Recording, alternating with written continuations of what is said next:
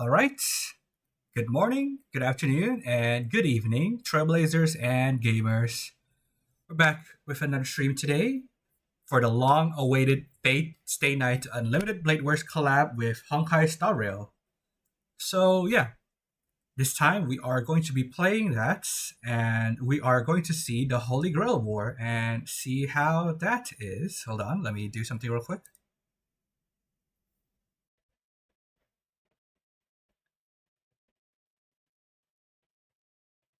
Okay, sorry about that. Yeah, we're going to be finding out about the Holy Grail War that is taking part in Penacony. Okay, now fix the audio. Yeah, it's good now. There's now sounds on the game, but yeah, that is what we are going to be doing. Then, after we're done with that, we'll be trying to pull for Finon again. I managed to scrounge up a bit of some pulls. So, yeah, that is the plan for today. So, while we are doing this Fate collab, we are going to be playing a little mini game of sorts where we try to spot the Fate references. And at the end, we'll have a little tally of how many references we got, like maybe Rin being mentioned, Shiro being mentioned, and spoiler alert, obviously, for those who hasn't played Unlimited Blade Works or watched Unlimited Blade Works, rather. This will be like this will have probably a lot of spoilers for that, but it is what it is. It's pretty old, but yeah. I recommend you guys watch Unlimited Blade Works before playing this event for maximum immersion and like enjoyment. But yeah, that is the plan for today. So let us get started. Fate Night in Dreamland. Robin Joe showed up with some weird treasure, a holy grail that grants wishes? Man, that's awesome. Yeah, that's very awesome, huh? I wonder if it has an angry mango inside it. Now let's. 昭和セレモニー騒動の余波が収まった後、スターピースカンパニーは念願の夢の星への進出を果たし、請求列車の七死人たちはピノコニーの株主となりました。Yeah, from what we know, this is directly after the Radiant Feldspar and like Sparkle pranked us.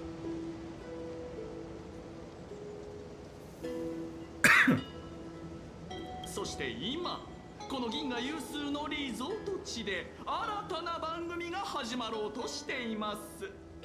Okay, our dear friend Sampo is back.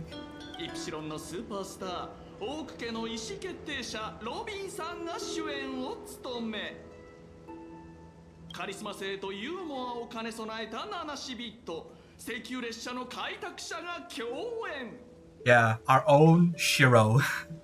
Because if you saw the trailer for this, like Kalos became Shiro and did the like Shiro pose where he was like on the ground and Saber was there. I ask of you. さらにスマートでありながら強引な一面も併せ持つ銃の赤心が一人、アベンチュリン総監が友情出演。But yeah, did you guys see like the meme online where people made jokes because his name was Adventure Rin? Adventure Rin. They like capitalized the Rin, and like in Japanese they like changed the Rin to kanji. It was like Adventure, but then the Rin is Rin's name. Like Archer's teammate, his best support is like Sparkle, and she has like twin tails, and like her coloring is red too, just like Rin. 名を馳せた映画監督ミスター・レックとその友人が手掛け、ルーさん家の当主でありピノコニーのビジネス巨頭でもあるオーディさんが単独出資。 Yeah, I'm convinced they like watched Unlimited Blade Works and was like, bro, let's make it our own Fate work. そしてスコートさん、どなたでしたっけ？動物のモノマネが得意なカンパニーの社員さん。Mimicking animals. とにかく市場開拓部も参戦。 Yeah, look, boys, it's the hero within.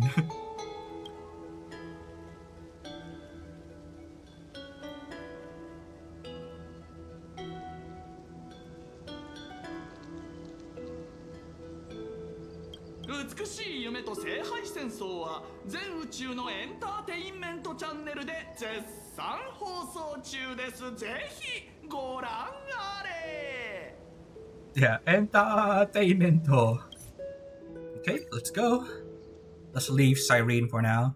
And Ibis Liché. あれあそこにいるのはロビン Oh, bro. なんでこんなとこに Tag is literally right there.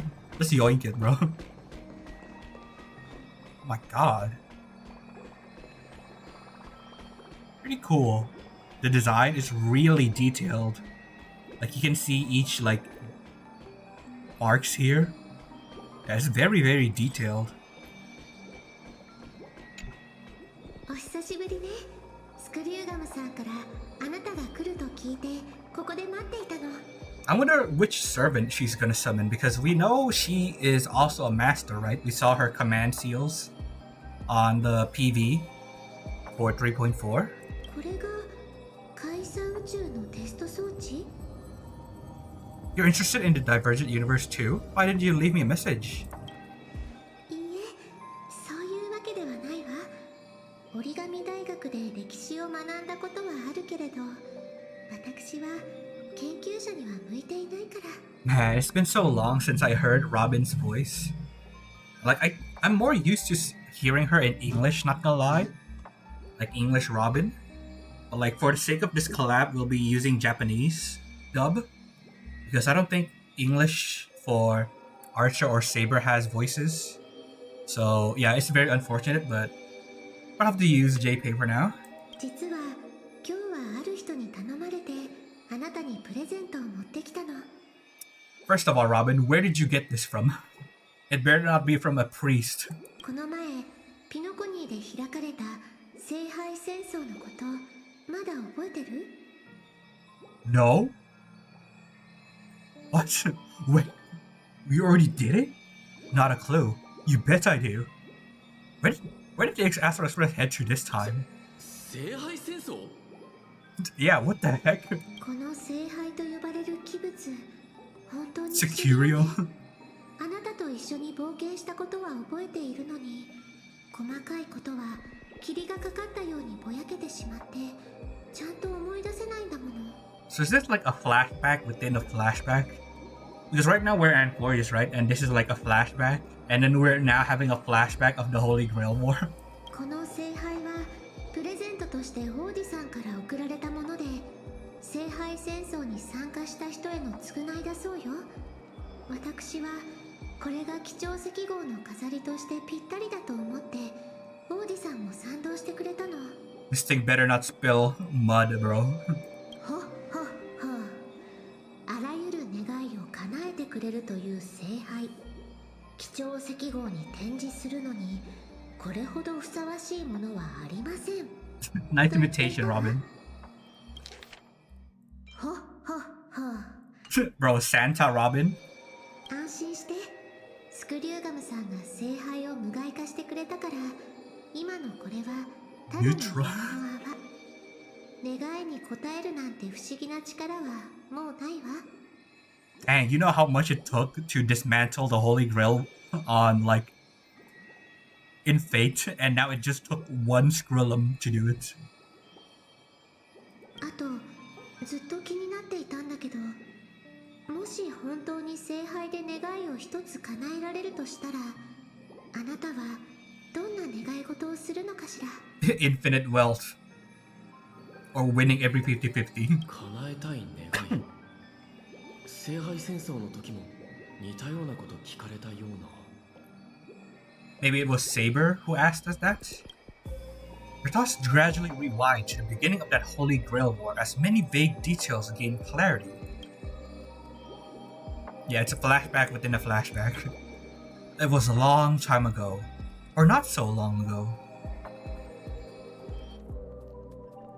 Okay. スター・オブ・ザ・フェスティバルとして彼は多くの人々の注目を集めてきました。 We're back here, the filming place. そして今前代未聞の第1回ピノコニー聖杯戦争の開幕を控え、再びステージの上に舞い戻ってきたのです。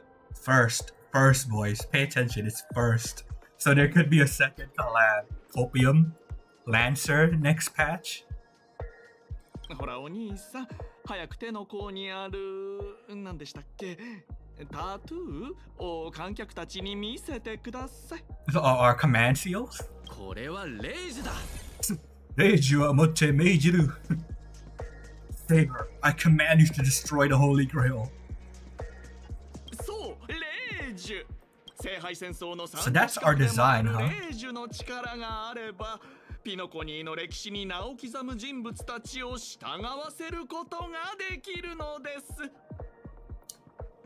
Okay, this looks more like the command seals from Fate Grand Order than anything from Fate Stay Night. It looks very similar. Let me compare it.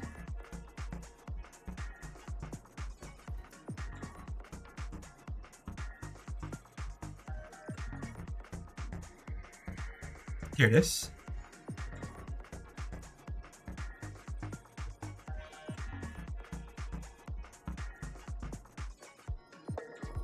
We load it in.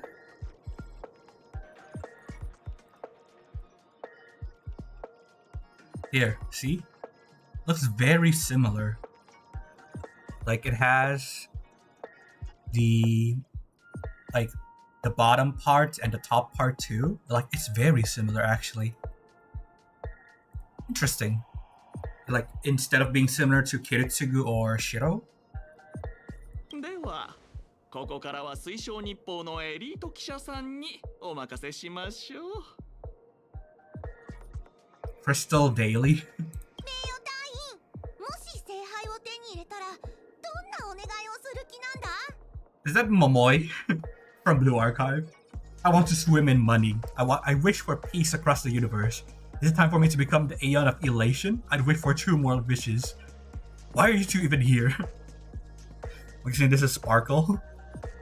I wish for peace across the universe. This is the canon answer for Kiritsugu. This is the typical gacha player answer. I guess like these 3 are interesting. Is it time for me to become the Aeon of Elation? じゃあ聖杯戦争を勝ち抜く自信はあるか？ You betcha. There's no way I'm winning this. I'm not that eager to win, honestly. I don't want to win. I don't want anyone else to win. Damn, this is the most toxic answer. Why are you both acting as reporters?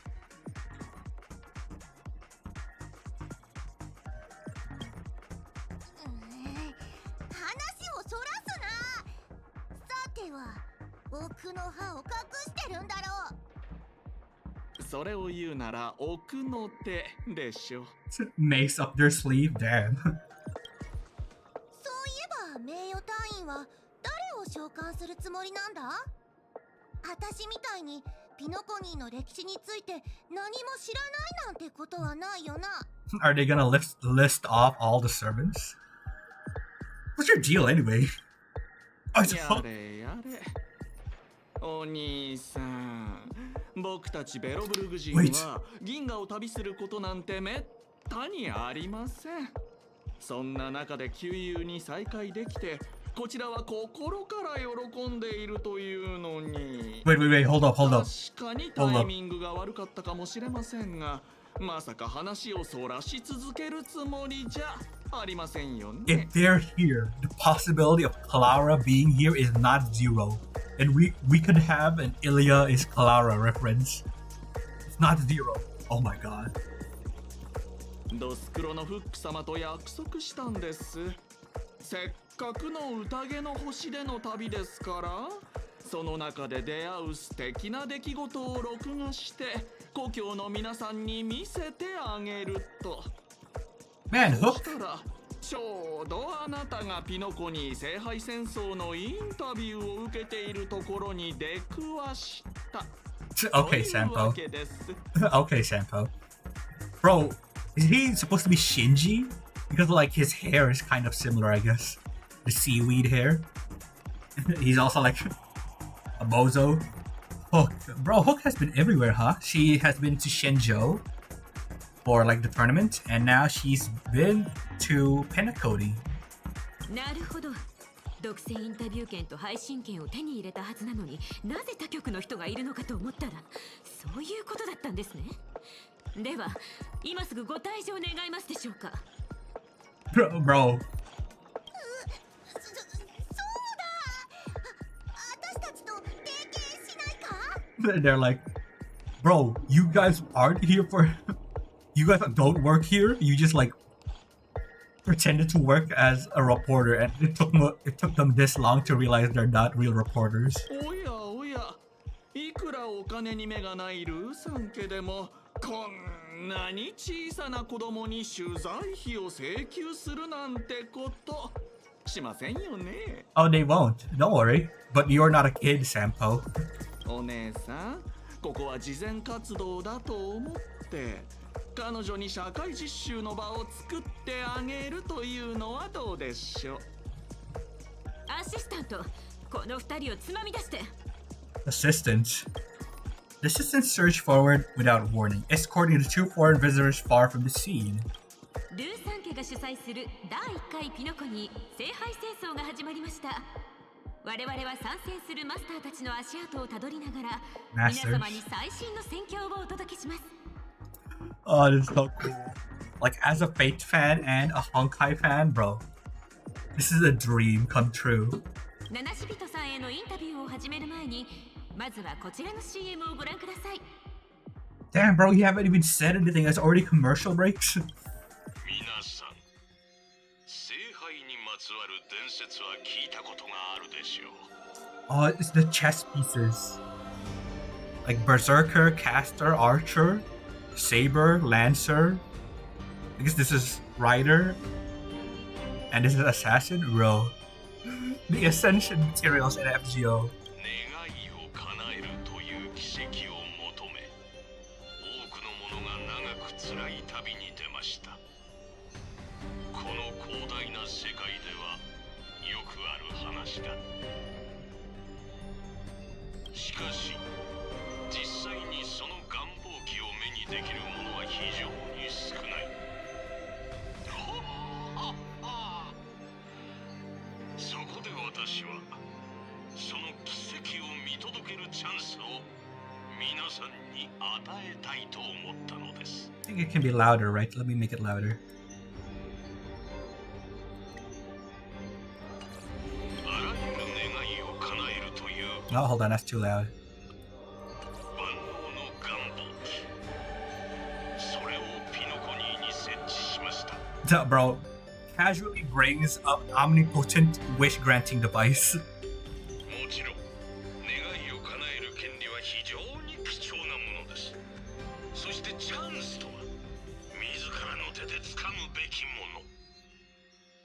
I have a guess that maybe, like, Robin is the master of caster. Like, she seems the most caster-like. 聖杯はピノコニーの歴史に名を刻んだ人物を英霊として召喚できる。そして勇敢なる夢追い人はサーバントを刺激するマスターとして最後の一人になるまで戦いを繰り広げることになるのです。 That's gonna be me. That's me, boys. おや、大気ヤンのモーターボールのような血まみれの争いにならないか心配ですと。ご心配なく。ピノコニーの美しい夢の中に死は存在しません。皆さんが目にする全ての暴力は安全で無害な無境の戦闘ショーであり、願いの成就という保証だけが真実なのです。 Oh yeah, Oldoni? There's no such thing as death in Penacody. Okay, we went through all this before. ここは夢追いの星ですからね。ピノコニーでは誰にでも夢を叶えるチャンスがあるのです。それではルーサン家主催スラーダ社協賛の夢をかけた残酷な戦い。 Yeah, sponsored by Soulglad. 第1回ピノコニー聖杯戦争、ここに開幕。 Bro, I'm so excited. Come on. At the same time, the host of the Holy Grail War is sitting out somewhere else, watching the advert with interest. Oh, it's playing the creepy music? This guy.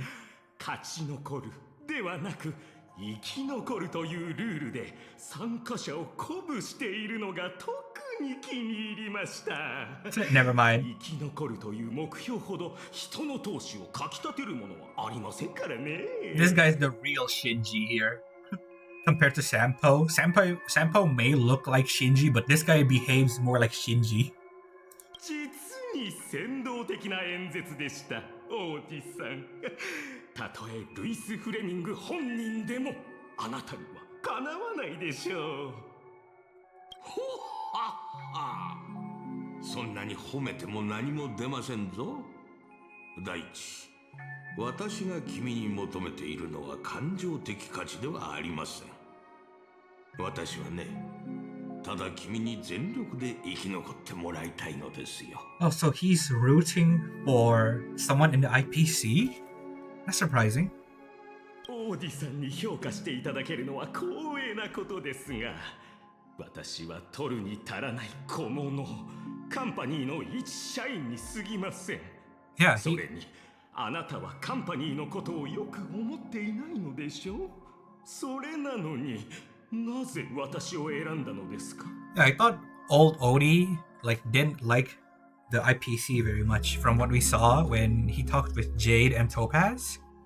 So I wonder why he's rooting for a low tier person in the company instead. 当然、ピノコニーの当主や株主たちにも招待状を送り、聖杯戦争への参加を呼びかけましたが、応じてくれた人もいれば、鼻で笑う人も。私が多くのリソースを割いて用意した宴を、ただの宣伝だと蔑む人もいました。裕福な生活が大物たちの英気を削いでしまったのでしょう。ですが、小物は違います。スコート君、君の願いをもう一度聞かせてもらえますか？ Yeah, what would someone like Scott wish for? はい。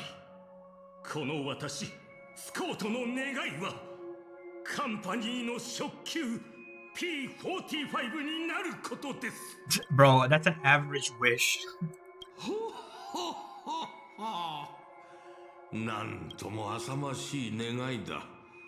君はダイヤモンドのような大物と肩を並べたいと思ったことすらないのでしょうな。Yeah, he's not aiming big. Not even becoming an Eon? Or an Emanator or a higher position like Diamond? Or Oswaldo? Just P45? しかし、宇宙の平和を望むなどというたわごとよりも、地に足のついた願いの方が心を打つというもの。Damn. Shots fired to Kiritsugu? Who wishes for world peace? それで、その聖杯というのは、本当に私の願いを叶えてくれるのですか？ That's already one reference to Kiritsugu. もちろんですとも。その手の甲に刻まれた霊樹が君の参戦資格を証明している。それに君はすでにサーバントを召喚してその力を見たでしょう。 Oh, where is his command seal? Is it on the other hand? そうは言いましても、ここはアイスクリームや酒瓶が喋ったり、楽器が自ら演奏を始めたりする無教じゃないですか。聖杯やら蘇った歴史上の人物やらが出てきても、正直そこまで不思議ではないというか。それより私が気になっているのは、仮に聖杯が本物だったとしたら、なぜそれを独占したりせずにわざわざこんな大会を企画したのかということです。私だったら黙ってとっくに自分の願いを叶えていますよ。 My guess is old Odie doesn't really have a wish. He's already filthy rich, right? So he doesn't really have a lot he wants. Also, because the Holy Grail needs sacrifices to be able to activate, right? いい質問だ。それではスコート君、逆に聞きたいのですが、10琥珀期も生き、数えきれないほどの陰謀と闘争を生き延び、使い切れないほどの富を築き、ピノコニーの頂点に上り詰めた老人にとって。Yeah, he's already the absolute pinnacle of Pinocchio, so like, what could he want? Like nothing. 必ず叶えたい願いがあるとしたら、それは何だと思いますか? I guess like the only thing he would want is like something to interest him. より多くの富と権力を持つことでしょうか。この2つが嫌いな人はいないと思うので。ただ確信はありません。王子さん、答えを教えてもらえませんか? This is an interesting dynamic between these two. Like Scott could learn from old Odie, honestly. その答えもなかなか近いですぞ、スコット君。たった一つの願いしか叶えられない聖杯では、私を満足させることはできない。だからこそ、聖杯戦争をピノコニーの新たなエンターテインメントにしたいのですよ。亡くなった歴史上の人物をサーバントとして召喚して戦わせ、最終的には自分の夢を実現させる。そんなエンターテインメントにね。素晴らしいと思いませんか？これでピノコニーは調和セレモニーに次ぐ全宇宙の注目を集める宴を持つことになる。数えきれないほどの資金と夢追い人たちが、これまでとは比べ物にならないくらい集まってくるでしょう。I guess that's true. Like, this kind of event is kind of like cool, both to participate in and to witness. Like, I guess it's like a good idea for like more entertainment. そして、その試運転となる第1回聖杯戦争で、ある小物が願いを叶えたとくれば、これほど効果の高い宣伝は他にありません。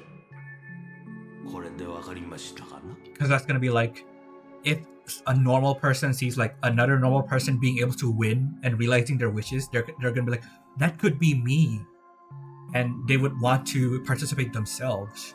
なるほど。きっとあなたを失望させないとお約束します。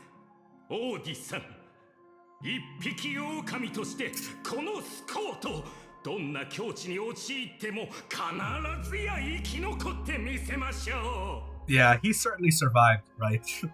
He was barking, oinking, he had diarrhea. Bro.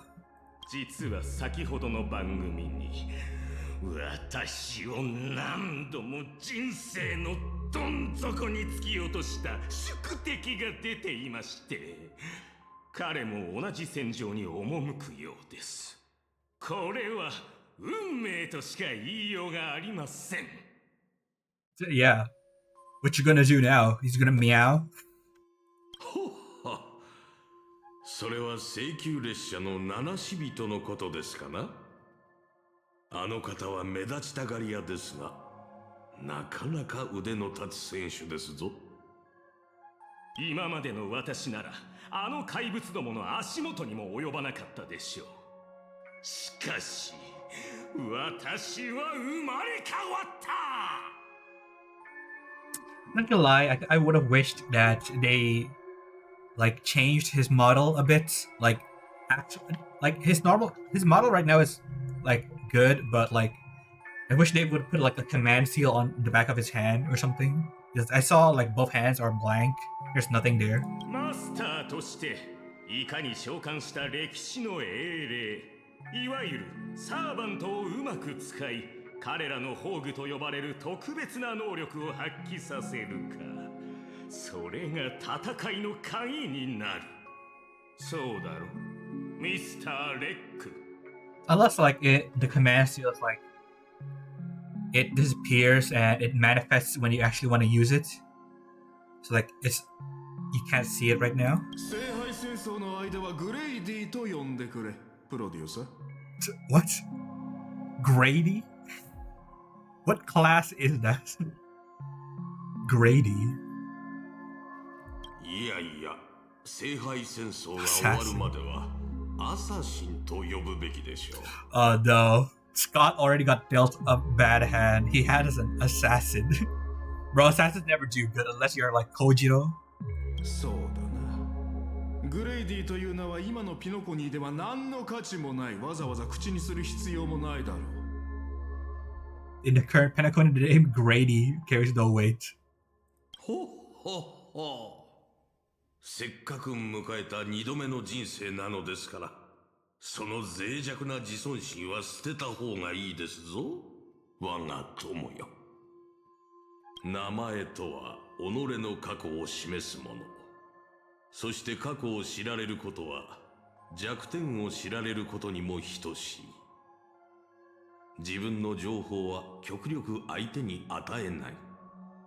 それが賢い人の戦い方です。いいですか？私は作品に対する著作者人格権を保障すること、そして英霊の記憶を体験することを条件に、あの監督にあなたのよりしろになってもらいました。Oh, I knew it! Like, this is not actually Mr. Rekha. This is like, he's acting like a vessel like Ishtar. Like, act as your vessel, spirit origin view. So Grady is actually like a servant? あなたは世間を震撼させるような作品を撮り、歴史に名を刻むことを望んでいたのでしょう。その体の持ち主、ミスター・レックも同じ夢を持っています。だからこそ、私があなたたちのために用意したこの大舞台を、Hi, welcome, ど Eclipse. うか無駄にしないでいただきたい。We're playing the honkaistarrail X Unlimited Blade Works collab today, and we already have the first master-servant pair, Scott and Mr. Rekha, or should I say assassin. 今回の聖杯戦争に参加する者たちの経験を記録して、この野心あふれる若者の夢を叶えてやってください。プロデューサーに言われた通り、ホーグで招待された者たちに狙いを定めておいた。対象の動向はいつでも共有できる。Bro, he seems more like a caster than an assassin. Like being able to like do this. でかしたぞアサシン。この便利な力があればきっと優位に立てるはずだ。Have you also already like watched Unlimited Blade Works, Eclipse, or any of the Fate series? Or is this your first time? 招待状を受け取り、聖杯戦争に参加する意欲のある者はすでに私の監視下にある。プロデューサー、あなたは誰から見ていきたい？プロデューサー、時間は貴重だ。Oh my god, we're playing as Scott. 状況を確認した方がいい。Damn. The true hero within.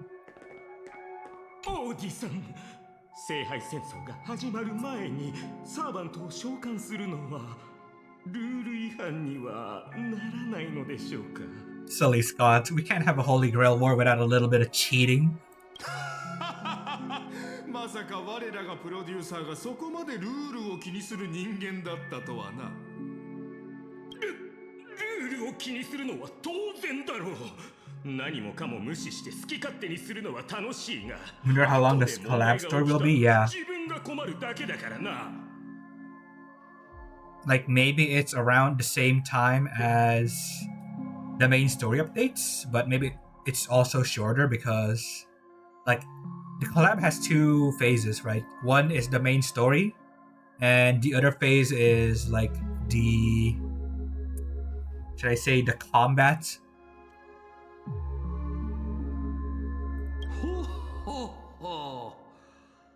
ご心配なく。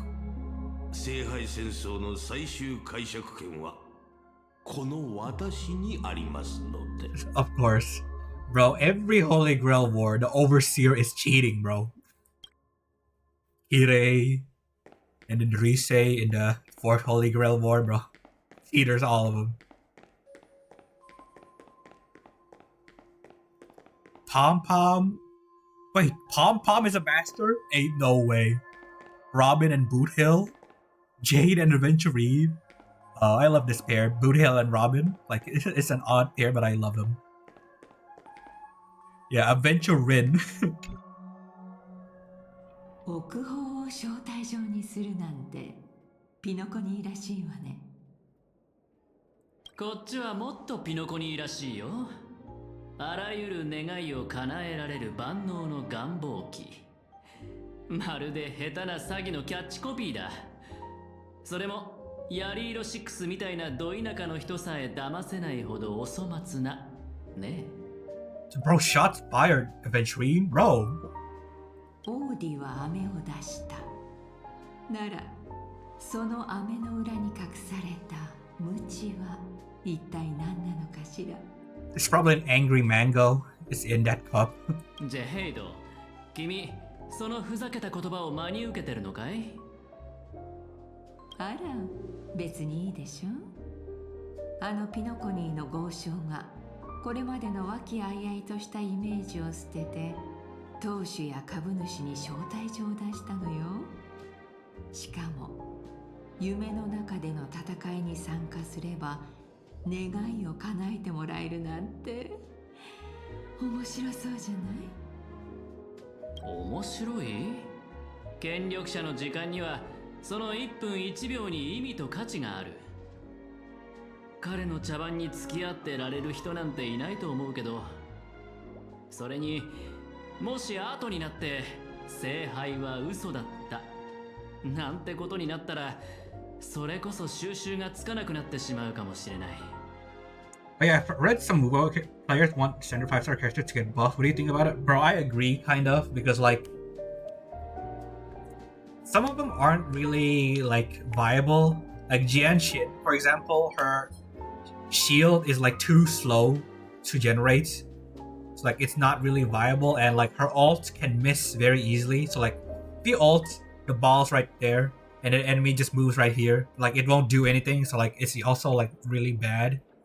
Pacaro maybe like just optimize his numbers a bit. I think Halcaro's fine if you like invest a bit in him. For like let's see, Verena, I mean she does her job, she's a healer, right? Like what more can you ask a healer to do other than heal? But yeah. Encore, maybe like Encore could use some work, but like she's like an off-field nuker, right? Like all she does is like charge attack and you switch off into a sub DPS while she does it. So I think Encore is also fine. Ling Yang. Yeah, Ling Yang. He also needs a buff. Like Ling Yang and Jianshin, those two need buffs very, very badly. Bro, it's bad how badly they need buffs. Hold on, what's the standard? Jianshin, Calcaro, Ling Yang, Encore, Verena. Am I missing anyone? That's it, right? That's all 5? Yeah, I think only those two need buffs, like Genshin and Ling Yang specifically. The others are fine, I think. Yeah. In my opinion, the others are fine. It's just those two that needs work because there's no reason to use them. オーディだってそのくらい分かっているわ。考えてもみなさい。ルーさん家の信用をかけてまで開きたい催し物。このビジネスには一体どれだけの利益が見込めると思う？なるほどね。だからこそ君はその万能の願望機とやらが実在すると思ったわけだ。Maybe Odie is like the hidden final boss, where after you defeat every other servants, he's gonna try and defeat you to take it for himself. 何らかの方法で運命の力を集め、奇跡を成し遂げる儀式は決して珍しいものではないわ。私が結ぶ貸借契約も人々の願いを叶える儀式の一つだもの。私たちが授かった奇跡だってね。じゃあこの正体に答えるつもりなのかい？そうね。確かに聖杯戦争には興味があるわ。聖杯そのものではなく、奇跡を追い求めて参加する人たちにだけれど。I wonder how people like them, like the Stonehearts, think about people like Scott. 自分の願いを得体の知れない聖杯に託すなんて、まるで全身に油を塗った状態で火の輪をくぐろうとするライオンみたいだ。結果は目に見えてるけど、素晴らしいショーにはなるだろうね。ええ。でもこれは潜在顧客を引き寄せる絶好のチャンスでもある。聖杯が願いを叶えてくれるのは一人だけだけれど、ポーンショップ翡翠、いいえ、カンパニーの戦略。 How's your archer? And hello, Sensei. Already claimed the archer. Haven't like raised him yet though, because I think I'll wait until I have his light cone to raise him. Because right now I don't really have the support for him. Like I don't have Sparkle. I don't have like I mean I have two supports for him, Cypher and like Gallagher. Those who are like pretty SP positive, but I don't have Sparkle unfortunately to like maximize his damage. 今後のためにも友人は大いに越したことはないわ。アベンチュリン、あなたならこの聖杯戦争に参加してくれるわよね。I mean, are you using like his premium team, Sensei? Like Sparkle and Cypher or Silverwolf? Should be displayed by now. But I'll check it after this. やっぱりそうなるんだね。どうやらピノコニーとは縁があるみたいだ。でも参加資格を体に焼き付けられるのは正直不快だな。He has trauma with like tattoos or marks because of the like the slave branding on his neck. Yeah. 友人といえば、ある友人候補がピノコニーに戻ってきたみたい。もちろん正式な取引をすることはできないけれど、彼は以前あなたと情報交換したことがあるから多少の信頼はあるでしょ。 Oh yeah, these two were working together to take down Oswaldo Schneider. Yeah, I remember that. できればこの聖杯戦争を機に彼と親睦を深めたいの。頼めるかしら、アベンチュリー。仰せのままに。 Damn, Archer and Lancer teaming up. まさか戦略投資部の人も参加するんですか？ Do I can maximize the damage will, or just got because you see huge percent damage? I mean, if you can see like Archer's like stats, he has a lot of crit damage increase. So like if you maximize his damage, like if you have full 9 SP and you use all of them for Archer, like use his skill for all of them, then he should be able to like deal huge amounts of damage. もしかして怖いのですか、スコート君。君は市場開拓部の所属ですから彼らの管轄外だと思いますが。Oh, hold on, my headphones got.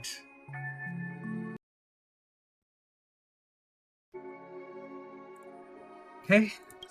その通りです、オーディさん。それにあなたがついていれば、たとえ相手がルイス・フレミングだとしても。そろそろルイス・フレミングを Probably just a 休ま relic せ issue, てあげまし probably. ょう。 Like if I remember correctly, he got like 120% increase to crit damage. 選択肢に過ぎません。So like that's already big. 時には自力で上を目指してみることも必要ですよ。なに、君なら大丈夫ですとも。But let me try and fix the volume.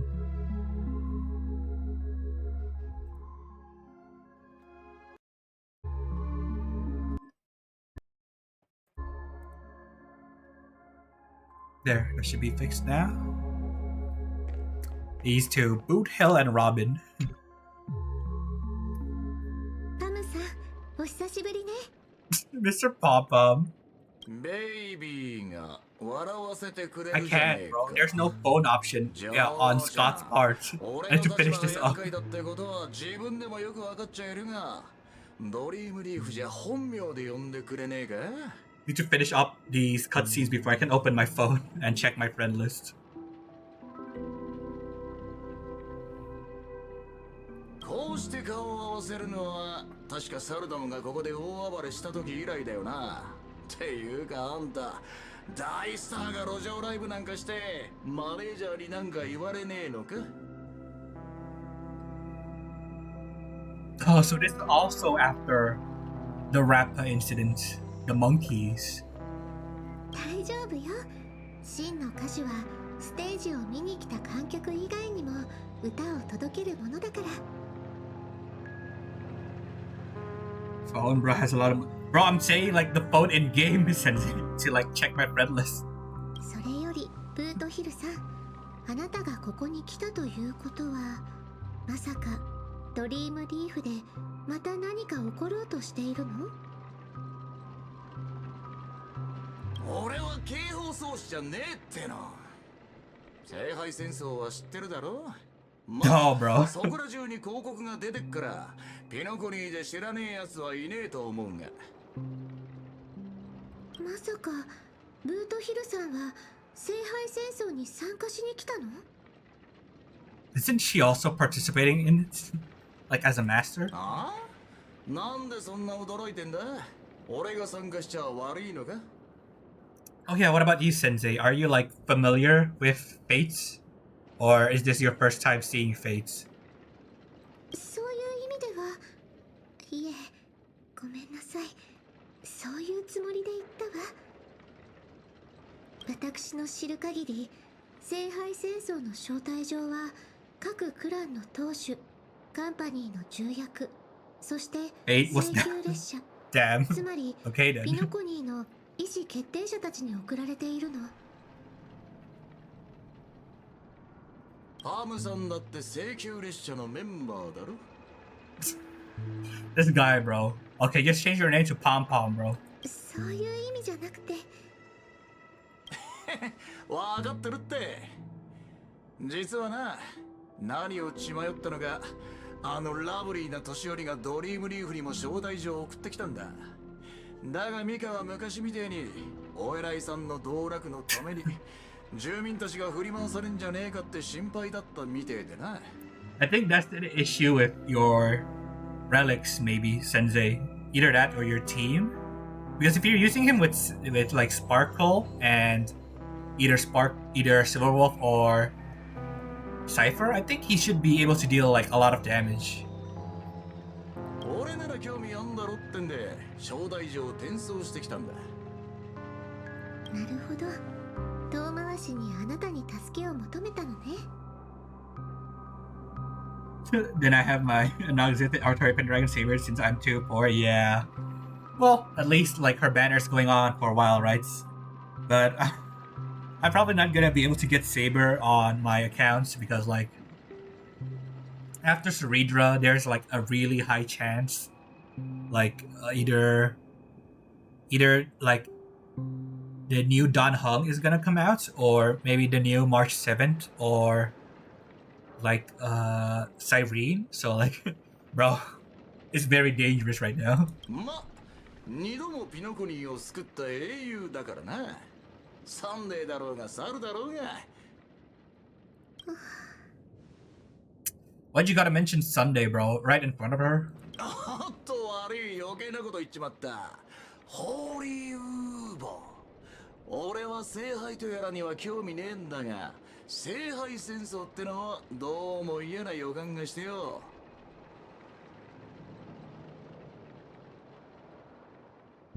Yeah, you said that before, Sensei. So like maybe the next banner is like Cyrene and March. But do you think that's a bit early though? Like imagine next version is like since we're going back to the start, like is it too early for after Saridra and Hysolence to be like Cyrene or March 7? Or do you think it's like the right time? そうね、私もそう思うわ。 Because remember when they said how long amphoreus was? They said it was 8 versions, right? On the first live stream. So like maybe it'll be at the end of the amphoreus arc, like 3.8. Or maybe it'll be on 3.6. I don't know. 死者を墓から呼び出して殺し合わせて勝者が全てを手に入れる。どこのノーズウォーカーが考えたルールか知らねえが、マジで典型的なカンパニーの思考とは馬が合わねえぜ。 Oh, Cyrene? So, do you think March will be like more later than Cyrene? No, that's true, right? Because like, from what we know, she's more important to amphoreus than actually Cyrene. Oh, that's actually true. It's not Cyrene that's important. だがミカの要請を受けた以上、全力でこいつを阻止してやらねえとな。さて、俺はそろそろ準備に取り掛かる。次は招待状に書かれてる通り、英霊を召喚しねえといけねえらしい。ってことで、またな、ジョーちゃん。こいつまさか指名手配犯のブートヒル。 Scott's like, oh, don't worry, I'm gonna win. Seized all the competition. 王子さん、こいつの参加資格を取り消してくれませんか。指名手配犯を聖杯戦争に参加させるなんて危険すぎる。それにもしカンパニーの社員全員に死んでほしいなんて願われたらもうおしまいじゃないですか。 Bro, I doubt the Holy Grail is that omnipotent, bro. 君はこのカーボーイが勝ち残ると思っているのですかな。ほっほっほ。自分を見下げてはいけませんぞ。それに一度招待を受け入れ、令状を付与された者のマスター資格は取り消せません。They don't have a priest here. You can't give up your command spells. ならハウンドを送ってこの指名手配犯を捕らえましょう。 Or just do a kirei and like chop off his arm. ほっほっほ。しかしブートヒルさんの言う通り、彼はピノコニーを2度も救った英雄だ。迂闊に手を出すのは得策とは言えないでしょう。それよりもスコート君、君はどうしてそこまで彼を恐れているのですか。実はちょっとした因縁がありまして、彼はうちの部門の人間に対してとりわけ容赦がないのです。 Oh yeah, Scott works for Oswaldo Schneider's department. Oh, that makes sense. Why he's scared of him. であれば、これは同僚たちの恨みを晴らすチャンスではありませんか。全身全霊で挑み、あの傲慢なカーボーイを叩き落としてやるのです。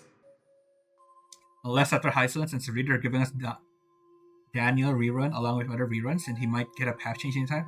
Bro, but thinking about it now, Eclipse, or wait, Sensei, like, if Dan Hung, Imbibitor Lune, does get a path change, he's gonna be like one of the most, like, expensive characters to get.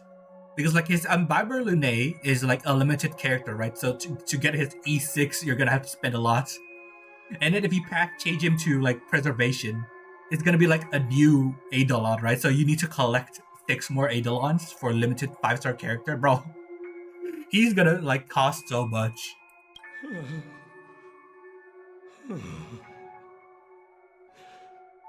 ご安心ください、王子さん。罠と策略さえしっかり準備しておけば、Or not, as hidden phase 1 Skrillum and Daniel. Yeah, Skrillum.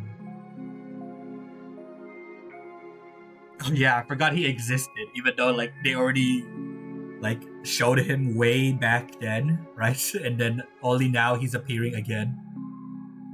I wonder when he's gonna actually release Skrillum. I guess he's like kind of like relevant to the story now, right? So he should be able to be playable. Because every time Skrillum appeared, he wasn't really like in the main story, right? It was like kind of the side story, so like it makes sense why he isn't playable yet. So now like he's directly part of like amphoreus now, like part of the rescue team with Herda. So yeah, he might be playable. Free E6 for Daniel. Bro, I doubt that. A free E6 for a 5-star sensei? Bro. Come on, bro. You know better. その意気です。君の手段を選ばないところは若い頃の私にそっくりですぞ。 Unless they make it like Hunt, March, or the Trailblazer, where the Eidolons are like free.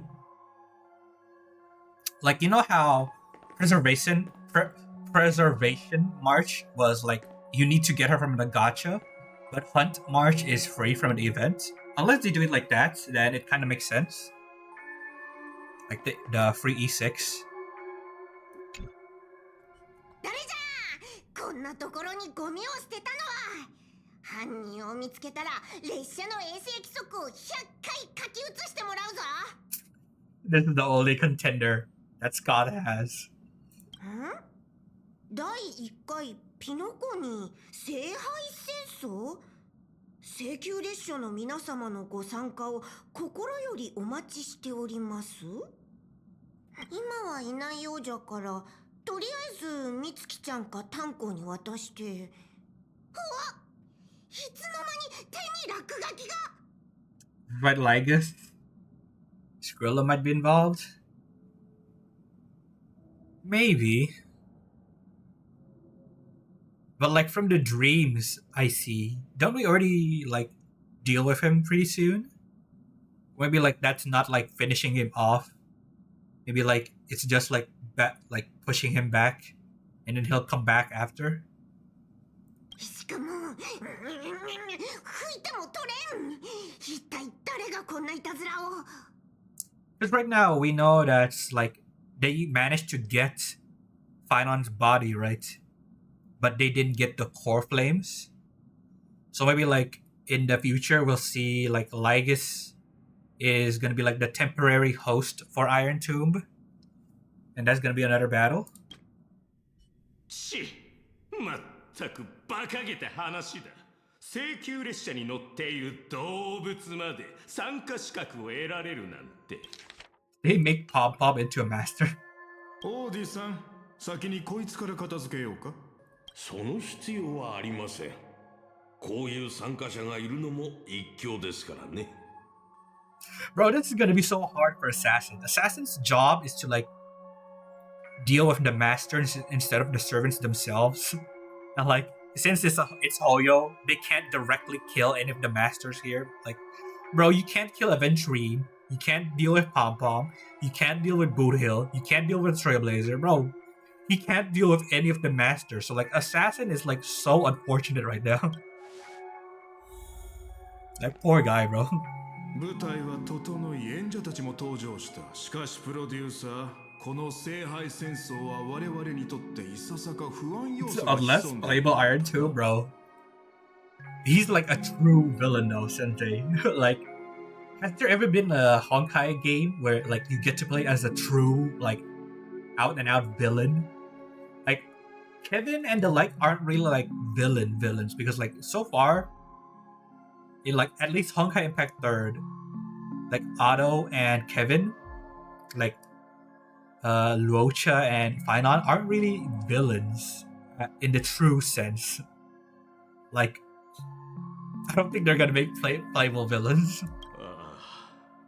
今回の参加者は一筋縄ではいかない連中ばかりだ。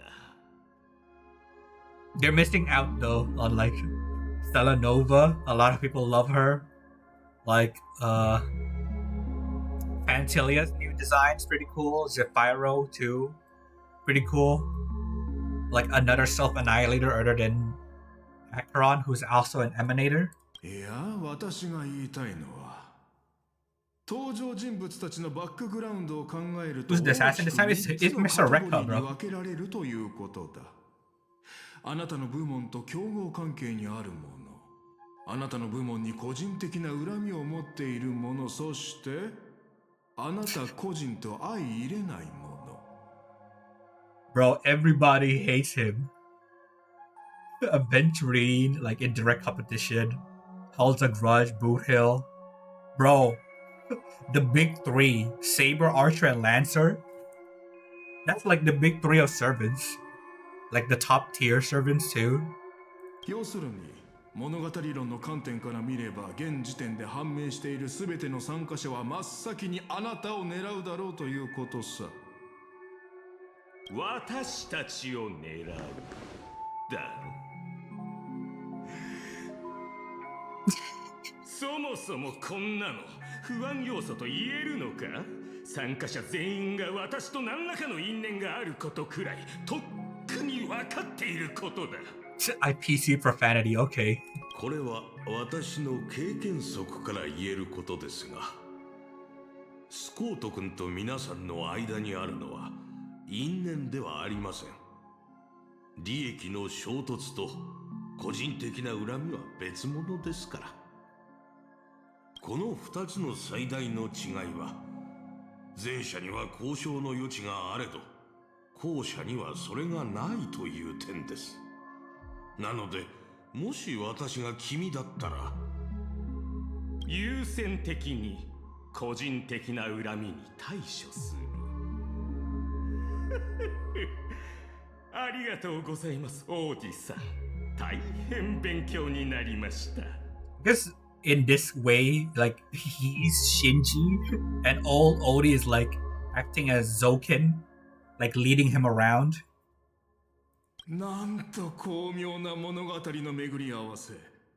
因縁のある登場人物たちは聖杯戦争という舞台で勝負を決する定めにあるのだな。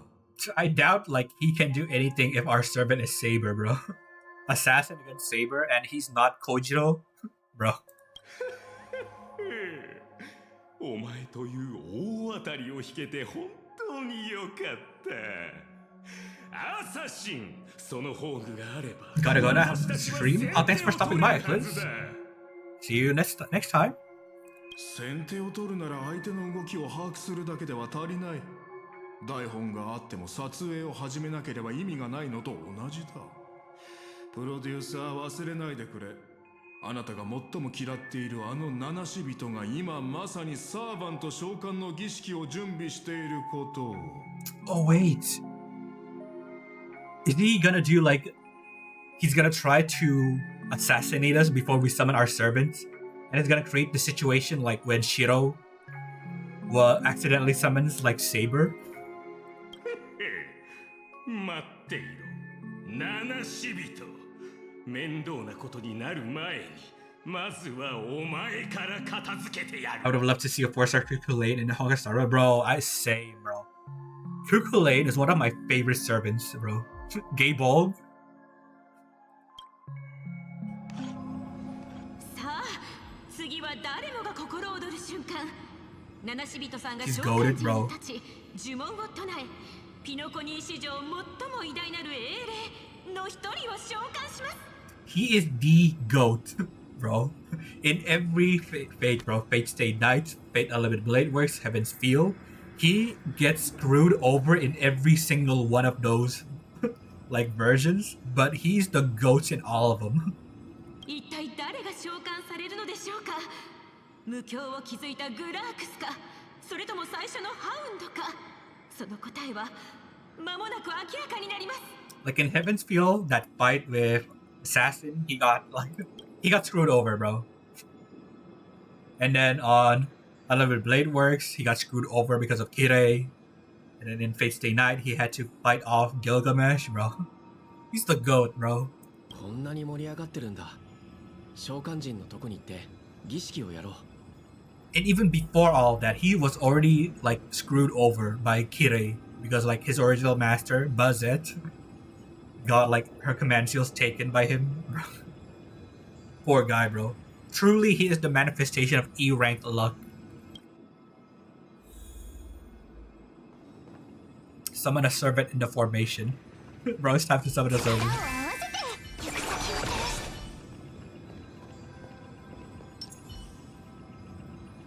Bro, look, I summoned Gilgamesh. To avoid summoning a total stranger, maybe it's time to brush up on your Penaconian history. The Clocky series? Damn, what? じゃあ始めるか。告げる。汝の身は我が元に。我が命運は汝の剣に。 Oh my god, it's the summoning chant. 列車の汽笛に従い、甘々パリパリサクサクパムパムパイに従うならば答えよ。 Bro, this is different, bro. What?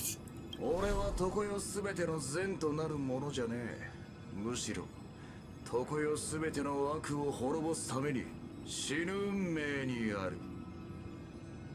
汝、琥珀の王の赤心から溢れた7つの魂。They altered the summoning chant a bit. And this is the only part that is like the same.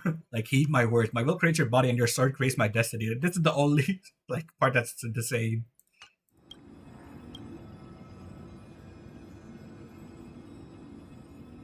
抑止の輪より来たれ。天秤の守り手よ。 And this part is also the same. Nothing happened. You waited for a while, but nothing happened, bro. You summoned a dud. But what if Medusa appeared here? Bro. Medusa? Cool. But like, she only ever had a role in one of the Fate series, like in Heaven's Field. That's the only time she ever shined. In Stay Night and Unlimited Blade Works, she got screwed over by Shinji. Like, she barely appears. で、サーバントは Medea is pretty good too, like as a caster. Like Heracles, Berserker, but we already have Swadog. And then, what I want to see is Kojiro the most. He was like my favorite assassin in the series. There was no light pollution, no exciting music, and no soul that came down from the sky. There was only an awkward silence. 俺のサーバントは You didn't summon it, bro. You got a light cone. You didn't even get a character. この屈辱的な瞬間を記録して This guy. 家宝として子々孫々まで伝えていきたいものだ。 Yeah, that's cool. Lancelot would have been a better pull. I doubt it. Well, Lancelot would be a direct counter to Archer, right? Because he could just take over every weapon he shoots at him. But Artorias were still better overall, just because of Excalibur and Avalon. 正直とんでもない当たりを引いて恐ろしいサーバントを召喚するんじゃないかと失敗していたがまさかお前が神にも幽霊にも嫌われた存在だったとは。 I'm calling it now. He's gonna attack the Trailblazer. He's gonna fall down. And the summoning circle is gonna activate and summon Saber. Just like in the Fate Stay Night series. それに比べたらサーバントのいる私はもはや一匹狼とは呼べないかもしれない。 Just like Fate. どうだこの称号2、3日の間貸してやろうか This guy, bro. I have a love-hate relationship with this guy. Like, he's so funny, but like he's also annoying at the same time. Scott, you again? Are you my servant? Even when I was servant, you're no match for me. Are you my servant, bro? とう、お前が俺のサーバントか。 Okay, bro. そんなわけあるか。バカめ、私はお前の敵だ。まさか忘れたのか。 He's annoying, bro. What would he even be? Like, he doesn't qualify as any of the classes. これ以上 Pretender? 時間を無駄にするつもりはない。召喚の儀式に失敗した今が絶好のチャンス。これまでに受けてきた屈辱、そのすべてを倍にして返してやる。だが私はルールを何より重んじる人間だ。お前がサーバントを召喚できなかった以上、私もサーバントの力は借りないでおく。 Boys, don't. Yeah, I won't use. He won't use his servant, but he'll use his actual servants.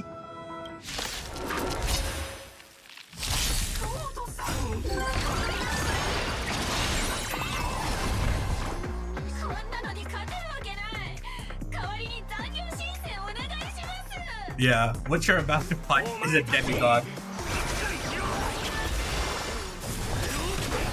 Prepare to die.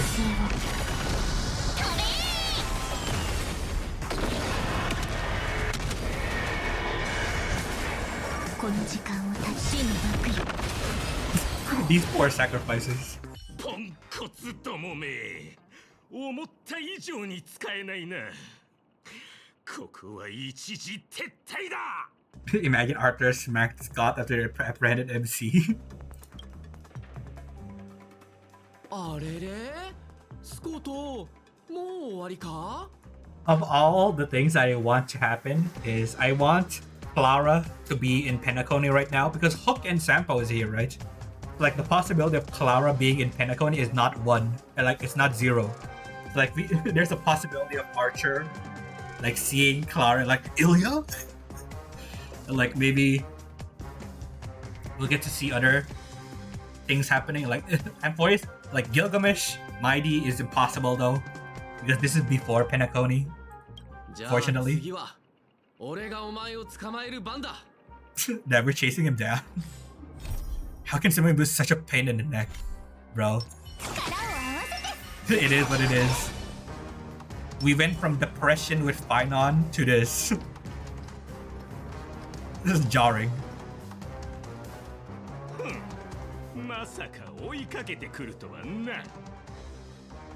残念だが、お前の聖杯戦争はここで終わりだ。 Bro, what are these two gonna do to me? 目標が罠にかかった。準備はいいか、アサシン。いつでも OK だプロデューサー。しぶきの上がるスペースラントコメディアクション。 Bro. Oh, that's cool. Is that Scott's face? エキストラといったところだ。おい、もっと敬意を払え。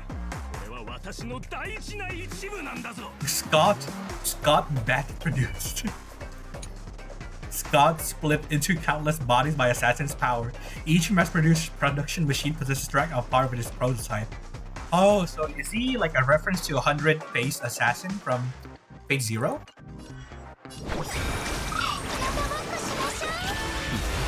感謝しよう。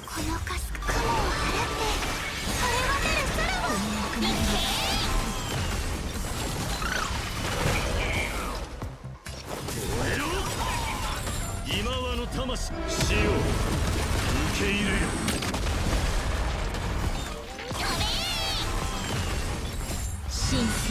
Because like they split off into copies, which is also the same thing as 100-faced assassin. 私がカットと言わない限りこのエキストラたちが演技を止めることはない。これぞ数の暴力だ。 Was it Shub, the 100-faced assassin? 素人が聖杯戦争に参加するとは世も末だぜ。いや、トップに It's Hassan. She's still called Hassan. お前は like most. Wait, was that? よく見とけ。こういう時は。こうするんだ。 Oh, it's Lancer. He's here. Gable. Yo, Gable, bro. その槍どういうことだ全滅じゃないか Bro, instant kill, bro. Gable. Why is it playable? Dang it, he's the perfect hunter, bro. Bro, the goat. まさかお前が召喚したサーバントかアーサシン早くなんとかしろ He's so cool, bro. 邪魔が入ったようだな。プロデューサー、正面から戦うのは私の得意分野ではない。こいつは明らかに手強い相手だ。ここはひとまずその高貴な足を使って Oh, bro, this is such a dream come true as like a Fate fan and a Honkai fan. Oh god.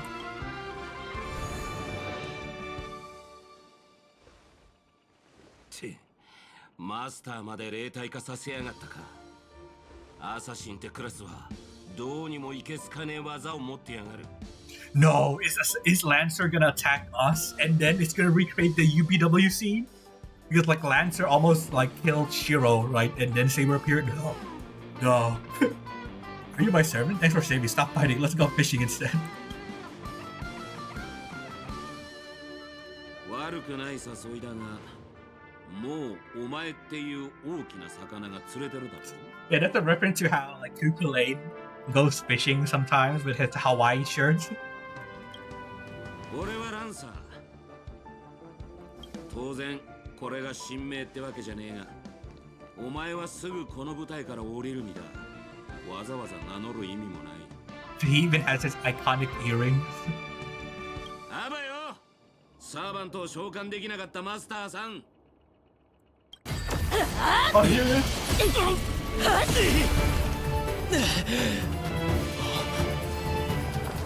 There she is, in the flesh. とあなたが私のマスターか Oh, yes. Oh, it's this contract form servant summon. Oh my god, it's so cool.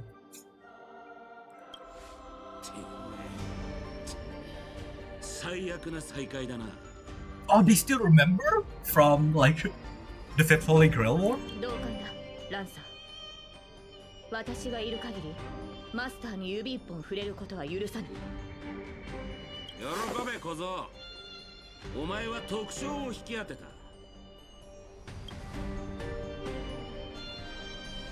Bye. もう安全ですマスター。怪我はありませんか？ Wait, you two know each other? Are you my servant? 過去の聖杯戦争で幾度か刃を交えたことがあります。彼とは敵対することが多かったものの悪人ではありません。 Oh my god, this is so cool. You don't seem to be from this world. Are you from Penacony? はい。それには私も気づいていました。限界の際、聖杯は今回の聖杯戦争に必要な知識を授けてくれました。しかし、そこには難解な概念が Oh 多く my 含 god. まれており、ここは私の知る世界とは全く異なっているようです。 It seems to be after Fate's Day Night. It's like those two already knew each other, and she said like, "You've crossed the swords a few times in past Holy Grail wars." So she also remembers like the other realities, like Stay Nights, Unlimited Blade Wars, and Heaven's Field. Our allegiances often clashed, but he's not a bad person, bro. ああ、そういえば自己紹介がまだでしたね。 Altria. 申し遅れました。私はセイバーのクラスのサーバント。名をアルトリア・ペンドラゴンと言います。セイバーと呼んでくださっても構いませんし、周りに人がいなければ神名で呼んでいただいても結構です。 Guess they're using the official translation. キャメロットの騎士王として知られていましたが、その地については何もご存じないですよね。Not a assume you know nothing about this place. We do have a Camelot here, actually. Not a thing. We do have a Camelot here? どうやら異なる世界であっても何かしら共通点はあるようです。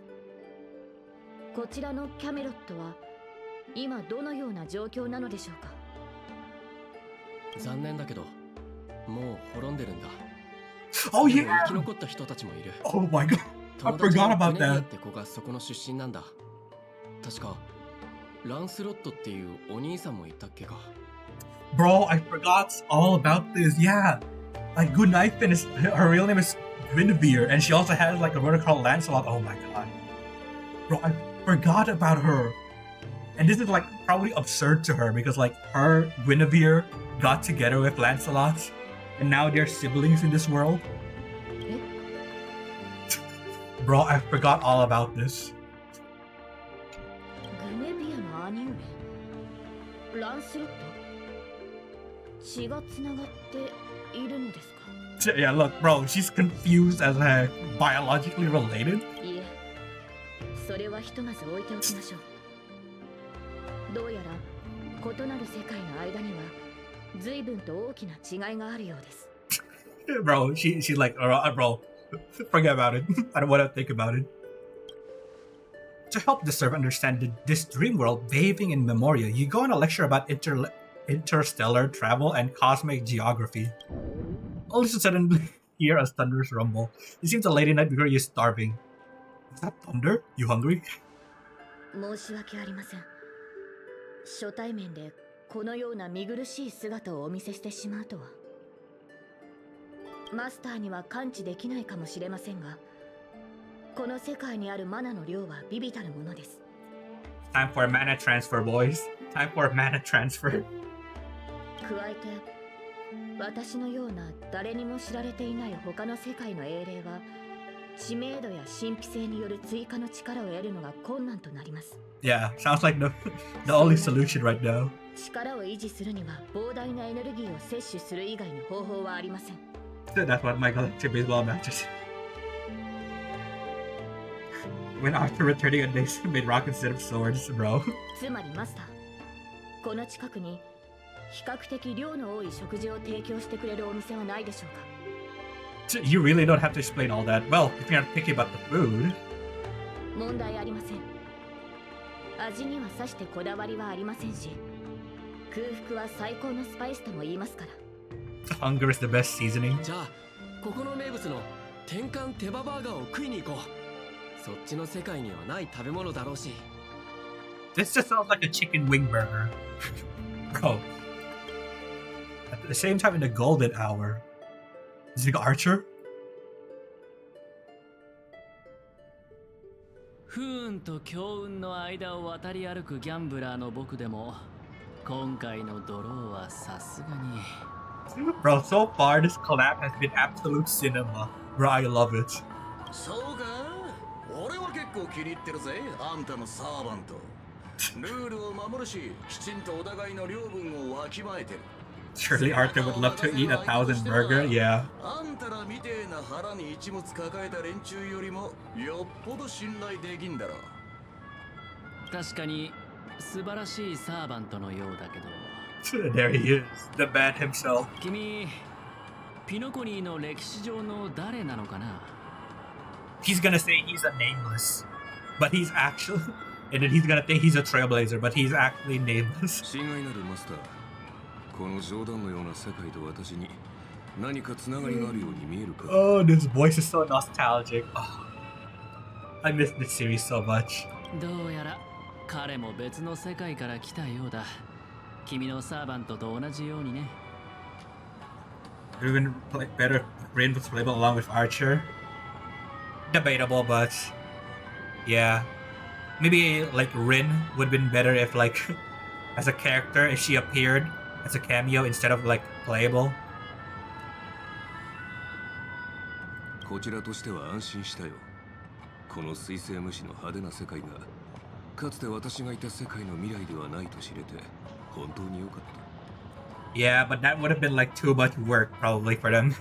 Like making a new remembrance character And then make it so you can switch skills too. Yeah, I think that's too much for them right now.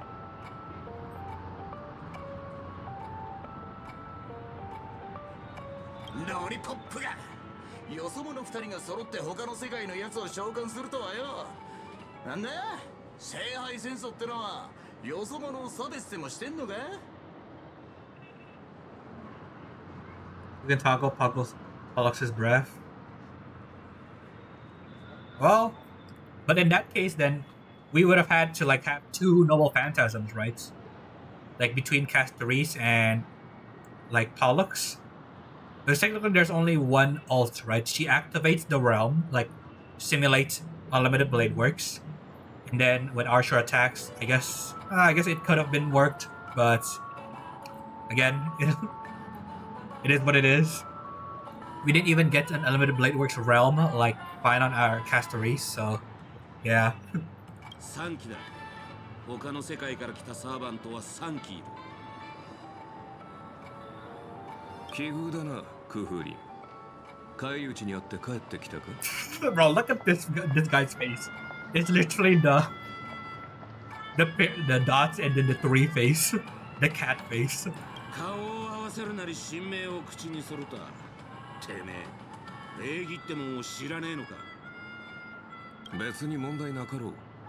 この世界では誰も君や私のことなど聞いたこともないはずだ。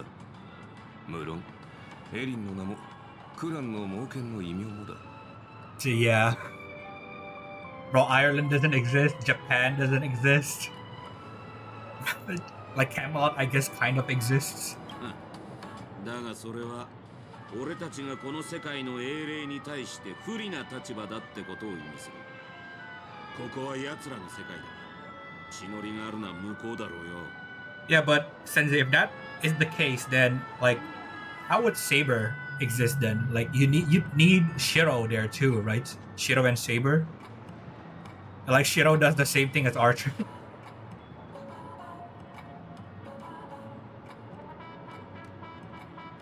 にしてもあんちゃんよ、ちょっと様子を探ってきただけでなんでそんなヘトヘトになってんだ？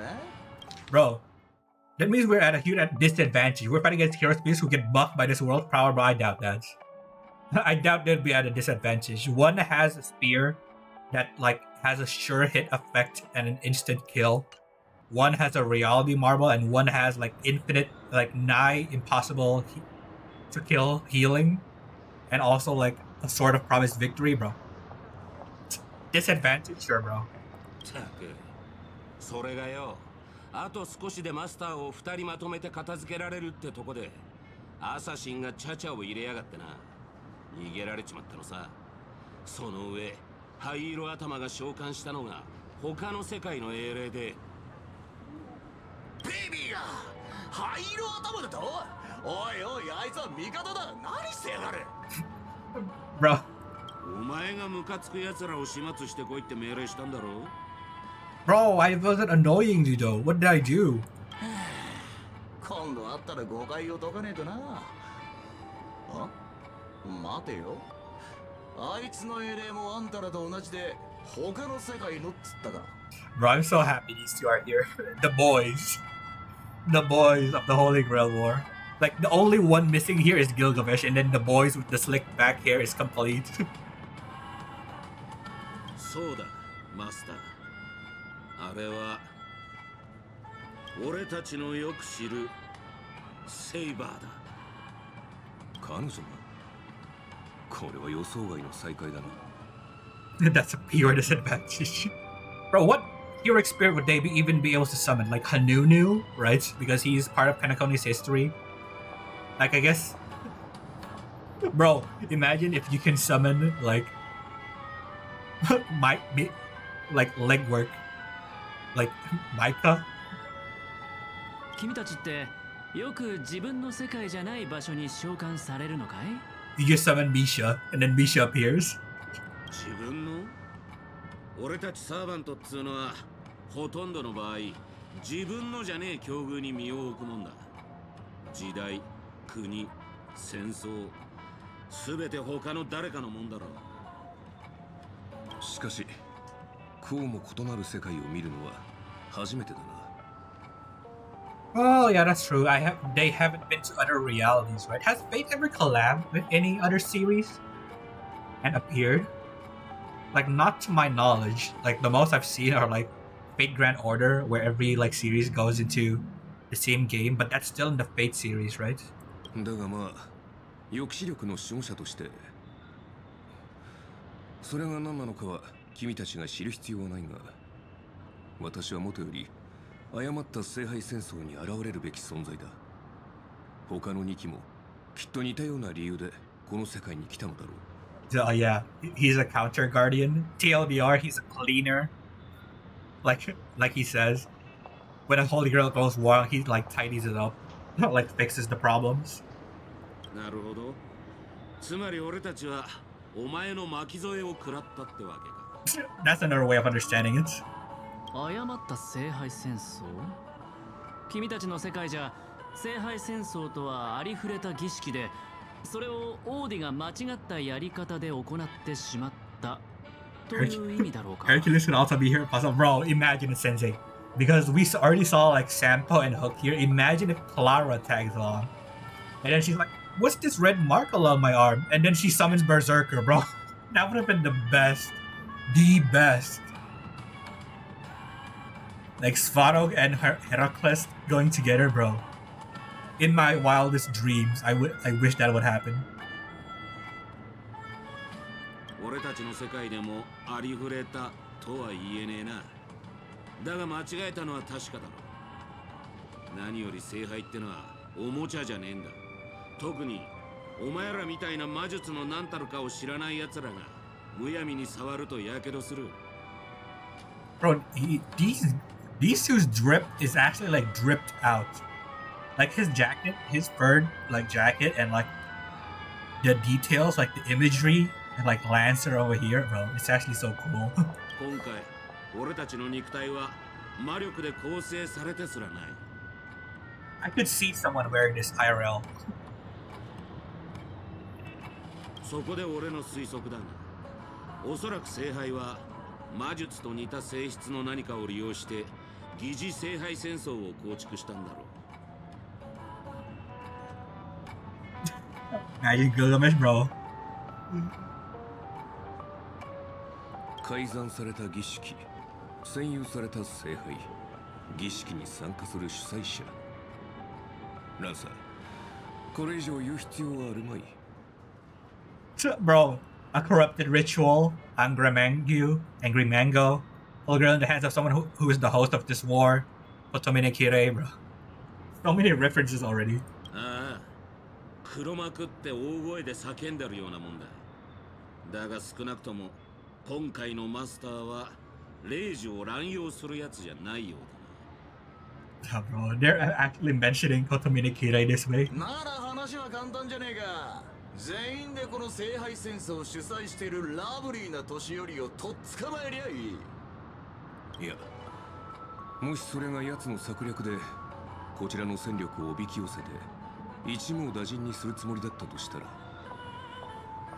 たく面倒だがしょうがねえ。ここにいる連中で正式な魔術の鍛錬を受けたのは俺だけだ。相手がどう構えているのか探ってきてやるよ。その目的もな。 Shots fired to Emiya. Because he's like a third-rate magus, right? He only knows like projection and structural analysis. And at least like Lancer can be summoned as a caster, right? Like he knows everything. Bro, Skatash with her runes. その間隠れててもいいし、攻撃を仕掛けても構わねえ。少なくとも今のところお前らの身を脅かすほどの手だれはいないはずだ。 A breeze blows past and the blue-haired man disappears. んだよ。あいつからメッセージ？タイミング悪いな、ベイビー。な。おや、もうお咎めの連絡が来たのかい？ What did we even say to him? いや、クラークフィルムランドに来いってよ。手を組まないか話がしたいんだと。 Emiya Kiritsugu waiting for the chance in the shadows, bro. I think we are the Emiya Kiritsugu here, Sensei. Because like at the end, based on the trailer we saw, we're gonna command Saber to like destroy the Holy Grail. Like in Fate Zero, when Kitsugu used his command seals to order Sheba to destroy the Grail. And then she slashed through Avengeween, who had the Grail, just like she slashed through Gilgamesh too. Oh my god. 英霊というのはもっと特別な見た目をしているものかと思っていたのだけれど。Oh, who are you? 私の姿は本来このようなものではないのですが、申し訳ありません。今はこの凡庸な姿しかお見せできないようです。Maybe she's one of the original Dreamweavers in Penacony? 召喚に応じて参りました。キャスターのサーバントです。She looks too similar to Canis for me to like her. Maybe I'll like her even more. Like the hair is like Canis. 神名を名乗りたくはあるのですが、口にしようとするとこうなってしまいまして。Blank, blank, blank. 不協和音。でもあなたの名前なのにどうしてそんなことが？私の名前は商標登録されていて、すでにその権利はこの手を離れているのです。申し訳ありません、マスター。When your name is copyrighted. What the heck? その呼び方は慣れないから、よければロビンと呼んでくれないかしら。ではロビンさん、あなたを失望させてしまうのは心苦しいのですが、私は所詮夢追いの時代に活躍した今や忘れ去られた役者に過ぎません。So we have Saber, Archer, Lancer, Assassin, Caster. 産業の中で剥がれ落ちた赤のような存在です。We're only missing Rider and Berserker. Who would be the master of other than them? I don't think there's any more like people in this Holy Grail war. もちろん輝いていた時期もありました。私が誰か。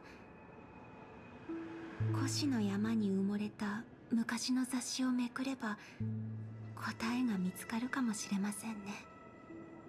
かつては永遠の銀幕の霊人、シペが落とした金の音符などと呼ばれていました。他にも様々な肩書きを持っていましたが、デビューしてからは自分の名は私のものではなくなりました。それは死んだ後も同じこと。たとえ墓から掘り起こされ、新しい世界でかつての古びた舞台に再び上がったとしても、自分の名を語ることはできません。少しでも口にすれば不協和音にかき消されてしまうのです。でもそれは私の紛れもなく私の名前なのです。すみません。大丈夫よ。それで心が落ち着くのなら何でも話してちょうだい。その気持ちはよくわかるわ。私も時々感情を抑えきれなくなることがあるもの。でも舞台の上でスポットライトを浴びている時、演者である私たちは無理をしてでも平静を保つしかないのよね。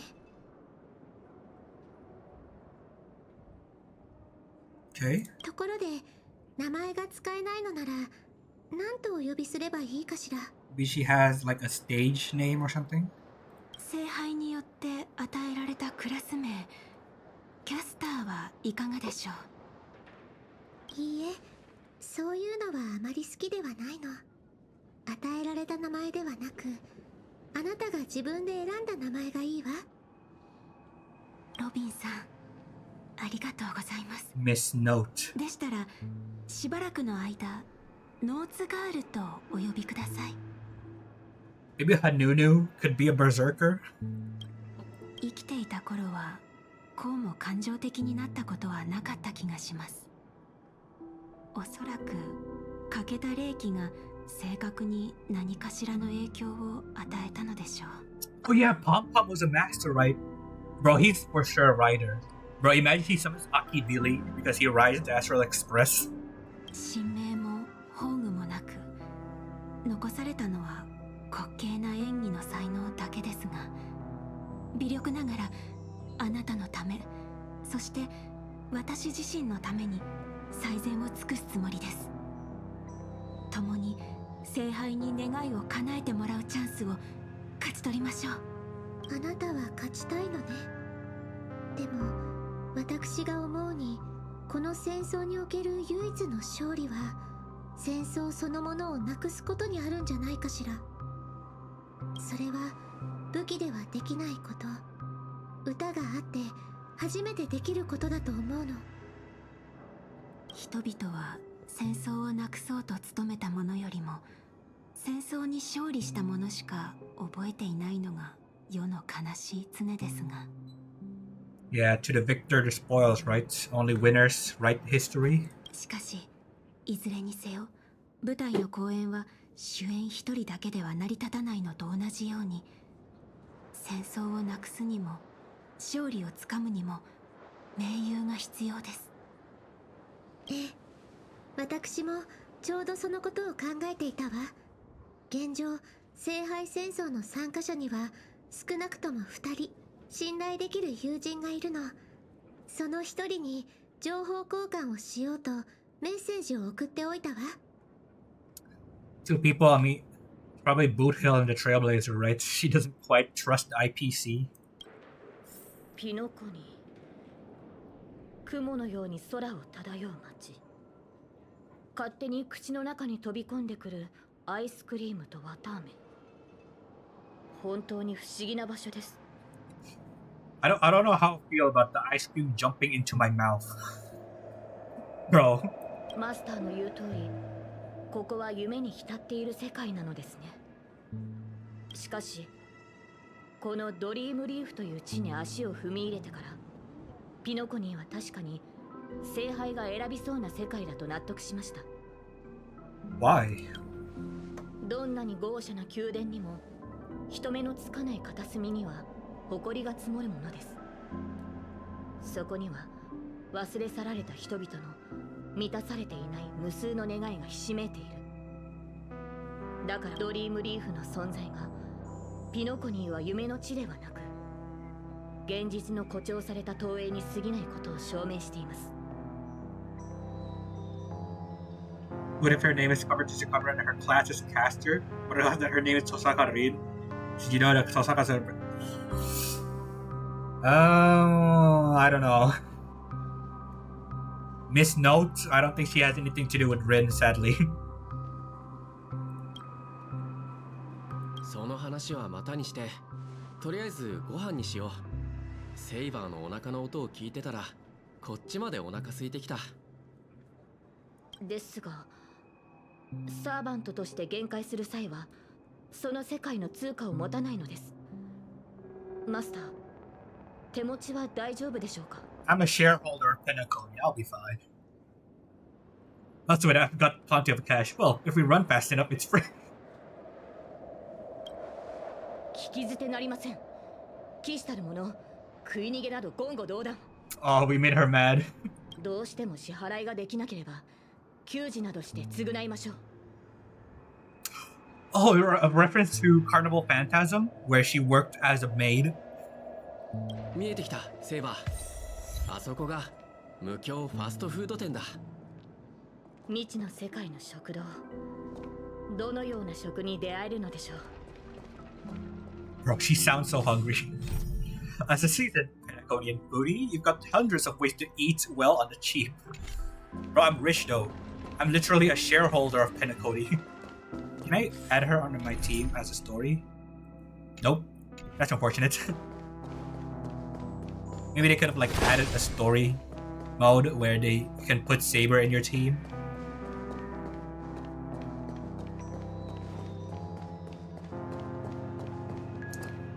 Nobody's here yet. いらっしゃいませ。ご注文はどうしますか？ I'll have everything on your menu. あら、我らがスター・オブ・ザ・フェスティバルじゃない。あなたも聖杯戦争に参加してるのよね。You guys know all the gossip here around here too? I'm not involved. もう2までってどういう意味？ドリームリーフって情報が早いのよ。お隣のそちらが召喚した英霊ね。ねえ英霊さん、あなたもピノコニーの歴史上の人物なのよね。一体誰なのかしら？申し訳ありません。聖杯戦争において神明は極めて重要な情報のため教えることはできないのです。へえ、そうなの。大事なレシピを秘密にしておくのと一緒ね。Kind of. Except that secret recipe can also like weaken you. ところで、こちらのお店の看板料理は何でしょうか？ドリームリーフが初めてなら天かん手羽バーガーをおすすめするわ。他ではまず食べられない美味しさよ。Cool. Give me 100 of those. うちのパンとその他の食べ物はすべて純粋な有機記憶域農地で作られた原料を使ってるわ。それらが育つ土壌には有害な感情が含まれていなくて。ありがとうございます。ではその天かん手羽バーガーを。Thank you, but I don't need to know where the food comes from. Give me the food.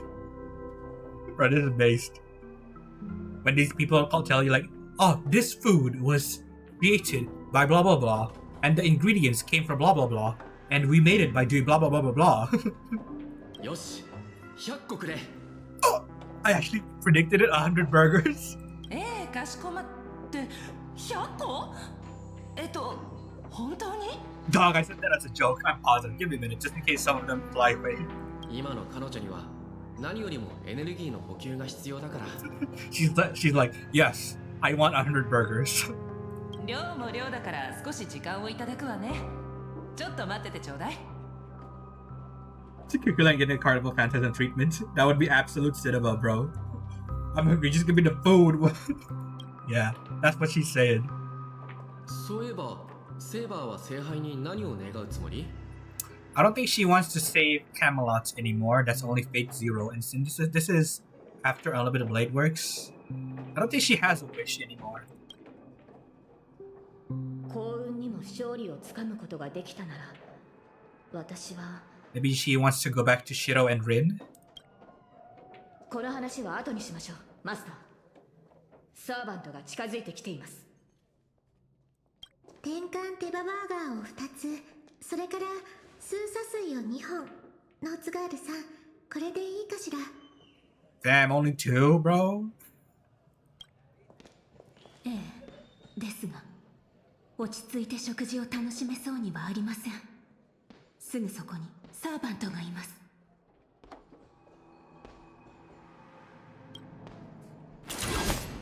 Damn, bro, chill.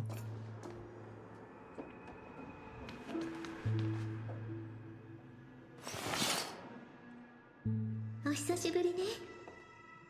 Bro, this is really a wild Holy Grail world. So far, we only have one enemy, which is Scott. The rest are allies. Like, we're already allied with 3 other masters. ノーツガールさん、こちらが先ほど話した信頼できる友人よ。マスターのご友人でしたか？ Yup. You can feel her aura bearing down on you as if it's standing before an army. Damn. She locks eyes with you. Is it time for a high-stakes servant showdown? Whoa, easy. Fighting before a good meal is just disrespectful for food, friend. Yeah, okay. Yeah, bro, I wanna eat, bro. 店主さん、こちらのお二人のお題は私が持つわ。それから静かに食事ができるよう手配をお願いできないかしら。お礼にチップは弾ませてもらうから。Bro, our wallet has showed up. We can now get her to pay for the 100 burgers. Casually using her weapon. Well, I mean, if think about it, Sensei, her sword is invisible, right? So for other people, it's just her doing this. They can't actually see the sword.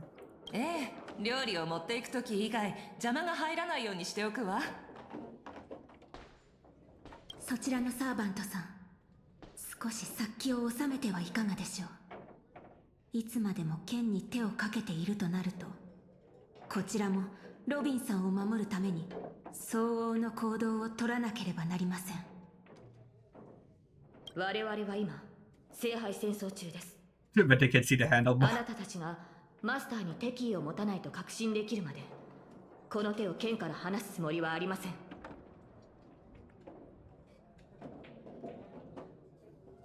Relax, we're friends. Let's just try to get along first. お話中ごめんなさいね。ご注文の料理をお持ちしたわ。喧嘩するならお腹いっぱい食べてからでも遅くないでしょ。 How did she make 102 burgers that fast? とりあえず食事にしよう。Damn, what the heck? 賛成です。こんなに注文していたの？ Are they gonna show the 100 burgers? Damn.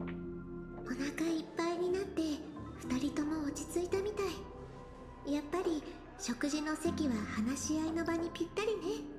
I wanted to see Saber just like going eating 100 burgers. Thank you so much for treating us to Halloween Wink Burgers. 気にしないで。空腹が満たされた人の幸せそうな笑顔を見るのが大好きなだけだから。Bro. それにしてもあなたのサーバントって食欲旺盛なのね。They put in Saber loving food, like inhaling all the food in the table. セイバーさん、ピノコニーの歴史上にあなたのような人がいた覚えはありません。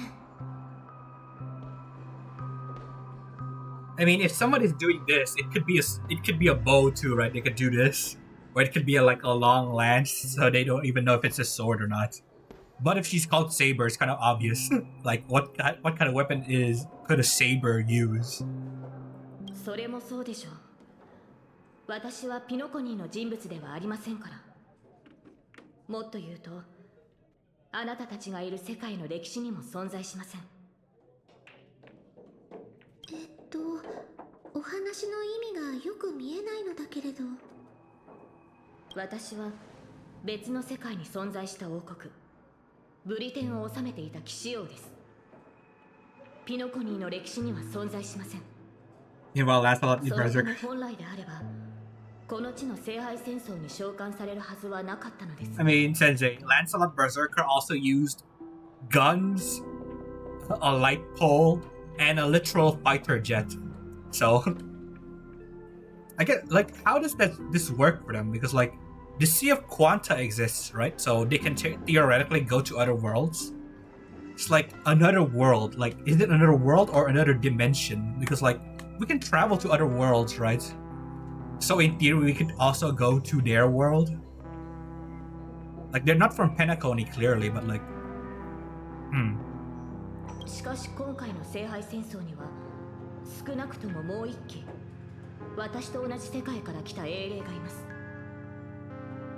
初歩的な質問で申し訳ないのだけれど、あなたたち英霊は一体何者なのかしら。本当に歴史上の偉人が亡くなった後の魂なの？ well, that's complicated. Some are counter guardians. Some are still alive, but you can summon them. 英霊とは歴史に名を刻んだものです。そうひとまず解釈していただいて構いません。聖杯の召喚に応じ、英霊は魔力で構成された肉体で限界します。また生前の逸話をもとに再現された切り札、宝具を所有します。Yup. 魔力と宝具とは何なのかしら。そのようなものが本当にこの世界に？この世界は神秘が極めて希薄な場所のようです。私の知っている魔術も大半が力を発揮しないでしょう。ですので今回の聖杯戦争はこれまでのものと大きく異なっています。私の体を構成しているものは魔力ではなく別の基礎的な要素のようです。それからそちらのノーツガールさんはキャスターとして私よりも現状を把握しているのではないですか？ Yeah, because Saber isn't a normal heroic spirit, right? She can't go invisible. That's why she gotta eat. 生前の私は偉人とは程遠い人物でした。英霊として召喚されたことに私も驚きを隠せません。セイバーさんのように頼もしくもなければ自分の神明さえも失っています。私のような力のないサーバントがマスターのために一体何ができるというのでしょう。ノーツガールさん。だとしても英霊として聖杯に召喚された以上、あなたは自分の物語を歴史に刻んだことを意味します。Oh, I don't know about that. 聖杯戦争において英霊の力は勝利を目指す上での絶対条件ではありません。I don't know about that last part, Artoria. Like a lot of Holy Grail wars are won by the strong. ええ、その通りだと思うわ。以前兄様がこのように話していたことがあるの。ピノコニーに伝説はあれど英雄はいないと。兄様からするとピノコニーの歴史に名を残す偉人も伝説に登場する英雄も、その姿は後世の人々が脚色したものに過ぎないそうよ。それらはショーウィンドウに飾られた退屈を紛らわすための商品で、夢でさえリアリティショーの景品になり得てしまう。Maybe she's like the original Nightingale family, like the same department where Robin is from, or the Iris family. けれど今この瞬間、他の世界から来たセイバーさんも過去から来たノーツガールさんもちゃんとここに存在している。決して誰かに脚色された商品ではないわ。マスター、慰めてくださってありがとうございます。ですが神明が封印されている以上、セイバーさんはおろか他の敵からあなたを守ることすら難しい状況。夢を叶えるとなればなおさらです。私はオーク家に残された唯一の指導者であり調和の調律師よ。あなたが思うほど脆くないわ。それに今さら聖杯に託すような願いなんて持っていないの。MC then said, I'll try to ask that to Sunday later to express, oh yeah. This is like after we left Pentacony, right? So Sunday's just like chilling in the Express right now. マスター、一体何を言っているのです？聖杯に託す願いがないなら、なぜ霊樹を受け入れ召喚人を使って私を呼んだのでしょうか？私も最初は半信半疑で参加を決めたの。この胸にある漠然とした願いを叶えられるんじゃないかと思って。Guessing her wish is about her brother. She wants to like make Sunday innocent or something. かつて兄様は自分の願いのために強大な力を呼び寄せ、ピノコニーを眠りの中の理想郷に仕立て上げようとしたわ。でもそれは失敗し、贖罪の道を歩むことになった。あの儀式がもたらした影響は今もピノコニーの人々の心の片隅に残っている。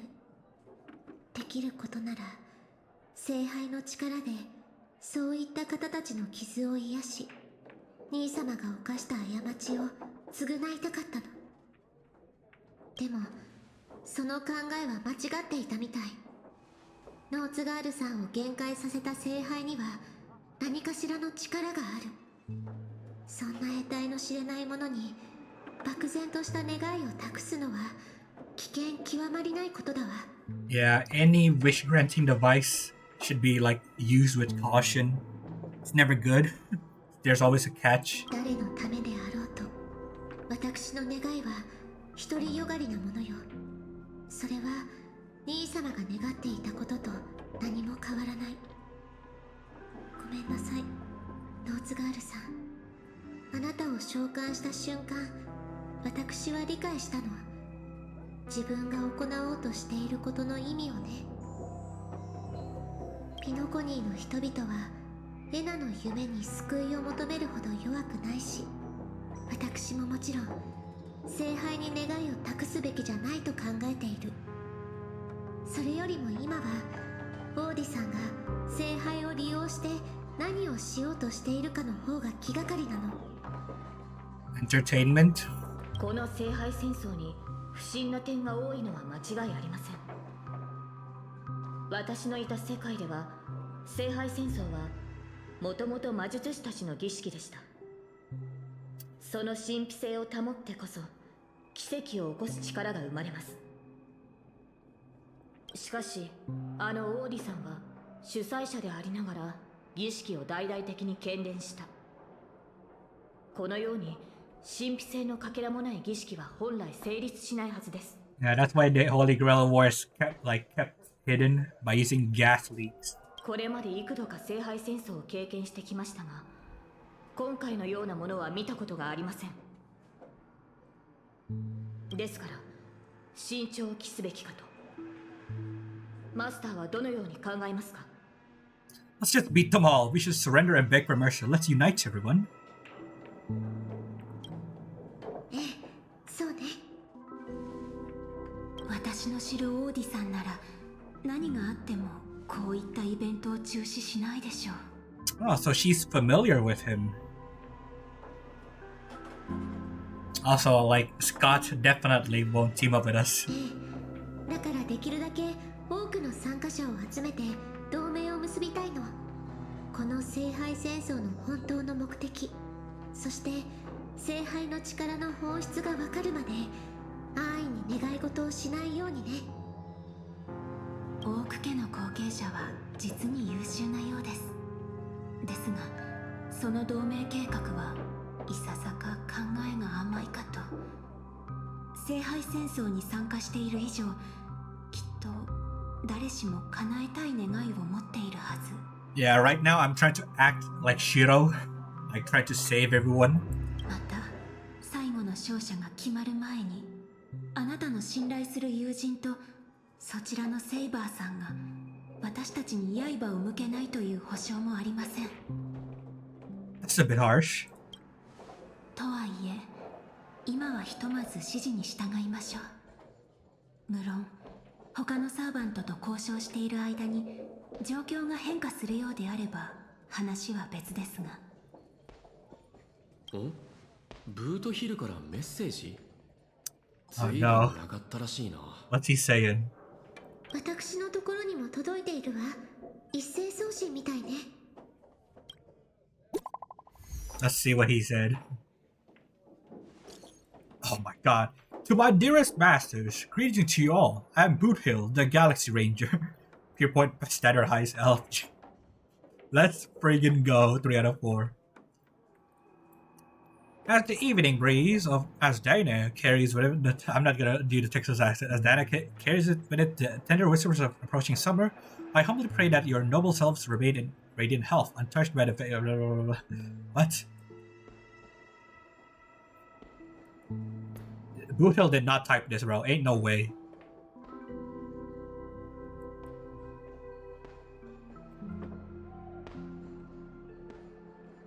Okay.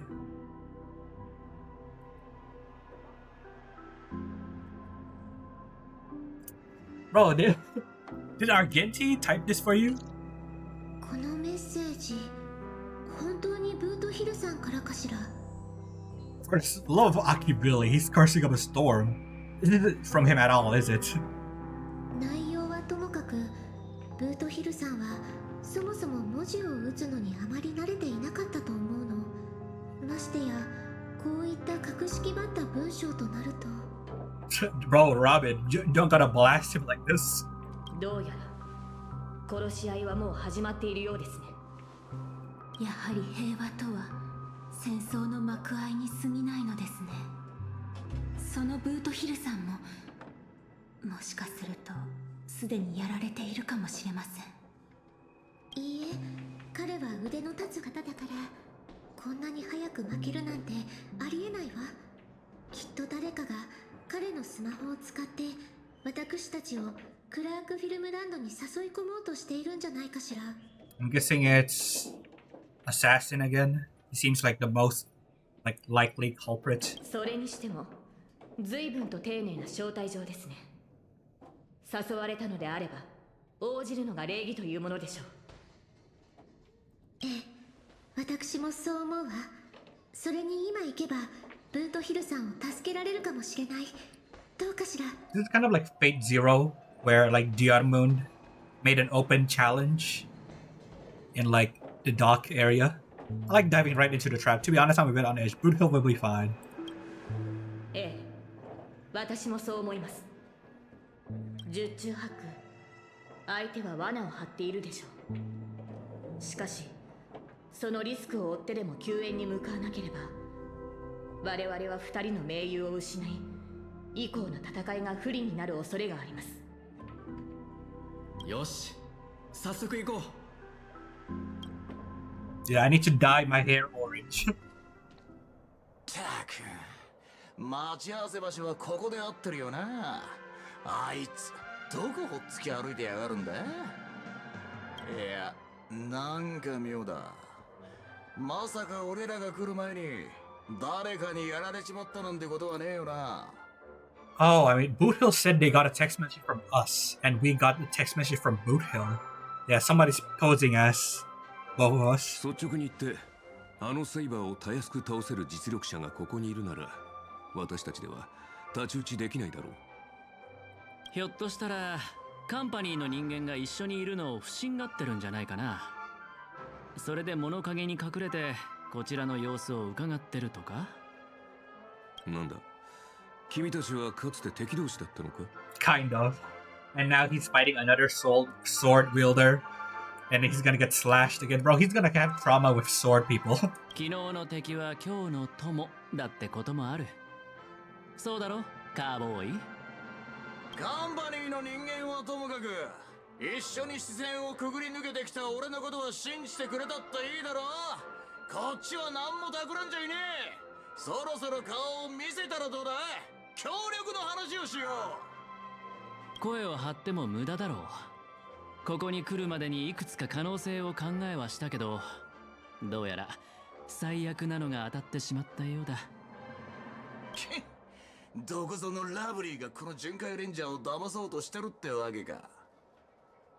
おい、愛に飢えたベイビーたち、耳の穴かっぽじってよーく聞きやがれ。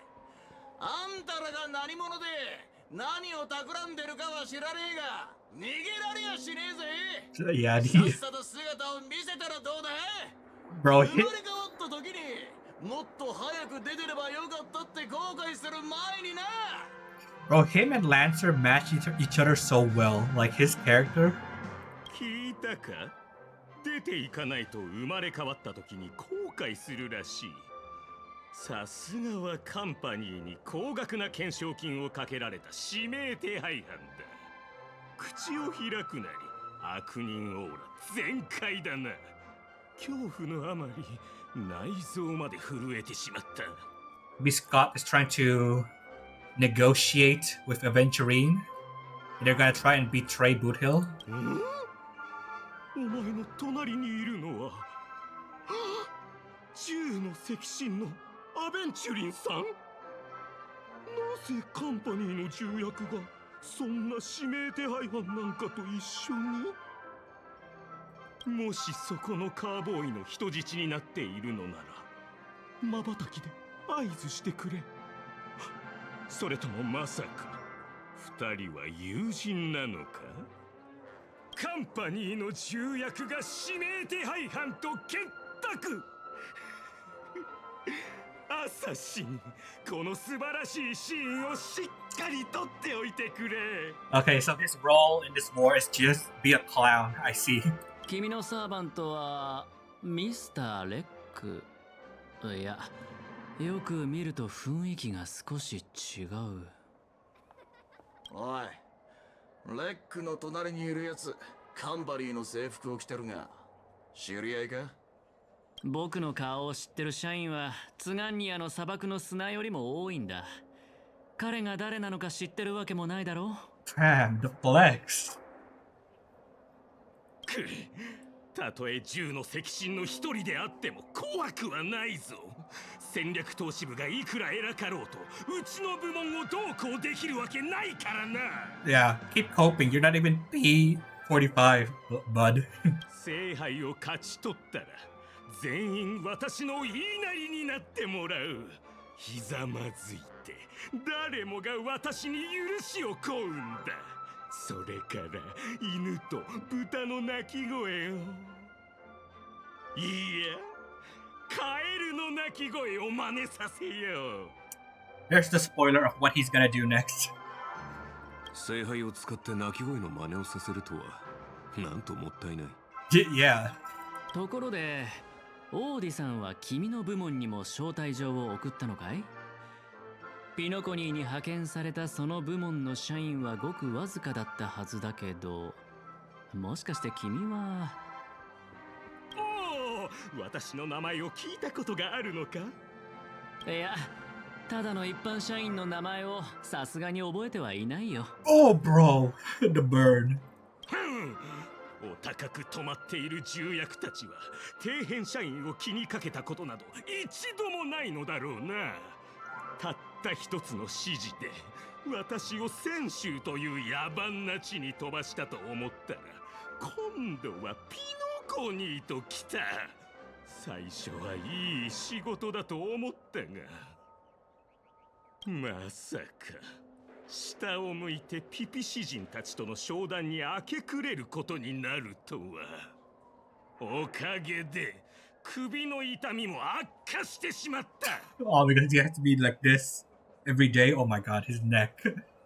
だがそれらもすべて過去となる。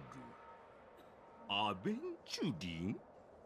はあ、この私が代わりに新しい10の赤心になろう。さあ、お前の宝具で私に勝利を捧げてくれ、アサシン。 Bro, Archer is literally right there. ようやくこいつのサーバントとやり合えるってわけか。あじゃ戦闘準備だ。なぜそうも危機としている？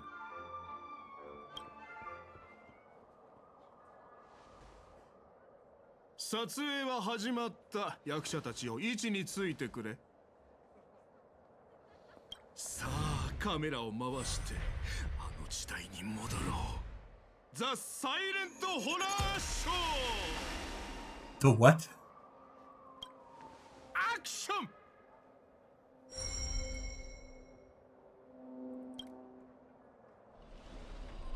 Playable Mr. Rekka? Oh, no voices. Wait, this isn't spirit form. He just vanished right before our eyes. The servant's presence Kasuna is more disturbing than I imagined. Wait. Where's your voice?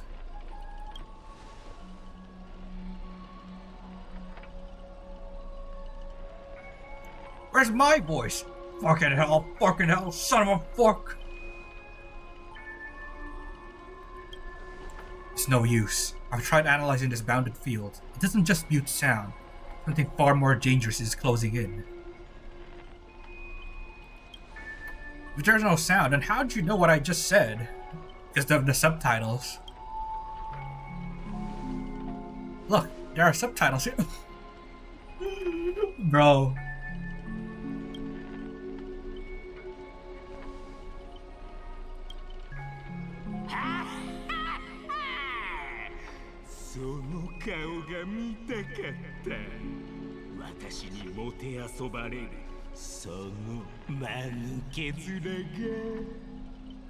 I mean, Archer could just project Rule Breaker, right? And just stab this bounded field and disable it.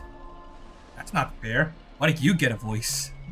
それはもちろんこの私が主役だからだ。お前らのような脇役とはわけが違う。ああ、この恐怖に満ちた上映会で耳をつんざく悲鳴を早く聞きたい。おっとすまない、忘れていた。アサシンのホームの中では誰も悲鳴を上げることなどできなかったな。What's the use of this? Not being able to say anything? Maybe like you can't activate your normal phantasm, but that's not the case, right? Some normal phantasm don't need like you to say anything. It's unusually quiet. No sign of Mr. Boothill or an enemy who lured us here. You shouldn't have said that. Be on your guard for any black luxury speedster. Saber's a knight who gives her all too. I'll protect everyone to the best of my ability. Please don't stray too far from me. But with the enemy in shadows and us out in the open, even the greatest caution can guarantee our safety.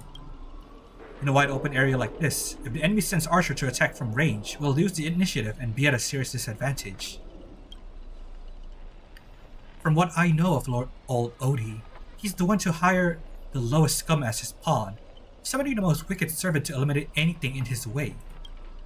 Haven't you noticed? Since earlier, our voices vanish when we speak. Clear throat. That's true. Could it be the enemy's so-called noble phantasm? More importantly, everyone, I have a question. In this world's history, is it possible for a non-primitive to become a heroic spirit? Say, a billboard or maybe a TV? If it were an Intellitron, it's at least plausible, but a billboard? A TV? Then what's this thing up ahead? A TV appearing out of nowhere turns its polished rear to the crowd. Creak, creak, creak. It's obviously a trap.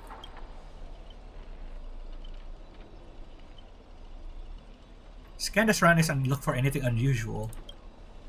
If this is a decoy, the real enemy is probably lurking nearby, waiting for us to take the bait. We should steer clear of this trap. Stay away from the shady TV. Would you step on a rainbow-coated interstellar antimatter mine? Likewise, would you go near a TV that's obviously a trap? It's a trap!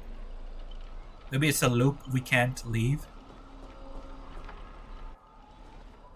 Yup. A frigid force drags you finally back where you started, and then a voice you know all too well murmurs by your ear.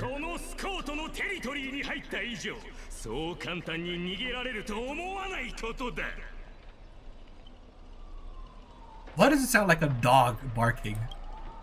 Scott? The IPC specialist who does those bionic voice impressions? Unbelievable. Scott's really made a name for himself. Even the acclaimed Robin knows who he is. Alright, I'm not the one who told her. Can't a guy share with a few wild travel stories with his friends every now and then? The brief silence that lingers between you was enough to convey every ounce of fury and exasperation from this old acquaintance. See? Always so hasty. The battered TV wobbles, buzzing with static noise, but alas, this is a silent film. You can't hear a single crackle of the snowflakes. You're on TV, bro! Seriously? It's not the time for this. Watch out for his servant. That guy turned this whole place into...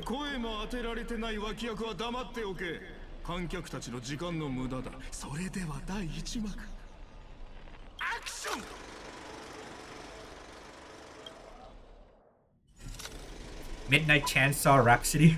Lead actor Scott. Is it Texas Chainsaw Man?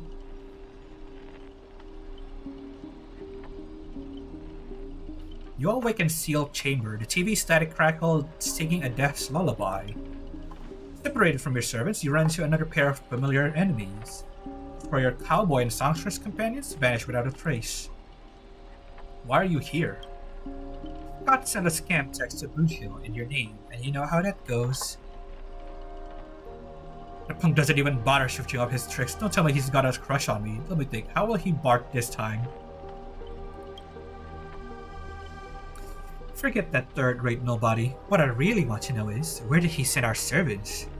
Splitting up in a horror movie? That's a death flag. Let's figure out what we're dealing with here. That monster in the room sure is an eyesore.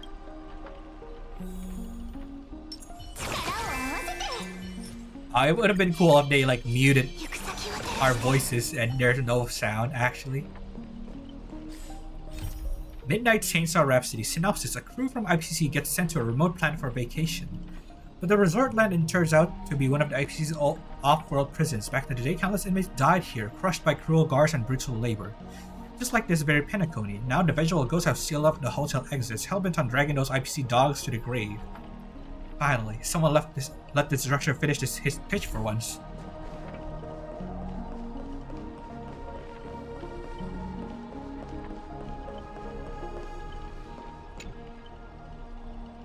A nameless corpse lies before you, but don't ask why it's still twitching. More importantly, you find no clues on it, but I've got a little hint for you all. You are employees of the International Police, the IPC. To reward your outstanding performance this year, the IPC has organized a special vacation at a hotel. But when you arrive, the hotel is completely empty. As midnight strikes, its true nature is revealed. This is already the 5th room. Hey, can you hear me? What a bunch of troublesome folks.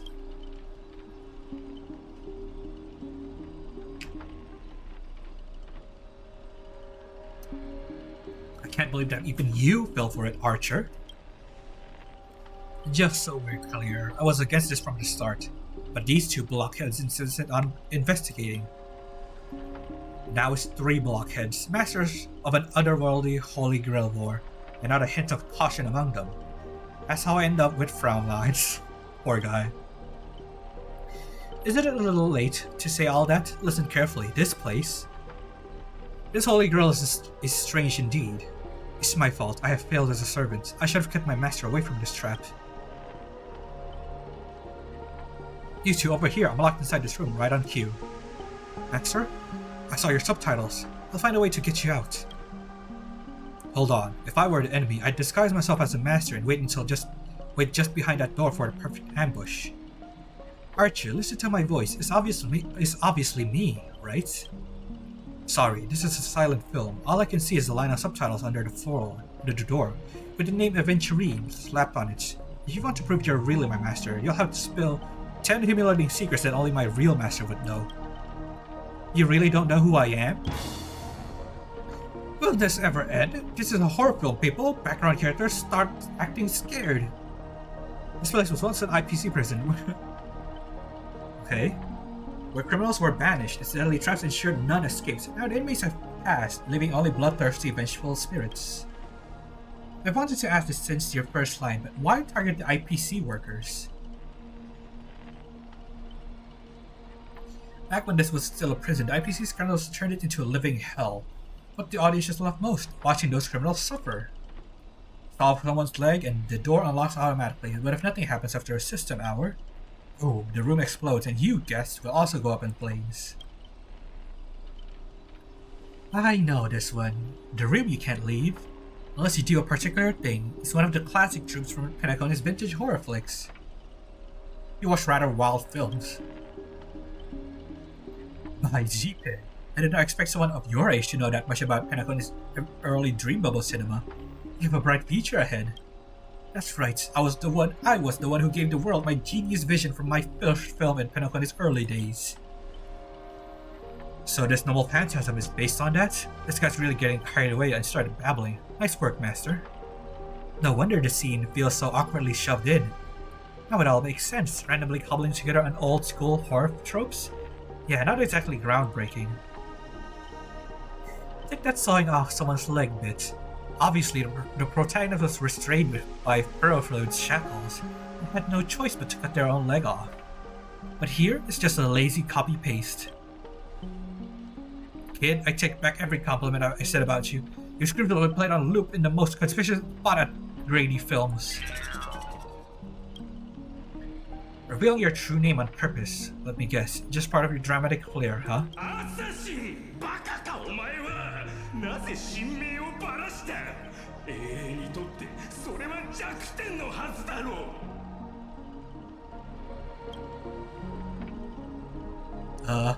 Don't panic, producer. I'm not some legendary hero or anything like that. Just ask them, what does Grady even mean in Penacony?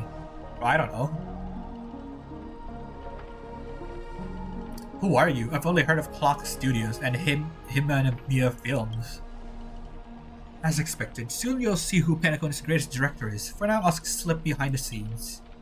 So, what will it be? Self-sacrifice, or will you turn your blades at each other right before my eyes? Take what little time you have left and talk it over, but keep stalling and, well, tick-tock. Boom. If we cut off the robot's leg.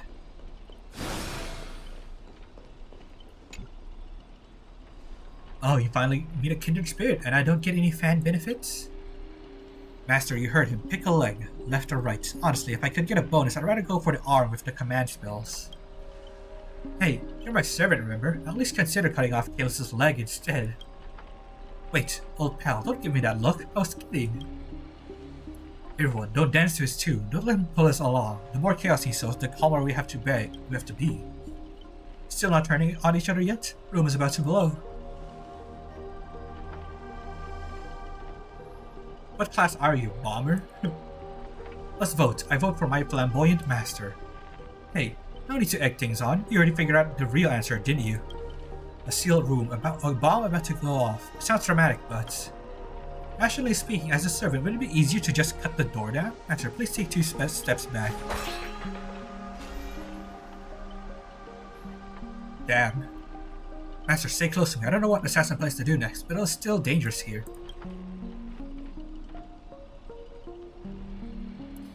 You see brute force in a horror film? Your experience from another world clearly have no sense of art. Blonde beauty like you, shouldn't you be screaming for help and waiting for the hero to save the day? Skulking assassin, once I reach you, scream all you want. Call for anyone who's to save you. Then you better reach me first, thanks to your recklessness. The hotel chainsaw spirit has been awakened by the noise. Protagonist, take the stage.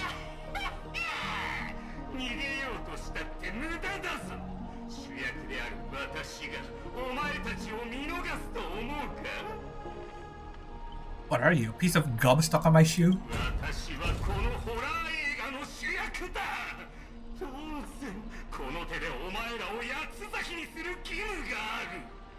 Yeah, bro, think he's him. Okay, bro.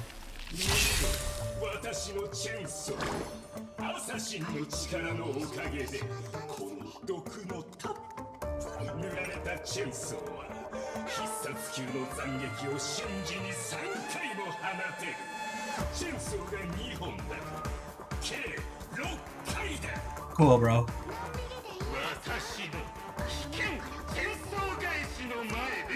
Oh! Kojiro reference! Hiken Sumabe Gaishi? Scott, who gathered all the filming resources to become the greatest presence of all protagonists. With his conscience and soul scattered by a servant, he seeks revenge for trailers in 1,000 different appearances, bro. It's actually a Kojiro reference. That's cool. I didn't think they actually referenced Kojiro.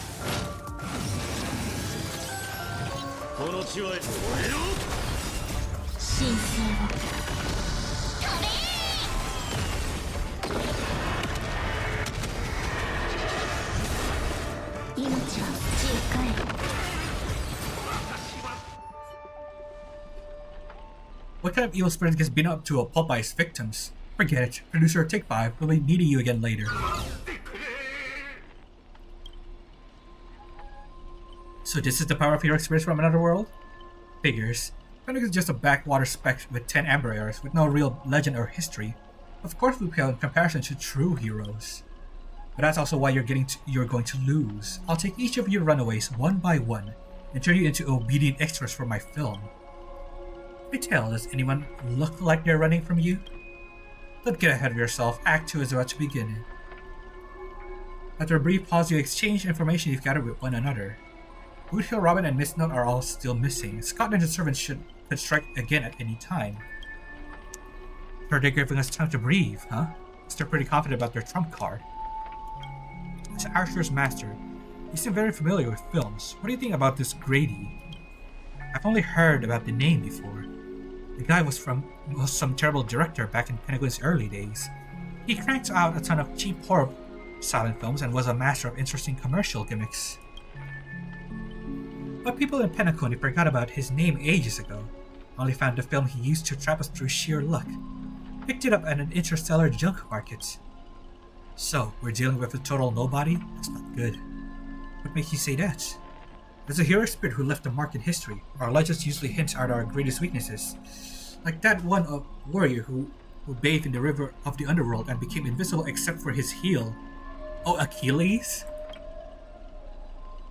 And we're actually getting a servant outside of UBW? I was hoping you'd know something about that person's past, but it turns out he's just some washed up no-name that even you folks have not heard about. Fits right in with Mr. Scott, doesn't it? A pair of nobodies with shady tricks up their sleeves. Still, I've got this feeling, even if they got the upper hand now, they've got no real way to finish us.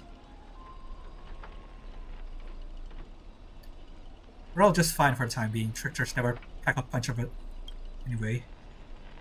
Right, he was a film director in life. That means he's not gonna suddenly become a powerhouse after turning into a heroic spirit. The novel phantasm proves it. He built it off one of his horror flicks. Basically a reality marble. Though it's a rare ability, it feels more like a trap, one that only ensnares its victims. But if the trap can hurt the prey, then it's the hunter who will be in trouble. Now he's got 3 servants in his stomach, while the strongest fortresses always fall from the inside.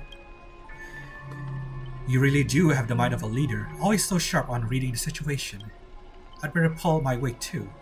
He might not have the obvious weak spot, but if we can find Assassin's true body and let my arrows give him a proper haircut, that reality marble of his would no longer exist. Sounds like everyone's got their sights set. Hey Liz, I know I've butted heads with the Express crew before, but that was just a difference in perspective. As for this time, I got no interest in the Holy Grail. My boss is more concerned about what old Odie has up his sleeve. If you're willing, maybe we can actually work together this time? Sure. Deal. It all comes down on how you perform. You see that, Master? Looks like Miss Robin's alliance is starting to come together. This army has a goal, and now it's time to move. We saw the exit on the way in. Let's head that way while we still can. Bro. It's not voiced. And now I have to voice all of them. To save up the budget for voice acting, huh?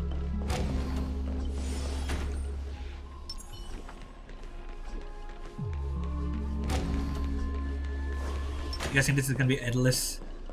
It's gonna be a loop? Yep. An endless corridor, a layout completely different from before. What an annoying bandit field. This is just like when we met Bisha. Mikhail.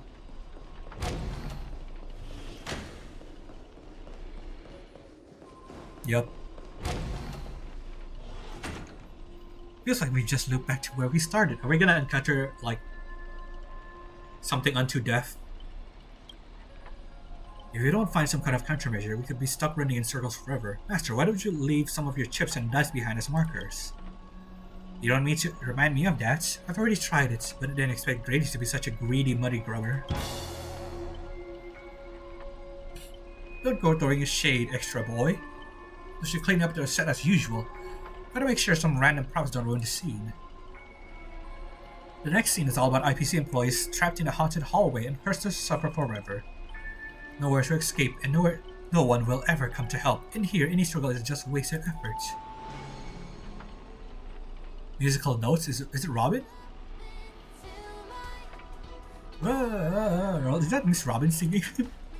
But it looks like you forgot that you didn't only trap us in your noble phantasm.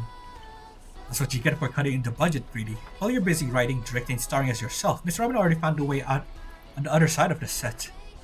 Everyone follow the music. Bro. Shame we had to meet in a place like this, otherwise a little music wouldn't hurt. Producer, you useless piece of junk, I sent you to ambush your low threat. Why can't my old phantom suppress it? Yeah, you're weaker than Robin, bro.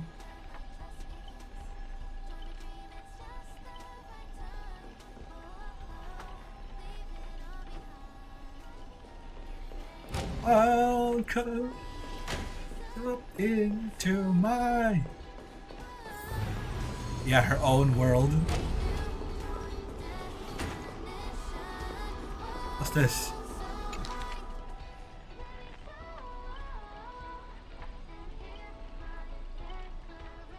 While still in prison?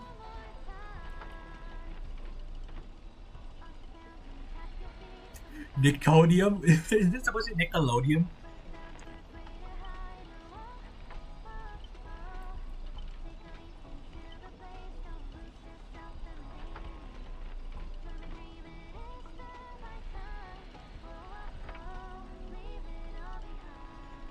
Okay, Nickelodeon.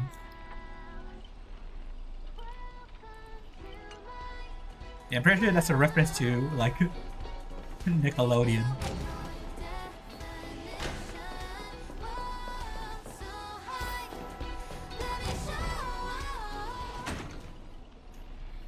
A gentle force of harmony flows through the tight space. As it's hard, two singers light the way for the lost.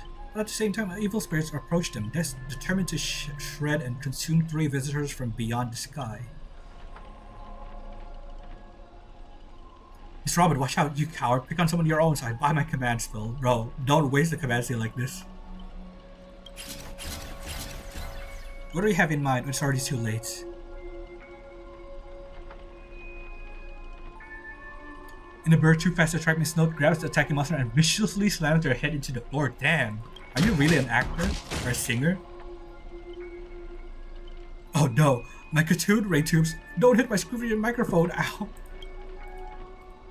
Honestly, that may be the first R-rated scene in this whole movie. You start to wonder if Robin actually summoned a berserker. That's it? The guards back in Indonesian prison were tougher than these things. Truly, Penacony's brightest bloom, brilliant in both drama and action. This terrible wardrobe, the nonsense plot. No one else could have cooked this up but you, Grady. I spent so much effort clawing my way out of the grave, so quit burning my eyes with your bargain bin flicks. Of course, real directors know when to leave the stage to actors. You and Grady seem to have a bit of history. Let's just say it was unpleasant. We meet again. As a caster, your combat style was quite a surprise. Can't say that counted as a fight between mages. Because people in Penacony really have a broad definition of caster. Really? I thought it was normal. Yeah, because you're an archer who uses swords. An archer dual-wielding swords isn't qualified to talk about this. I managed to feel out the right path using the power of harmony, all thanks to Miss Note's protection. I saw you covering me in that light, even if you can't say your name. I know you must be someone great. I believe in that wholeheartedly. Oh, your name. Master, this cannot change the present situation without true name. I'm just a walking Iris family artist. No, the way you shielded your master just now proves you're an exceptional servant.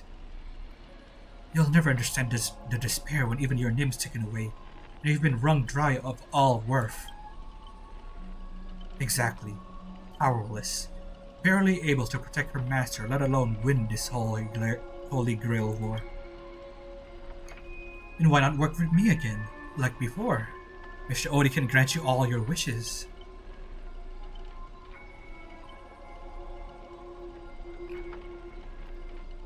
Shut up. You're a fool with less artistic taste than an automatic instrument. Your work doesn't even have the artistic value of a ruined roll of film. Sorry, Grady, that was a bit harsh. But why are you serving that opportunistic fat old fart? Hiding somewhere off-screen, Grady sighs too, his voice full of melancholy. Because he summoned me, of course, even in death forgotten by the world. Penacony clutches our souls like a miser. But hey, sweetheart, at least we have a chance to rewrite our past failures this time. This gloom won't do. Let's kick off the final act of Midnight Chainsaw Rhapsody. The true evil awaits at the end of this haunted hotel. Scott again.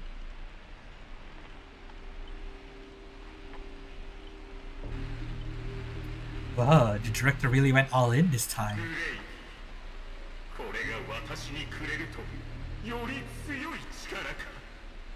Thousand-faced Scott? Is that supposed to be like a reference to 100-faced Han? The surviving protagonist finally reaches the heart of the hotel. The evil spirit appears to the screen. Then I gather all the lights and a face on you, shaping you into an invincible monster. Lyndon Scott. You'll become a legion of evil spirits, a horror icon etched in movie history.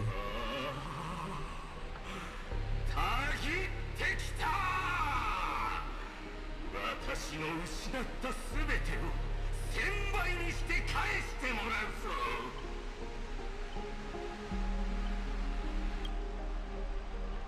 Honestly, the way this guy keeps coming up for you, even the wildest British hound would call it obsessive. Master, what did you do to him? Just some private disagreements. Look, I was young and didn't know what I was doing. Is it still possible to make it up to you now? 個人的な恨み？お前のせいで動物の鳴き真似を何とさせられた。降格もしたし、出向もさせられて、悲惨な人生を歩むことになったんだぞ。それを個人的な恨みの一言でまとめるというのか？ Bro, you're the one who caused that issue in the first place and made that bet. その隣にいる脇役たちも笑っていられるのは今のうちだ。はは力がみなぎってくる。体が分裂していくぞ。スカウトが一人、二人、三人。ああ、後頭部がかゆい。二人の私が引っかかってしまったようだ。Master, you're lying. Stay your entrance slide. 凡人ども、恐れおののけ。影の中、夢の中、そしてお前の後ろ。私はどこにでもいる。狼の群れの主。洗面層のスコートが全てを引き裂こう。 Okay, bro.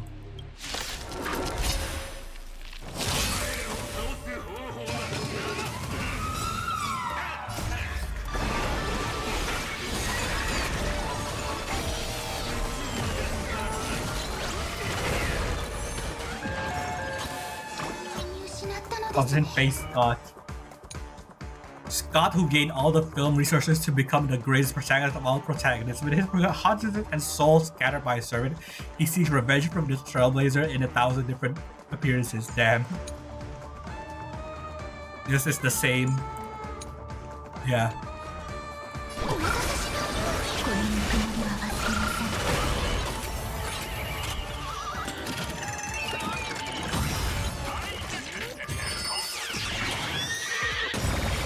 What's up, bro?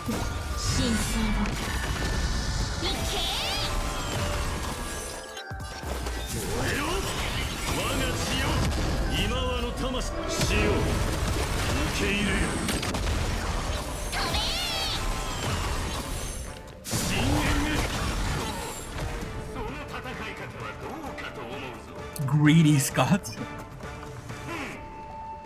いうお前は口先ばかりじゃない。さっき手痛くやられていただろ。Arrogant Scott.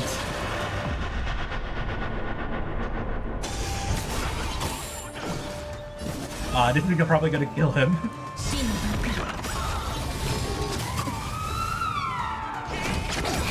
Oh, you didn't. This will though.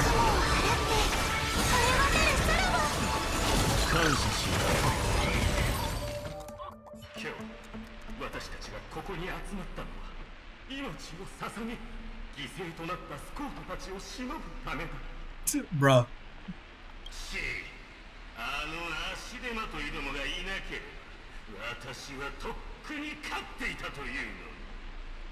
真の一匹狼は単独行動をするものだ。集まるだけではただの烏合の衆と変わらない。 This guy is truly a dog. お前ずっと後ろに隠れていただろう。この卑怯者が。お前なんかよりも私のまつげの方がよっぽど役立つ。 The Scots start bickering and tossing blame around. What a scene. Ugh. Finding something like someone like this, there's no honor in it. グレイディ、聖杯が欲しくないのか。今すぐシナリオを書き直してセットを変えろ。奴らを叩き潰せる力をよこすんだ。本物の悪魔のようにこの手で握りつぶしてやる。 Yeah, transform him into Hule at least. Sorry, Mr. Scott, I was wrong about you. You're a natural comedian who's only good at playing comical characters. Dropping you into a horror flick? That's not just a miscast, but an insult to the lens. Read my things alike. Actually, I think that was being generous. Hey, don't insult my little ray of sunshine.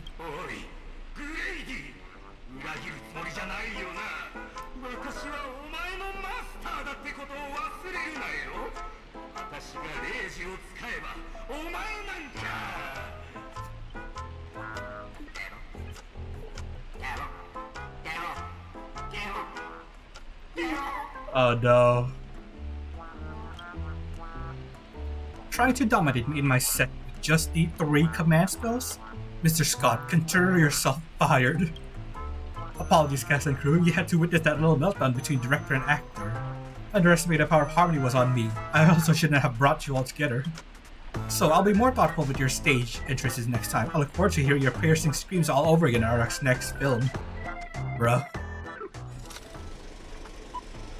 Lady actors question marks. A haunting of clocks. Over Archer now. Did we just leave his reality marble? Something's off. Each night, the clock at land will reveal its unknown side. That's your protagonist. You open your eyes and find yourself trapped in a nightmare with no exit. Now a sharpening enemy standing right beside you. Knowing we're allies, you still go out of your way to stir up trouble and sow discord? Mr. Archer, you don't strike me as someone married to a contract. Would it be smart to take this split-up operation and eliminate a rival for your master? I might give it a thought. Ribbon Saber, help me. Don't let it get to your head. Bring it on. I'm not scared. Should I kill him? I turned that question over 12 times before you woke up. If I had decided to act, you wouldn't even get the chance to open your eyes. Too bad. I thought you were smarter than this. Guess you'll have to suffer for it.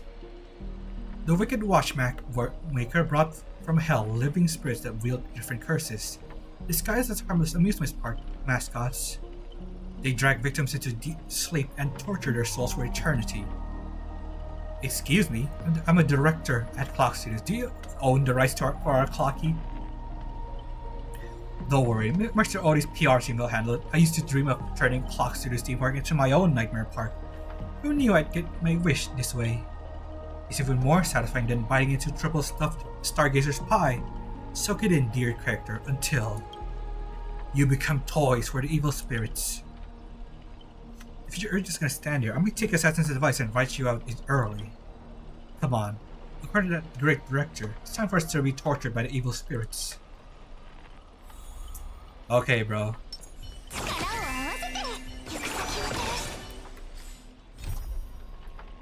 1, 2, no trap your dreamscape.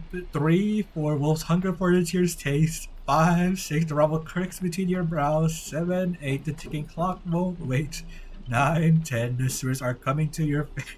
Hey yo, coming to your face. My mind is too dirty, bro. That person ahead. Is that Miss Notes? Oh no. I gotta save her. Granny Notes? Oh, my bad, sweetheart. Almost forgot. Your voice is already my personal property. First it was the copyright of your songs, then your image, and finally, your name. They found a younger, prettier girl and slapped the name on her and put her on stage. And you'll die in despair in the hard desert of Dreamscape. I'll devour your body piece by piece, and even that fake name, Miss Note, will be mine.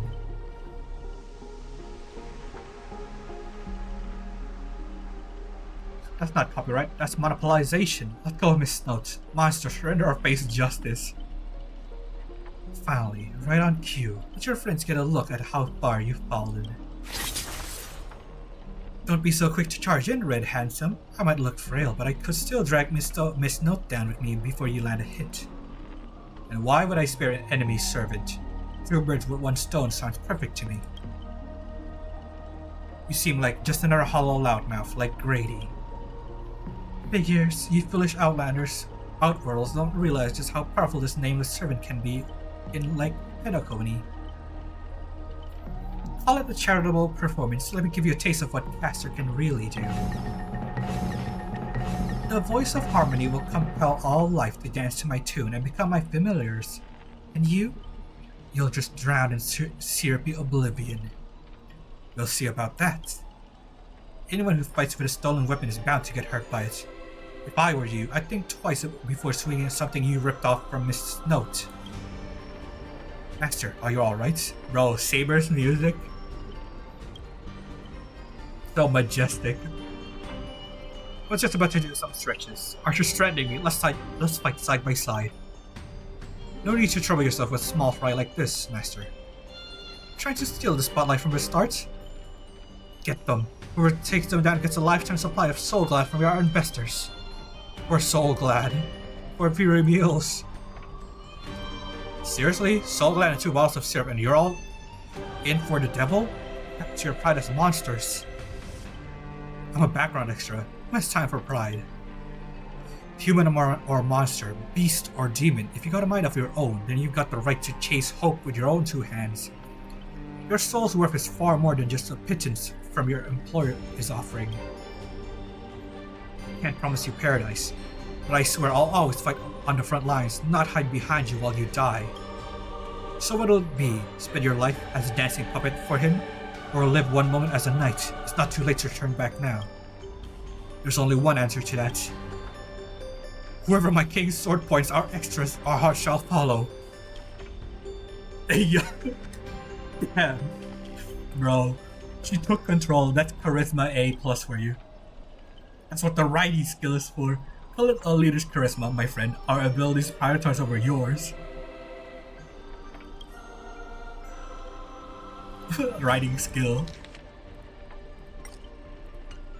You traitors, one pep talk on your switching sides? You're just extras. Don't you want your paycheck?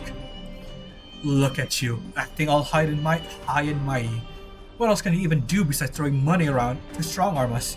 I'm the king of knights mount now. Not some familiar you can boss around like a dog. Abistar, Lamray III. I bestow upon you the name of my beloved steed, Lamray III. Now come with me. Let us vanquish this evil before us. Lancer Saber. Oh my god, she's actually writing it. In the name of the king. Wait, if you kill me, I'll vanish too. You're still my familiars. Bruh. I failed to protect my master and was forced to separate from her.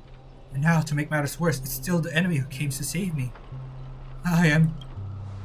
Man, is this where you say thank you instead of sorry? But no excuse can so cover up my incompetence and negligence. A powerless servant is nothing but a worthless doll. About Miss Robin, there's something... Never mind, just come with me. Writing B. Bro, writing skill. Bet you're in for a real surprise. Oh?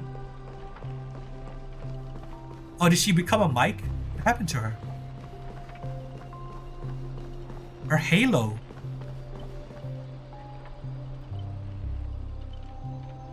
I'm not sure what the enemy did, but she's been split into pieces. It took me a while to find even these few. I figured I'd managed to do nothing in this war. I don't deserve to be called a heroic spirit.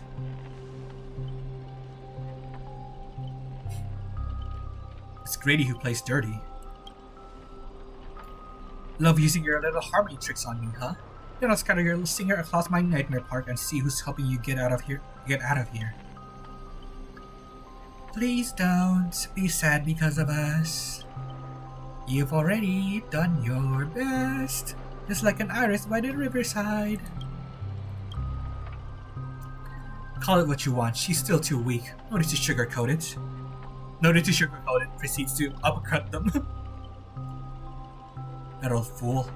Once I find that darn Odie, I'm gonna tear his puffball and stop. Oh my god. Judging from what I can tell, splitting us up like this was probably an act of revenge. Our minds naturally try to reconnect. Theoretically, if we can reunite all the means. You can summon the Eon of Harmony, you can combine it to a giant robot, it'll go back to normal. Give me a break. Are there no fucking adults around here? Nope. The correct answer is, she'll merge back into her original form. That is, if you survive the curses from the devils. Then, let's get going. Wait, you really planning to drag all these dead weights with you while you fight?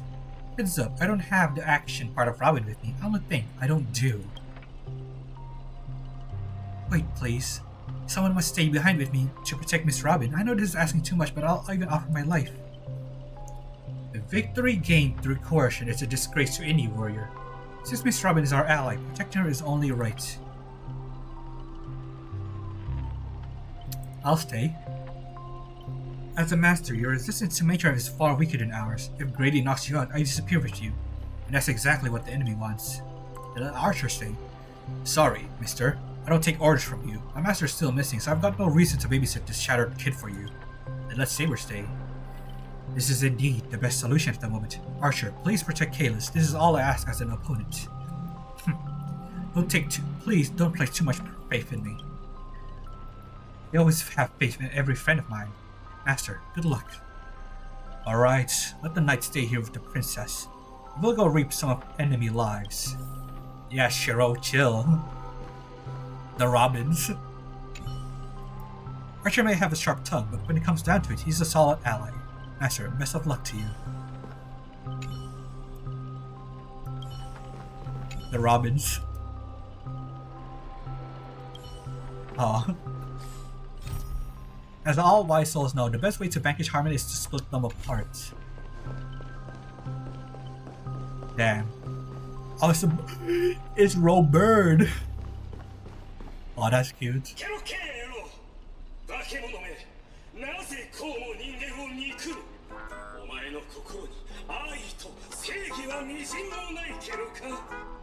Is this heroic, Scott? Lone Wolf Brothers. Traitors don't get to bother us. Before I lose my patience, here's a chance to switch sides, kill the one next to you and return to us. Stop pushing yourself, Mr. Scott. This target is me. You don't have to throw your life away for nothing. Aww. Bro.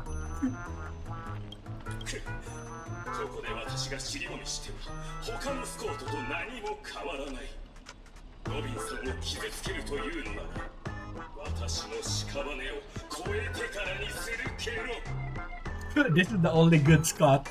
Protecting Robird. That's cute. Are my eyes playing tricks on me? What do you even have to do with justice? This nightmare is terrifying.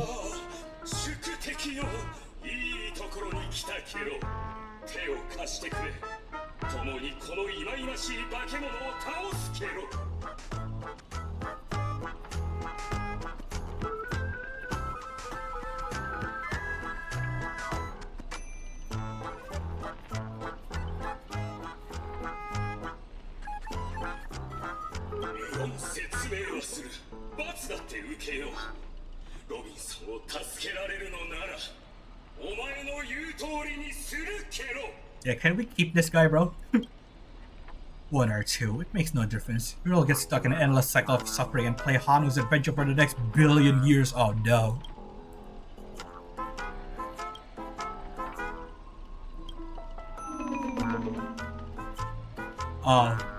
Rocket launcher time. Rocket launcher. Oh. They turn people into cartoon animals? Is this some witchcraft from the age of the ancient Greek gods? No, the mechanics feel entirely different. Oh, is this reference to Cersei? Where's my rocket launcher? I don't really have a lot to say, but to preserve the integrity of Hanu's adventure, all you can do is let out a very urgent He even lost the ability to speak rationally? Maybe we should just leave him. It's not like he was all that helpful anyway. Hey, Archer, that's rude.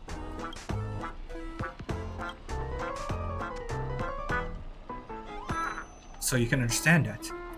Guess I can't just leave him. Can you make sense of what he's saying?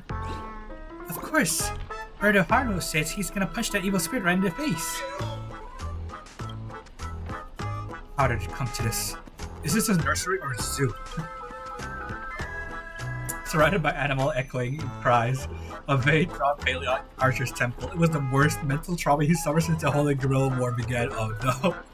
Poor guy.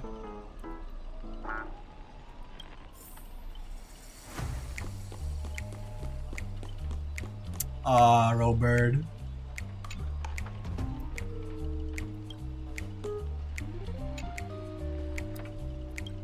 Old friend, bro.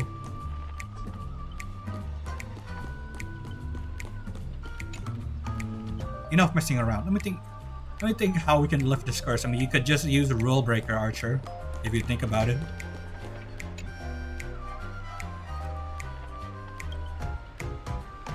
What? Is there something weird about this TV? Or is it part of the solution to the curse?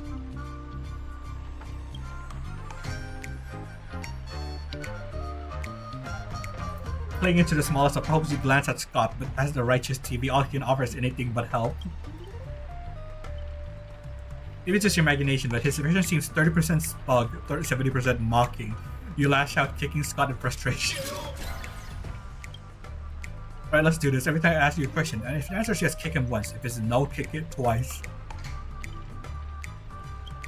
Yes, kick once. By usual mage sharp logic, destroying the score should nullify this effect. Should I smash this TV? No, give him a female kick. Let's think in reverse. You want to repair this machine or restore it to the original state, right? Yup.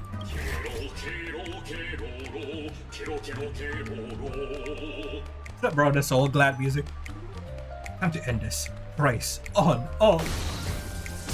Oh! Bro, that's cool. Bro.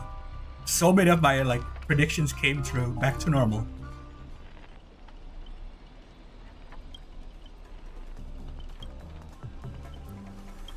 Okay.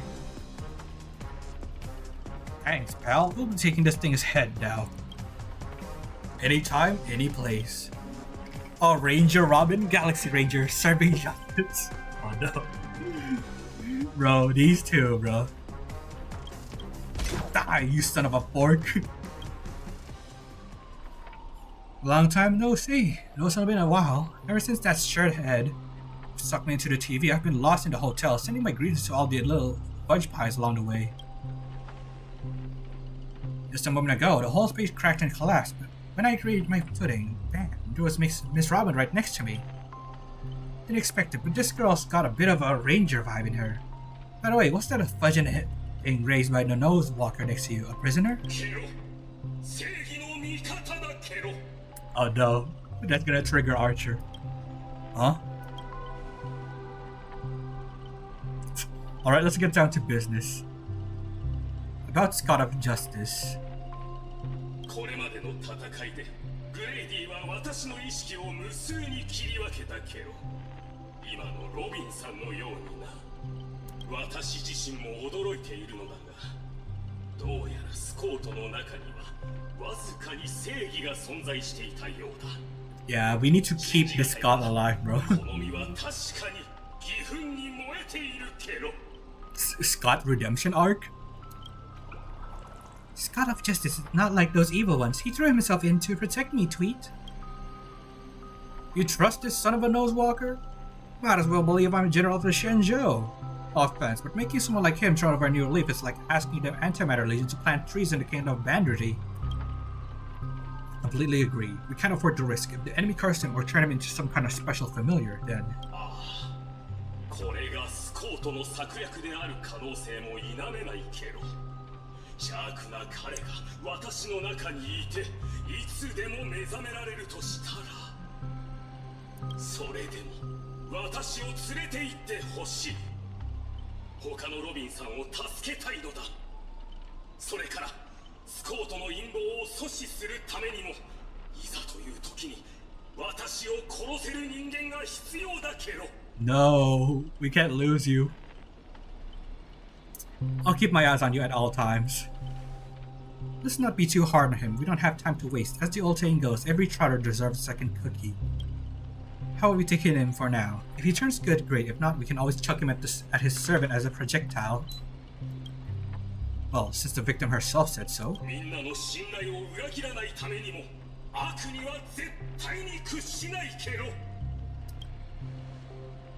Miss Ranger, we'll count on you to escort this little bird back to savor the others. We'll wrap this up fast, find the rest of Miss Robin and track down my unreliable master. Oh. Bro, calling his masters unreliable all the time.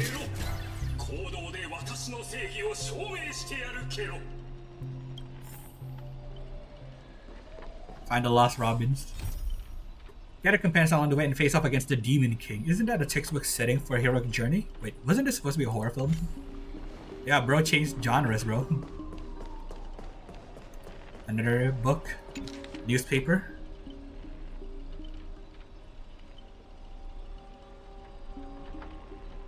Yeah, this is Miss Note, right?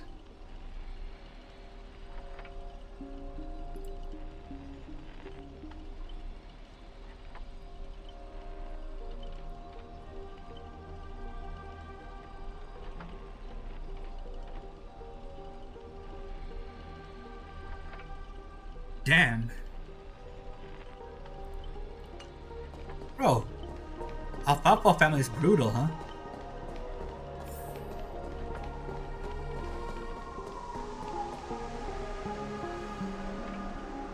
Quiet, so quiet. You can hear the clicking of clockwork gears, the breath of an evil spirit trembling with glee. Tick-tock. So you've come after all, here to slay the last Robin, are you? You'll never succeed, every Robin belongs to me.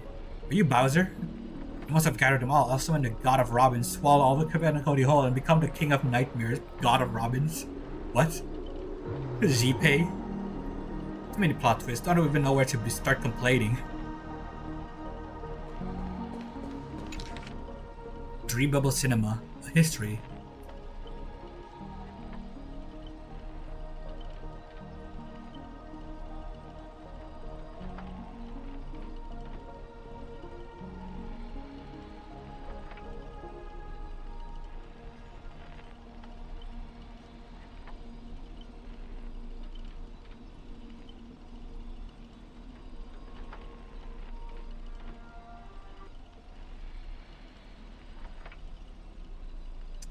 Huh, so they were kind of close, Grady and Miss Notes. Interesting. Before I judge you all, I must first deal with a disobedient pawn. Scott, how utterly despicable that you side with them. So desperate to play the hero, aren't you? Just an ominous feel run down my spine.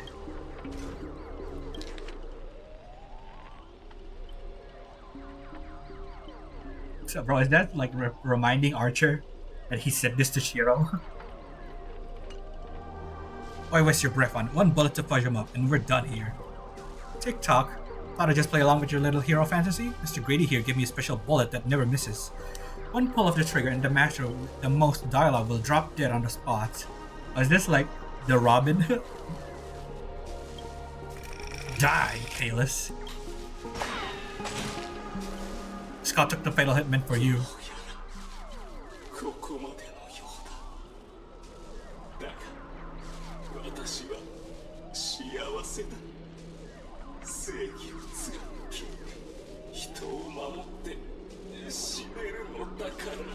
No, Scott!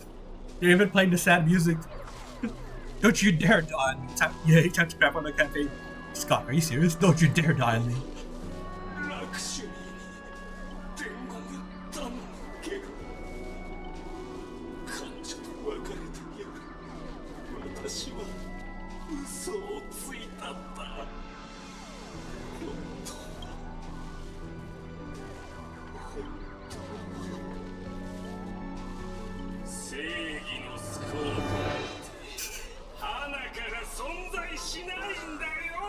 Bruh. Oh my god.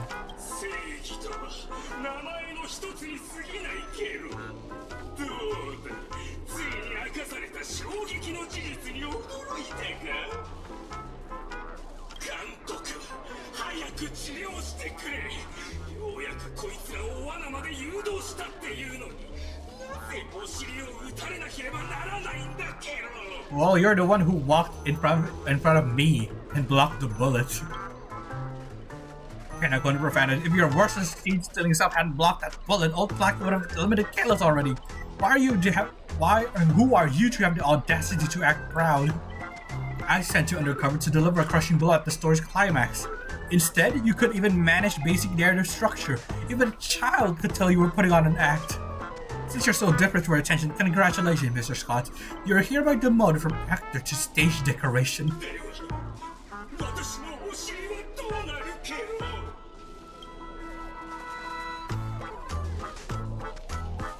You don't even have a behind. Just hang it up and pain will be gone. Just one more bullet and no more pain. Old Clocky, quit playing dead. No pleasing, no paycheck for you.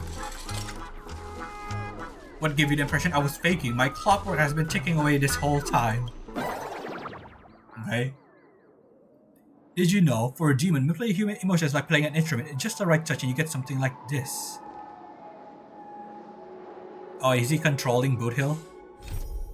Sometimes a knockoff may outshine the original. Aw. Faker.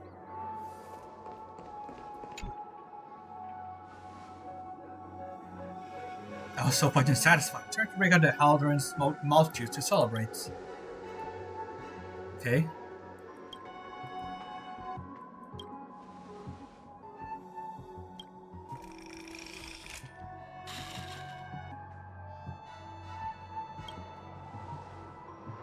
How's your powers raised so ridiculously broad? You dare use my own powers against me, Grady? What are you so proud of, your cheap imitation?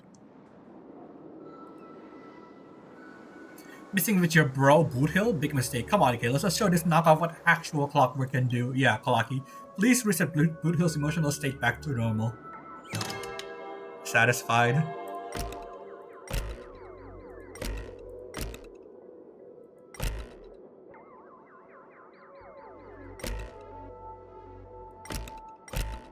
Oh no, we can't change him.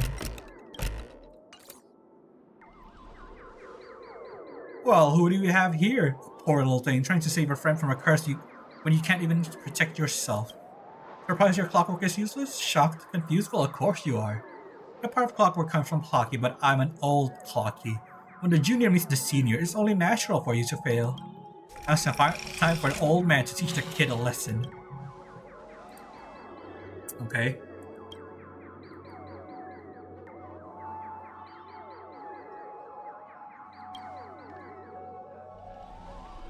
You finished with your little show yet? I don't have time to play pretend with you. Impossible! I use clockwork to turn everyone's emotions to pure despair! Oh, trite. Your dialogue is straight from Villains 101. These pathetic attempts at manipulation are less effective than vultures squawking over a corpse. What took you so long? Was that whole silent badass act really necessary? Or did your magic resist that block the mental attack? Have you figured out the enemy's weak spot yet? If only it were that simple. Unfortunately, my magic resistance isn't nearly as overpowered as Saber's. I wanted to see how deep this monster's hell could go on in this strange universe of yours, but it seems your world still has hope in the future after all. Despair? Please, I've witnessed enough scenes of despair to submerge this entire playground of nightmare. Yeah, but you haven't seen Phaidon. I've seen corpses hanging from gallows that stretch like an endless forest. I've witnessed his charred remains after doomsday battles where people become nothing more than ravenous beasts devouring each other. Just who in the world are you? A hard-working guardian, though admittedly somewhat of a workaholic. I've seen far too many forms of despair, but to break me? Your fake illusions don't even come close. Cranky power to maximum.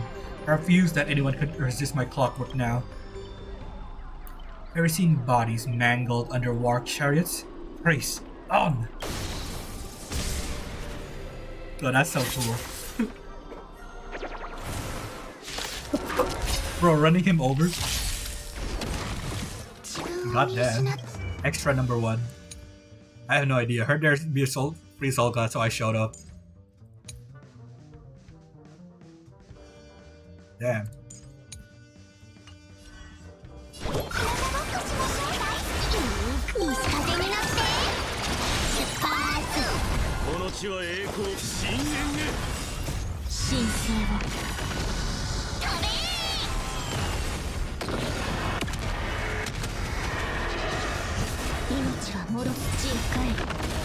Yeah, let's just finish it up.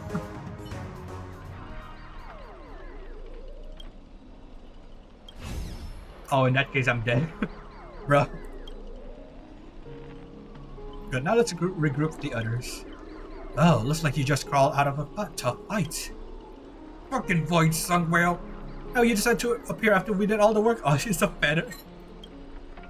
Well, I did do something, right? Some evil spirit called the Revolver Governor got all clingy with me, insisted we play a game, and ended up losing 10 years worth of savings to me. Look, I even brought an old friend back with me. Sleepy Robin. So Robin does get sleepy sometimes. I had no idea so much was happening. Thank you for keeping my master safe. Just didn't want to give Grady the satisfaction. Let's save the thanks for later. Didn't that girl say if we brought all her split selves together, she could return to normal? I suppose this theory, assuming none of the Robins would be in defect status. There's a dissonance in the melody, despair. You, old clacky. Dang it, Grady, what full language are you having used? Anyway, the emotion affecting the last master hasn't disappeared despite the enemy's demise. Maybe clockwork can work now?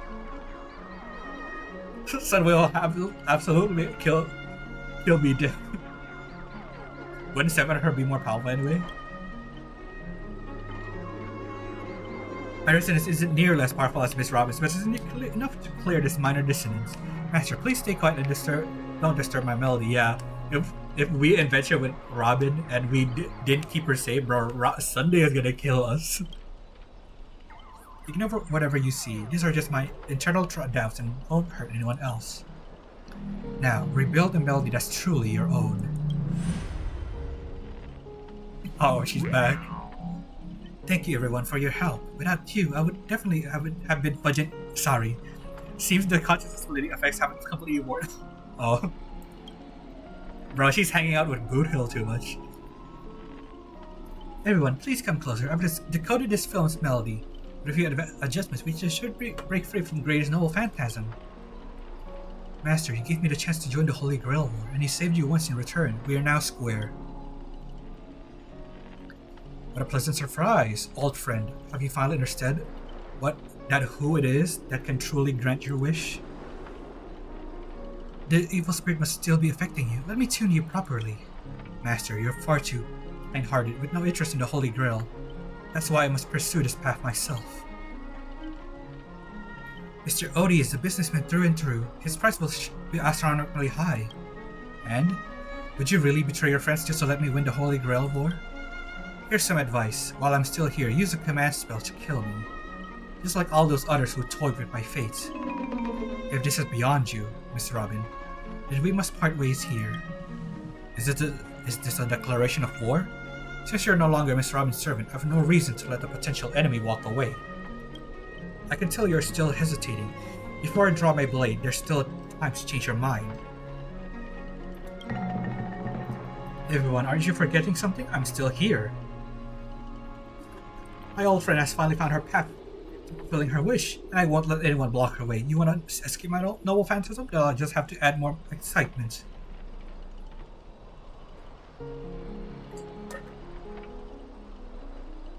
The second screen has ended. See the final nightmare. Goodbye, Master. May your kindness never meet betrayal.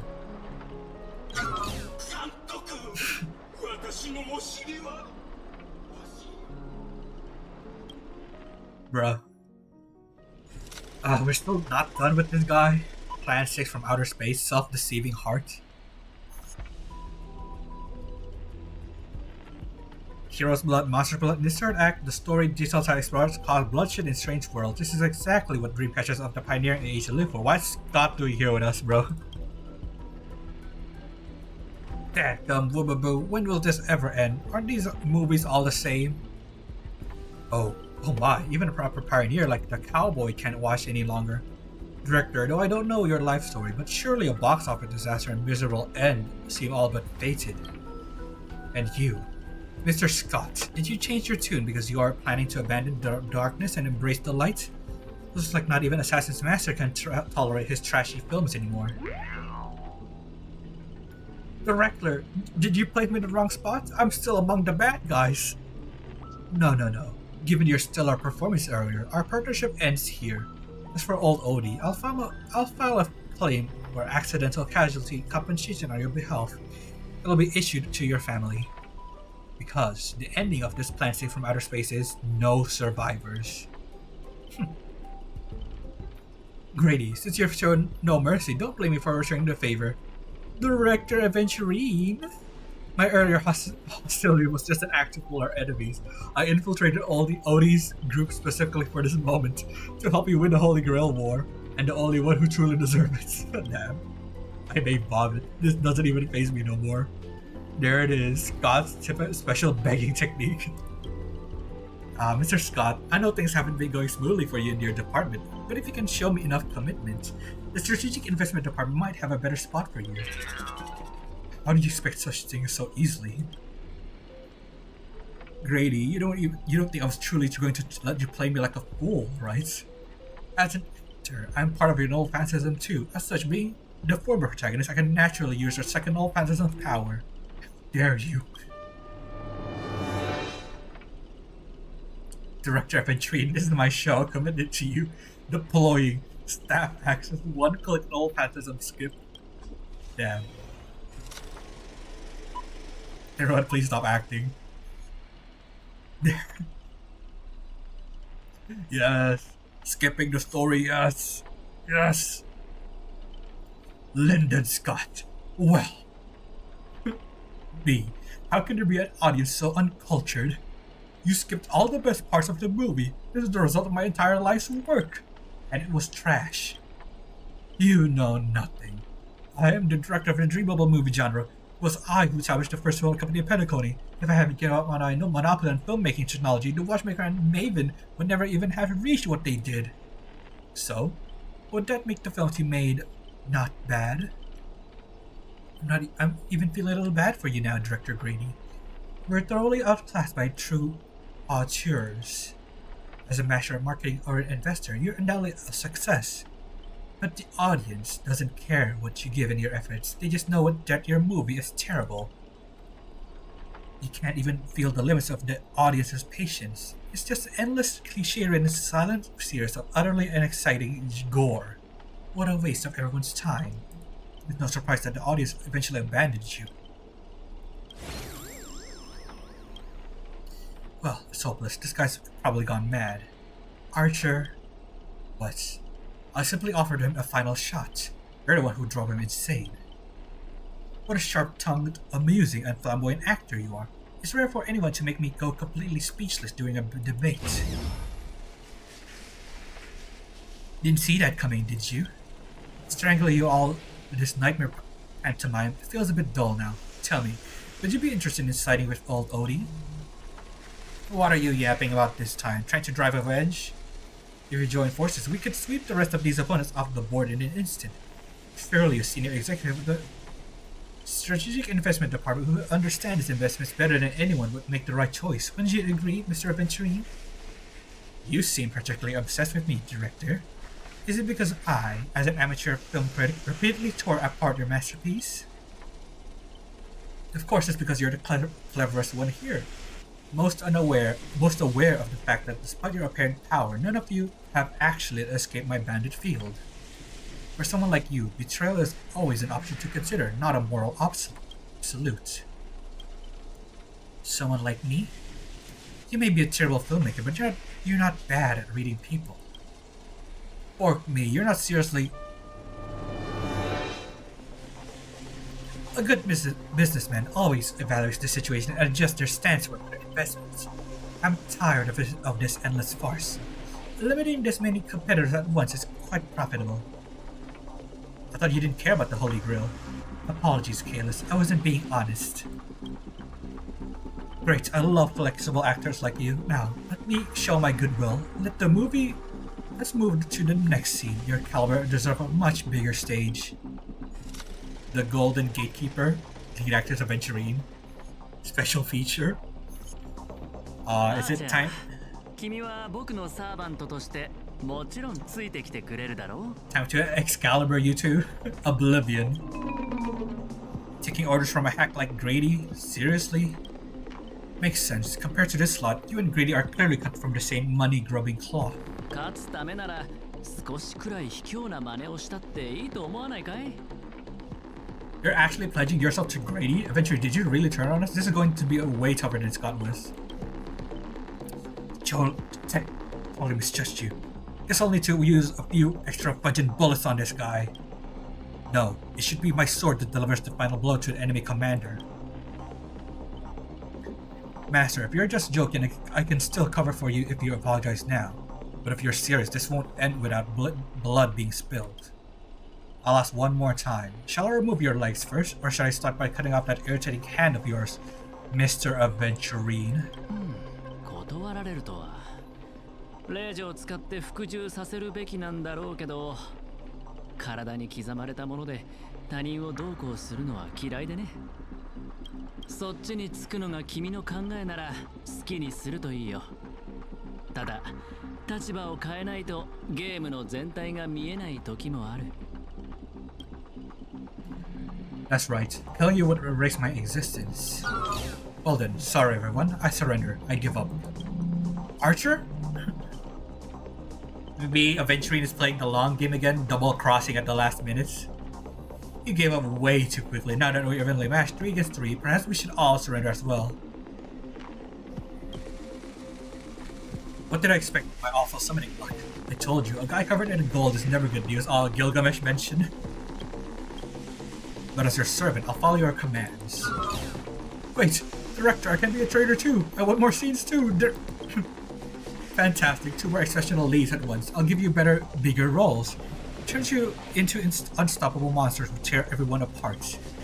Step into the spotlight, Mr. Aventurine, and enjoy this special feature I've crafted just for you.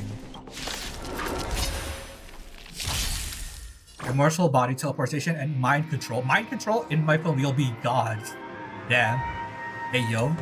The terrifying gatekeeper that traverses the cosmos. Its golden body represents wealth, but also symbolizes death.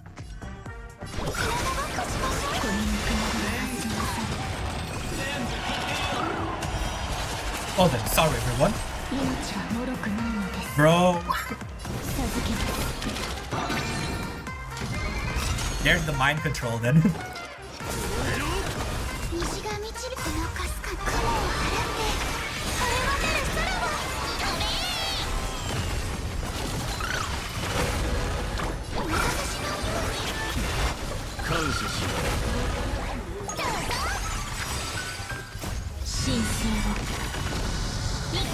You're gonna pay for this, Aventurine.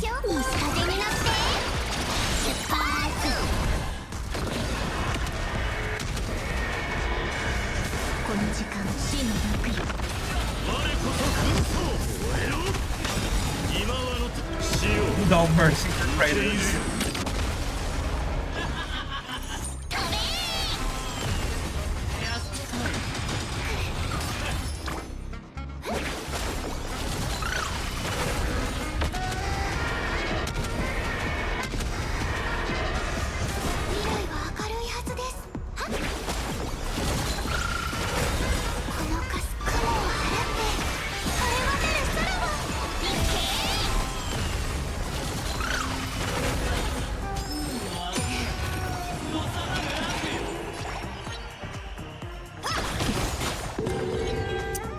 Bro, that's unlucky. Kinda wasted his skill.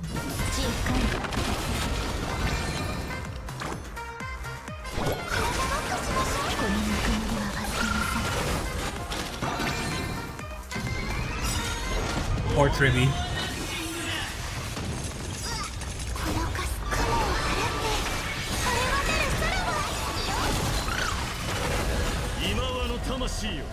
Yeah. Let's finish you off with our own golden guy.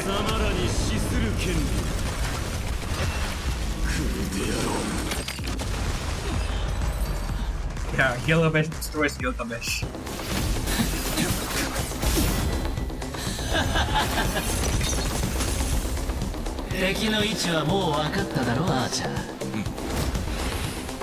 Yep, it was a trick.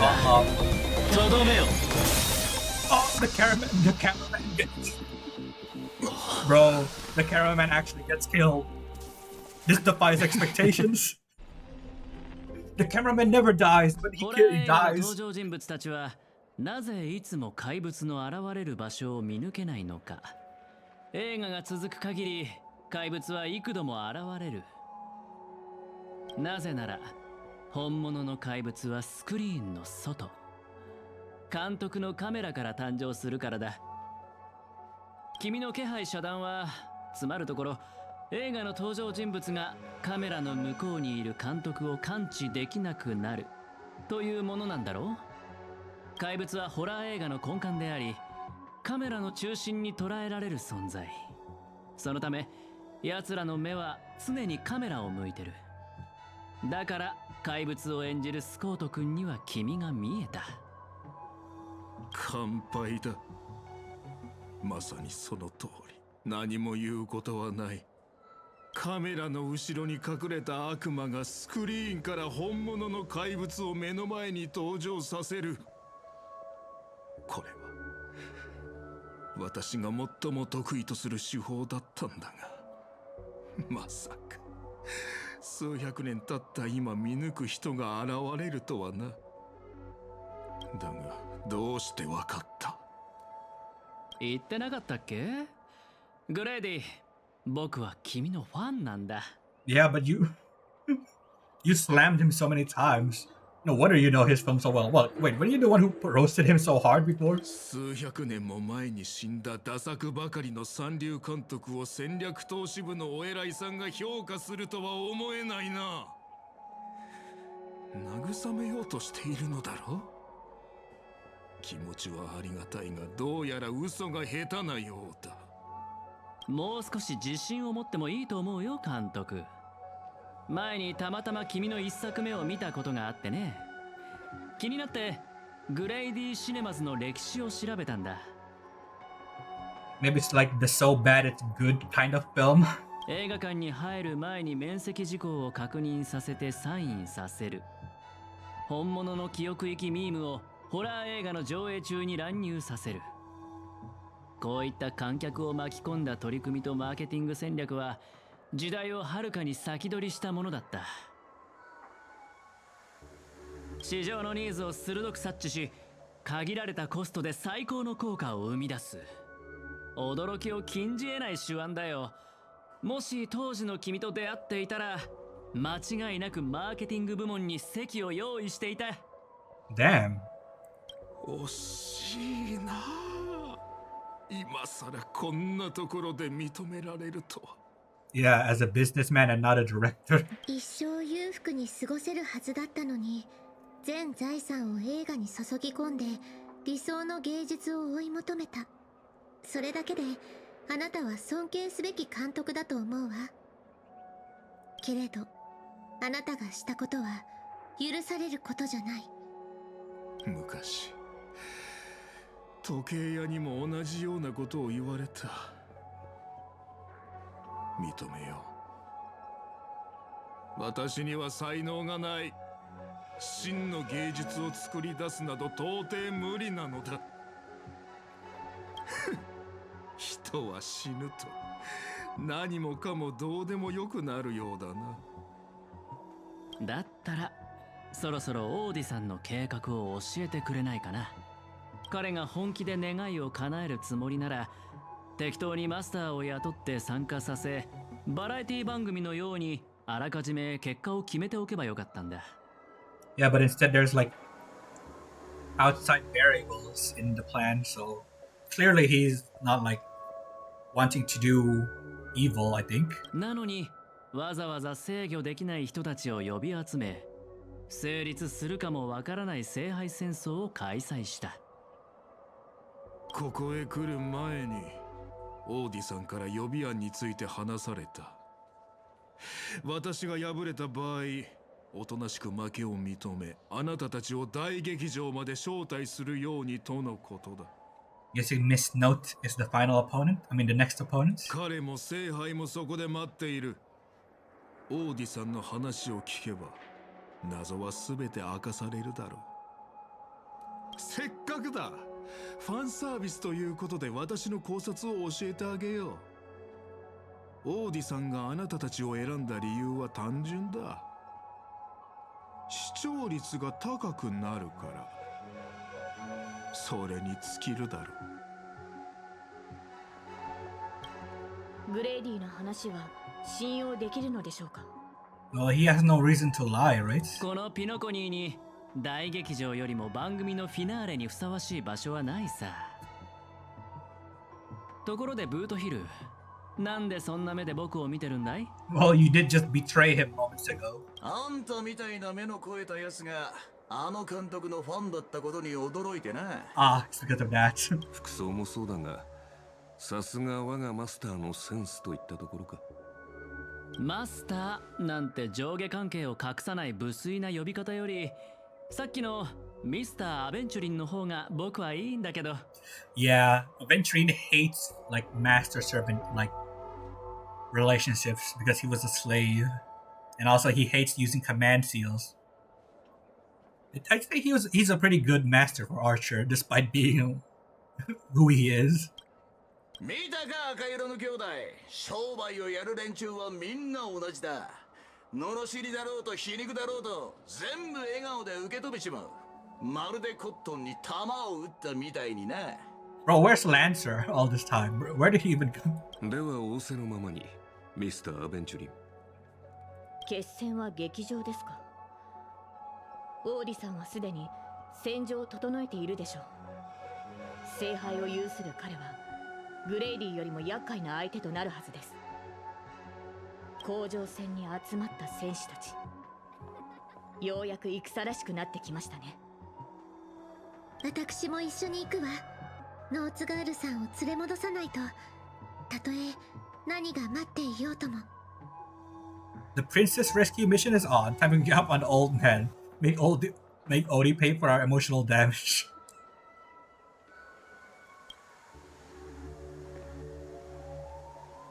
Come to think of it, wasn't there someone else? Not far away, he's slowly slipping away with hushed steps. そういえばブートヒル、スコート君の所属を知らなかったよね。なるほど。Oh my god. Eventually flashed a grin more sinister than the devil's own. His lips barely moving. He suddenly mouthed the name of that department. The space cowboy let out a hearty laugh, cackling his knuckles with a sharp snap. A wicked smirk spreading across his face and strode towards Scott. Damn, bro.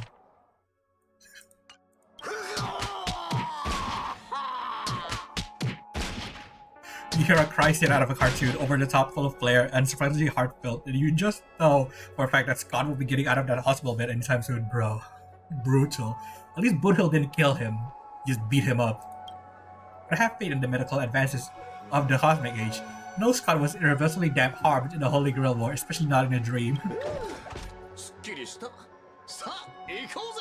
Damn, shot him.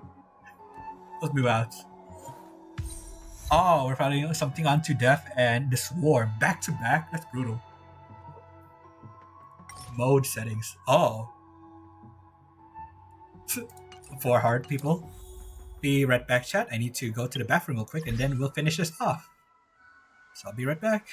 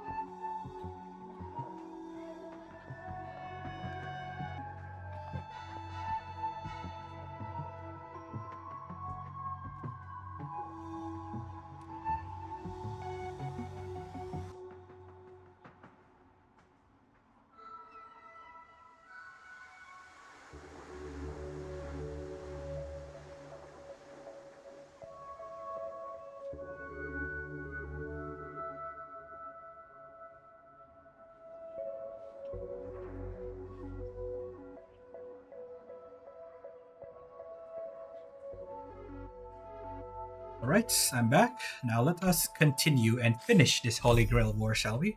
An obvious villain like Old Odie and Miss Note switching sides? Something tells you this fight won't be a cakewalk. It'll be a cakewalk, don't worry. It's just something unto death and swarm. Saber. Oh, so we can Excaliblast them? Okay, I think she's pretty good. She needs energy regen, right? It's only weak to wind, this. And this is weak to imaginary.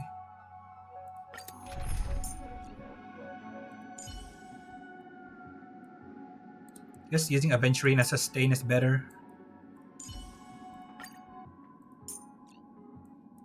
Then I think Bronya is good.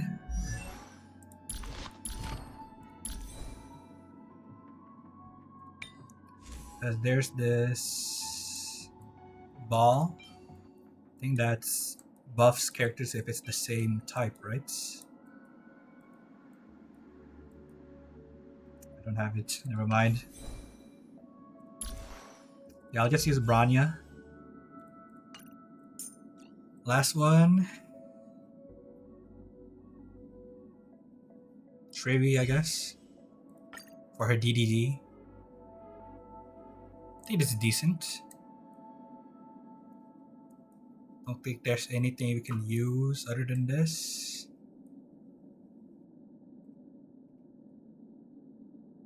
Yeah. I think this is the best we can do. Just do this. Should be easy. たかが真似事の茶番だってのに、こうも手の込んだ準備をしてるとはな。どうにも腑に落ちねえ。False Holy Grail War. Is it like fake strange fake? 時間の流れを意味する12の時。そして全ての時の中心にあるこの月。魔術を多少なりともかじった人間なら絶えず力がここに集まってるのを感じるだろうよ。だがこの世界には魔術もなければ魔術師もいねえ。で、じいさん、この聖杯戦争を仕組んだのは本当にあんたなのか？魔術師って感じじゃなさそうだが。Maybe he's possessed by the angry mango? どこに次の一手を打つべきかは商人の勘が教えてくれたのです。そして私の知りたい情報は全て聖杯が教えてくれました。あなたはあの巡回レンジャーのサーバントでしたね。その嗅覚はハウンド家の犬よりも鋭いようだ。Well, they don't call him the Hound of Culane for a reason. ですが今あのカウボーイは囚われの身。そんなマスターを放って単身で切り込むとはいかがなものでしょう。おそらく彼はあなたの助けを必要としているのでは？世話の焼けるマスターだ。だがよ、ここでてめえの首をはねりゃあの鉄塊のマスターを助けたことにもなるだろう。Your E-rank Luck Lancer, I don't see that happening. 経験者として一つ忠告しといてやる。聖杯は決して人の思い通りにはならねえ。聖杯が残すのは欲望に溺れた亡霊だけだ。ほっほっほ。ご忠告痛み入ります。ただそれゆえに私は聖杯に新たな価値を見出そうと考えたのです。そして作ったのが願望機よりもずっと投資価値のあるエンターテインメント番組。あ？エンターテインメント番組だ。なるほど。そりゃ聖杯と相性がいい。聖杯戦争も起きるってもんだ。この神秘性を欠いた世界じゃ、たとえ聖杯を手に入れたところで酒を継がせるのが関の山だろう。だが魔力とは別に聖杯に奇跡を注ぐ熱量があるのなら話は違う。Me dreams? 神秘の秘匿を守らなきゃならねえ聖杯戦争が誰もが見られる番組にガラリと変わった。そして人々はこの夢の星で聖杯の儀式を知り、英霊の召喚を見て聖杯がもたらす奇跡を信じ込んだ。ここの連中の小さな願いがエネルギーとなり、聖杯には偽りの奇跡が塗られた。お前の仕切るこの茶番はそいつらの願いを踏みにじった上で成り立ってるってわけだ。ほほう、これはまたとんでもない見方をされる。他の世界より訪れたサーバントよ、あなたが現れたのは想定外でしたが、実のところ必要なことでもありました。聖杯にはより純度の高いエネルギー、つまりあなたたちが必要になります。ノーツガールさん、いやさん、今こそピノコニーにあなたの魅力を見せる時です。 Damn. The curtain fell with a soft rustle, veiling the stage in silence. 頼まれたことはちゃんとやりましたよ。 She take control of him? Or just got rid of him? ご苦労様でした、我が友よ。長い年月が経ちましたが、私は今でもあなたが演じたシーンを、ダンスを、歌声を鮮明に覚えています。当時のあなたはまるで鮮やかに咲くアイリスのように輝いていました。ですが今のあなたはそれ以上に美しい。余計なものを取り払った飾らないあなたの方が。そういうのは結構です、オーディ。時代遅れの比喩は身の毛がよだつものなので。約束は果たしました。次はあなたの番です。そう焦らないでくれ、我が友よ。あなたの願いは魔術や奇跡に頼らずともお金で叶えられるものだ。聖杯とはただ黄金で作られた容器に過ぎない。 In that case, then Aventurine could do the same thing. He also is rich as heck, being part of the IPC. 間もなくこの番組の主役たちが到着します。儀式の最終段階が完了するまで足止めしてください。成功した暁には必ず約束を果たしましょオーディ、あなたの詳細はこの星と一緒に落ちてしまったようですね。先ほどのサーバントを捕らえるのでも精一杯だったの。今度は彼ら全員の相手をしろと。ほうほうほう、そう自分を過小評価してはいけませんよ。グレイディとは異なり、あなたは本物の芸術家なのですから。舞台上で何千という人々の人生を演じてきたあなたはまさしく英雄の天敵にふさわしい。彼らを圧倒できるよう聖杯に溜まった力をあなたに預けましょう。 Bro, okay, Odie. Okay, bro. 成功させ、素晴らしい結末を迎えようではありませんか。 Okay, Odie. 運試しと行く気迫を示せ。 Bro thinks he's gonna beat us. 力を合わせて燃えたて騎士の魂よ。 Very cool. ホーリーベイビー、あの青髪のあんちゃん、様子を探りに行ったきり連絡一つね。まさかあのラブリーな年寄りにはめられたか。争った痕跡はないようです。ランサーらしくありませんね。 Maybe he went fishing or is he lost? あの男のことだ。売らなくてもいい喧嘩を売り満足して立ち去ったまであるが。ノーツガールさん、ご無事で何よりだわ。待った。様子がおかしい。ノーツガール、ここでランサーに会ったんじゃないかい？ええ、大劇場に到着するなりオーディを槍でスクリーンに突き刺そうとしていました。彼の判断はとても素晴らしいものでしたが、せっかく手にした2度目の命です。願いを叶えるためにも彼には少しの間休んでもらうことにしました。 Is this gonna be like Axe again? そして Like Grady? 皆さんにもしばらく休んでもらわなければなりません。オーディが儀式を終わらせるまでご心配なさらず苦しくはありませんから。さあ、舞台上の燃える情熱と野心を忘れるのです。楽屋閉幕の時です。カノンカンクリザンス。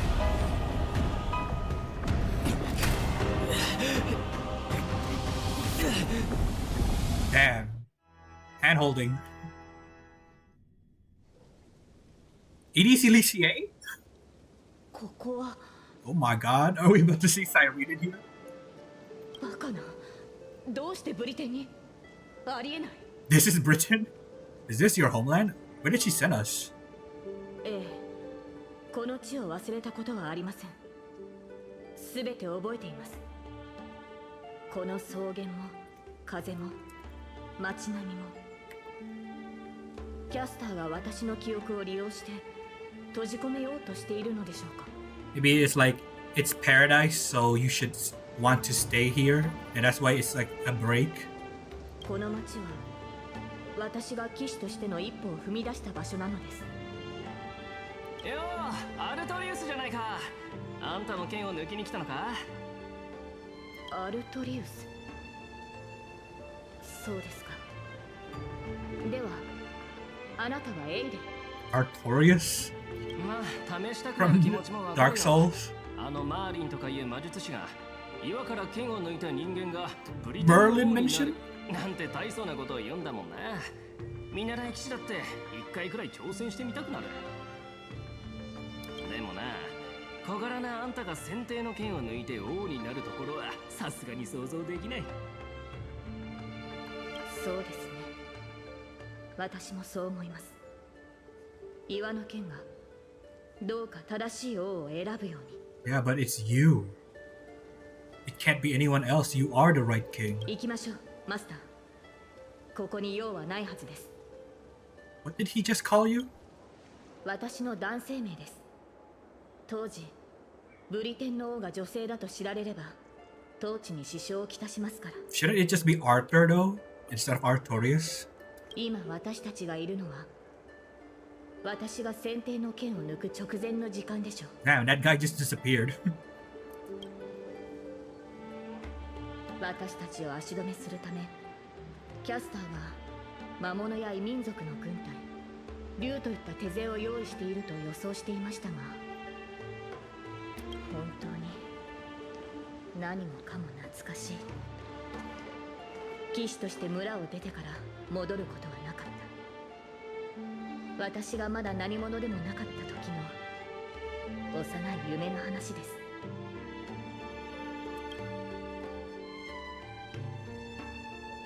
The girl seemed drawn by something. Her gaze wandered to the end of the path. ただ惜しいのはこうして私に合わせて作られた幻だというのに So I can be your mount. 乗れる馬がいないことです。 I'm right here. 要所 I'll find you tramplers. Do you want to break free from this dream? Is there somewhere you want to go?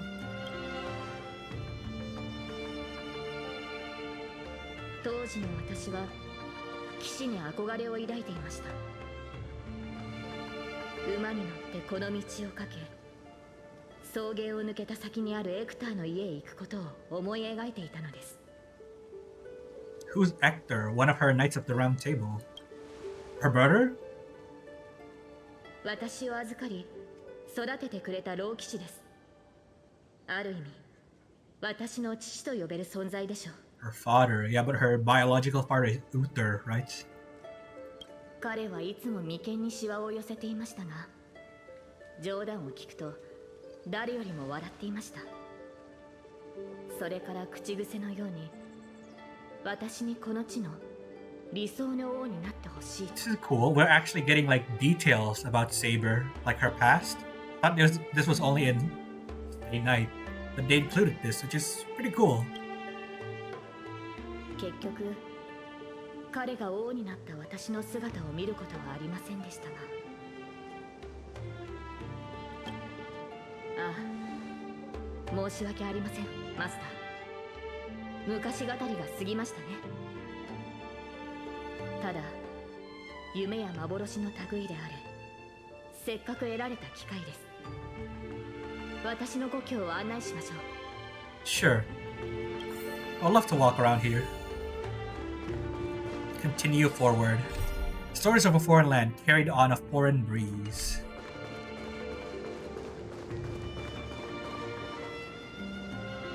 There, beneath a tree, a tiny night...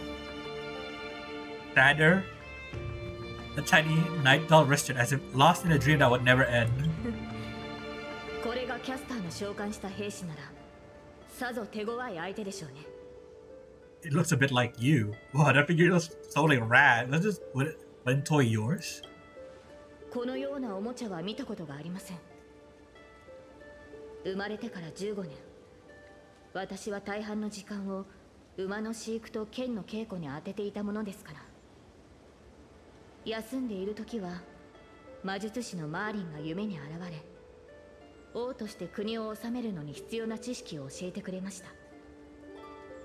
マスターは、あなたはどのような子供時代を過ごしたのですか？あなたの過去についてはまだ聞いたことがありませんでしたよね。Yeah, about that. Actually, I never went to school. I don't remember a lot about my past. Yeah, kind of like Shiro, huh? Got amnesia as a kid, but I'm fully grown instead of like Shiro. 覚えてるのは宇宙ステーションで誰かに起こされたってことだけ。そうでしたか。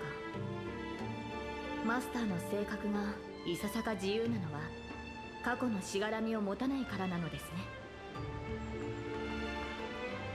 この記憶が始まったのは軍政に向かう列車に乗った日からなんだ。でも気の合う仲間たちに出会えたし、過去はないけど未来はある。I'm really lucky. I'm totally free. I became the person I wanted to be. 俺はなりたい自分になれた。それは苦しくとも良い旅を続けてきたのですね、マスター。生前の私もそうであればよかったのですが。Yeah, speaking of the express, what the heck did Pom Pom do? Pom Pom was like summoned a servant too, right? But let me do something real quick about the manager. Okay. かつて私には目指していた人物像がありました。白き竜と化した費王ボーティガーンからこの地を救い、異民族に蹂躙されている民を解放するため。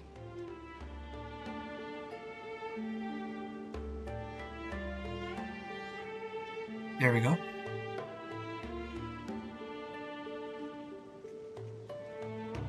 皆が望んだ通り、ブリテンを救う理想の王になる。そのためなら全てを捧げてもいいと。岩に刺さった先手の it's Collab. 私の願いは叶うと魔術師は言いました。誰もがブリテンは救われると思った。So Britain was saved, but no kingdom lasts forever. はい。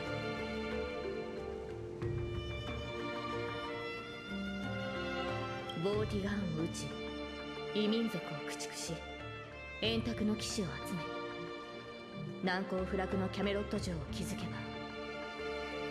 ブリテンに平和が訪れると信じていました。しかしそれは束の間の美しい夢に過ぎませんでした。配下の騎士たちは去り、中には私に刃を向ける者もいました。Mordred. やがてブリテンは再び戦火に飲まれました。先帝の剣を抜く前からマーリンはこの顛末を私に伝えていました。剣を抜けば全ての人に忌み嫌われる悲しい結末を迎えると。そして国が最も繁栄していた時に彼はこう言いました。ブリテンはいずれ終わりを迎える。今の繁栄は王の苦痛によって成り立っているんだ。私が国の苦しみを背負うことで人々が安寧を得られるのなら、その悲しい結末を迎える価値はあると思いました。 You remind me of Sunday. The only thing that can grant your wish would be the Holy Grail. You recount the fantastical dream you had during Penacony's Charmony Festival to Saber. How a man dreamed of creating Paradise Kingdom with his own power. ロビンさんの兄上ですか。確かに当時の私の考えや行動はその人と似ているかもしれません。皆に理想の国を描いてみせたつもりでしたが、ブリテンに残されたのは終わりのない戦いと血を流す戦士、そして飢えた子供だけでした。破滅を迎えるべきは私であって、私の国や民ではなかったはずです。 But at least Britain lived on, right? After she is gone. Fate, Aria of Rotten and Gold. Prophecies fulfilled and wishes left behind. Yeah, that's where Alicia is. I read, we can't go there, it's blocked by this.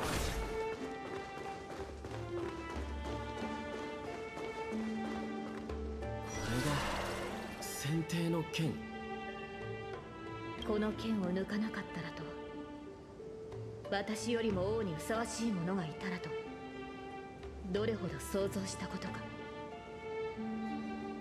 私が王位につかなければブリテンは理想の国となれたのでしょうか。その時私はどのような人生を歩んでいたのでしょう。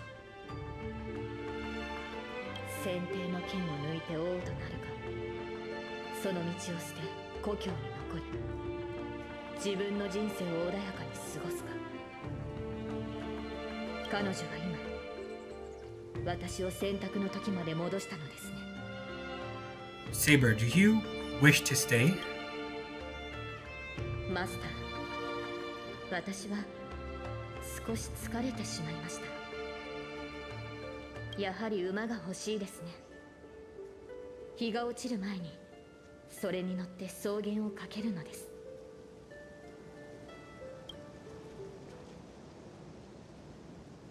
You called out, your voice echoing, but the drawn-out words never reached the servant.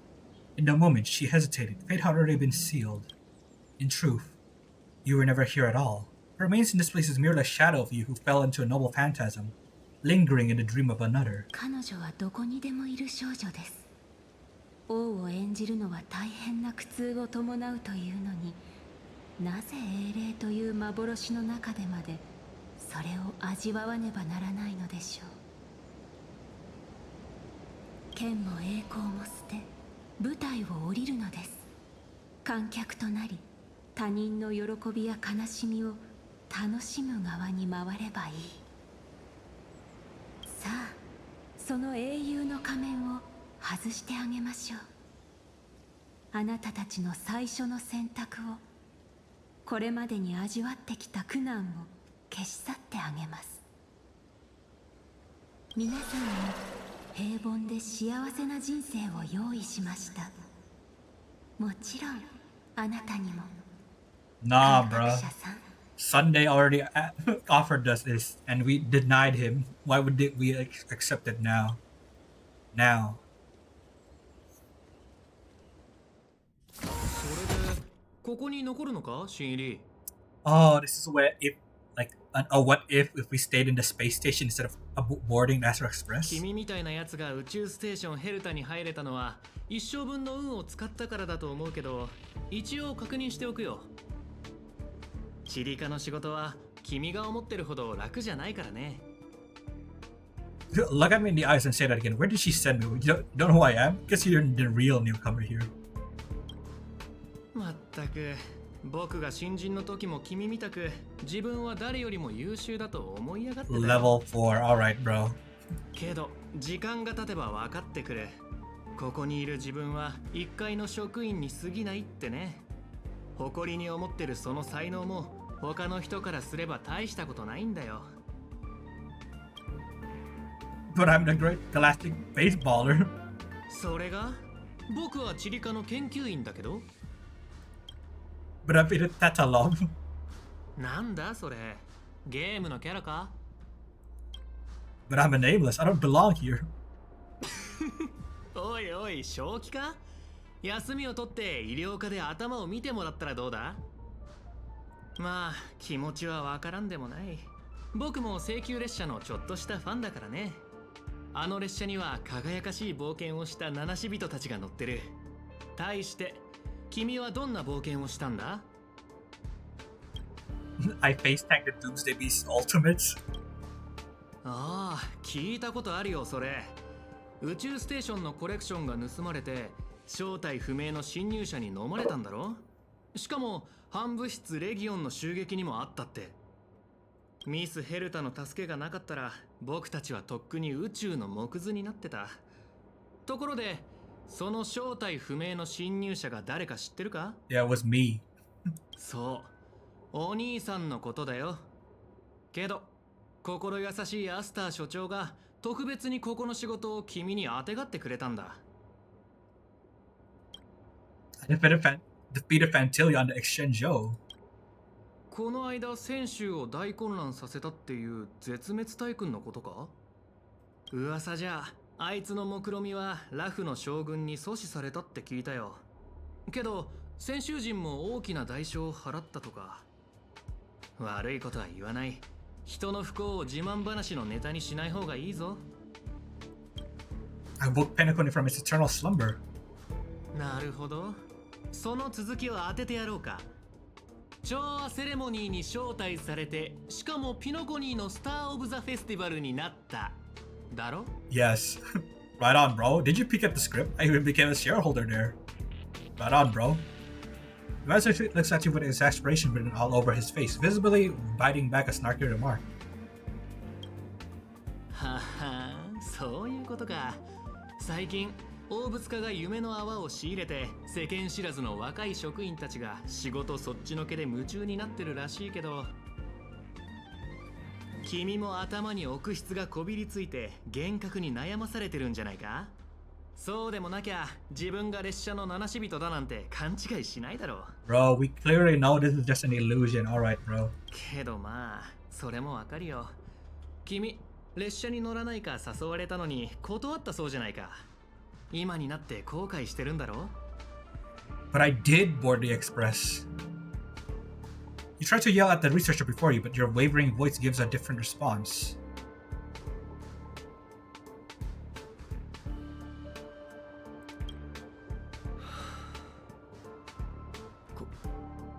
後悔してる。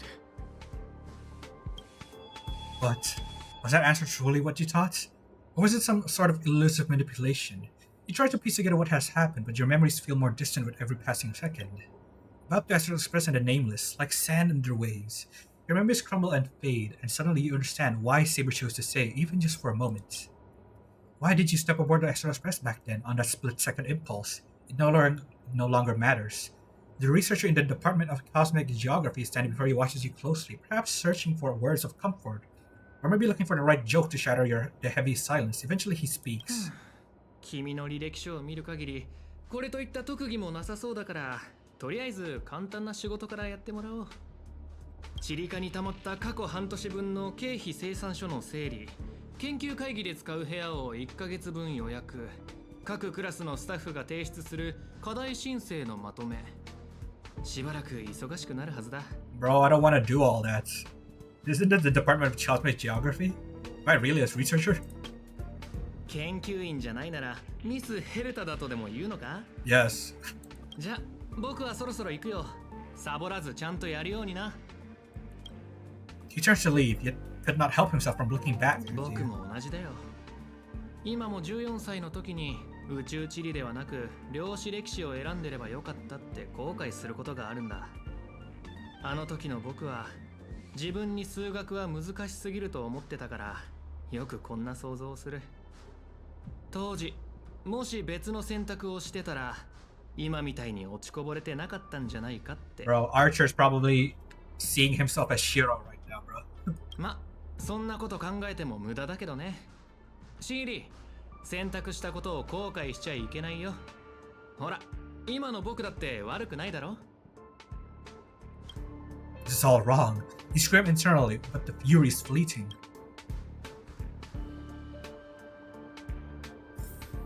Bruh. No, bro. You took away even my powers to attack, bro. 遅いですよ、新人さん。あと数システム日で経費申請の締め切りが過ぎてしまいます。まあ、新人ということで今回は多めに見ましょう。早く業務に取り掛かってください。机の上が随分散らかってる。これを全部整理しろっていうのか？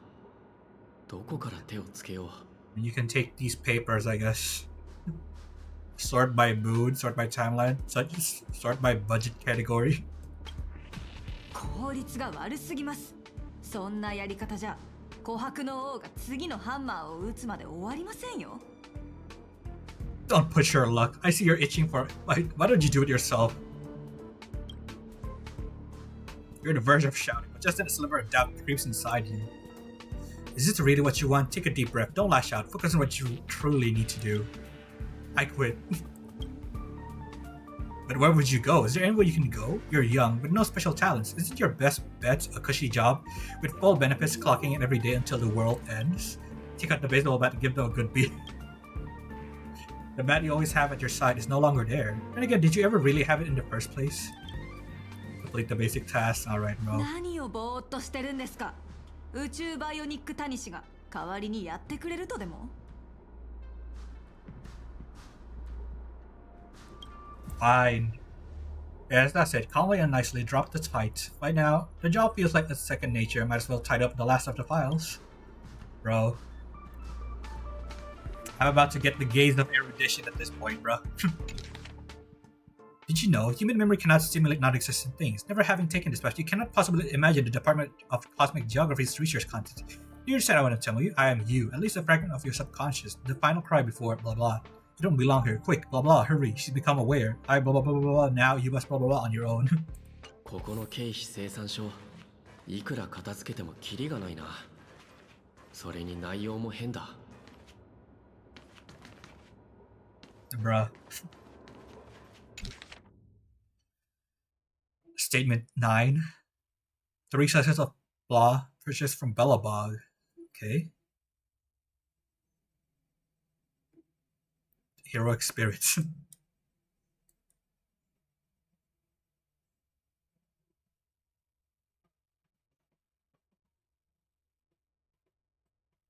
Hmm? あの人、見覚えがあるよ。 Oh, that's Archer. Hey, what's up, bro? どこかで会ったことがないかと聞きたいのであれば、こう答えよう。ない。But I really feel like we've what a clairvoyancy. You definitely know me. You glance at his work tag. On it, just a single letter A. Department of Domestic Services. Wait, since when does the spaces have no domestic services department? Oh, because he fixes stuff. ええ、自分はここにいるべき人間じゃないって思わないか? I dreamt I was part of the Holy Grail War. You should have been one of the summon heroic spirits. You shouldn't be here. ああ、君もその手合いか。毎日多くのスタッフが私のところに雑談しに来るが、口を揃えて自分はここにいるべきじゃないと嘆く。Mysterious Researcher A. Mysterious Human X. 今の生活に満足していないから自分の居場所は別にあると勘違いするのだろう。だがそれは現実から目を背けているだけに過ぎない。その少年を叩き直さない限り他の場所へ逃げたところで同じだ。いずれ行き場を失う。私から見ればここの暮らしは十分恵まれていると思うがね。世界が危機に瀕してもいなければ人類を滅ぼそうとする狂人もいない。厨房も使い勝手がいい。Well, 食材は少し変わっているがな。that's until we don't go to Amphoreus and Iron Tomb awakens and this thing will fall from space, bruh. まあ宝石を湯水のように使うお嬢さんはここにもいるが、大多数の人にとっては理想郷と言える。Bro, are you talking about Asta? 平凡な日々。だが失えばその価値に気づくはずだ。手放してから後悔しても遅い。You glanced at him, waiting to say something, but decided not to. どうだ、おかしな考えはいくらか収まったか。やはりここを離れたいという気持ちはそこまで強かったわけではないようだ。Oh, he's gone. Now, days pass. After long hours of sorting, you're finally done with the work, damn. Although an uncanny feeling lingers in your chest before it's resolved, you should take a break. 限界だ。頭がもう働かない。Bro, get me out of here, bro. それにやっぱりここは自分がいるべき場所じゃないと思う。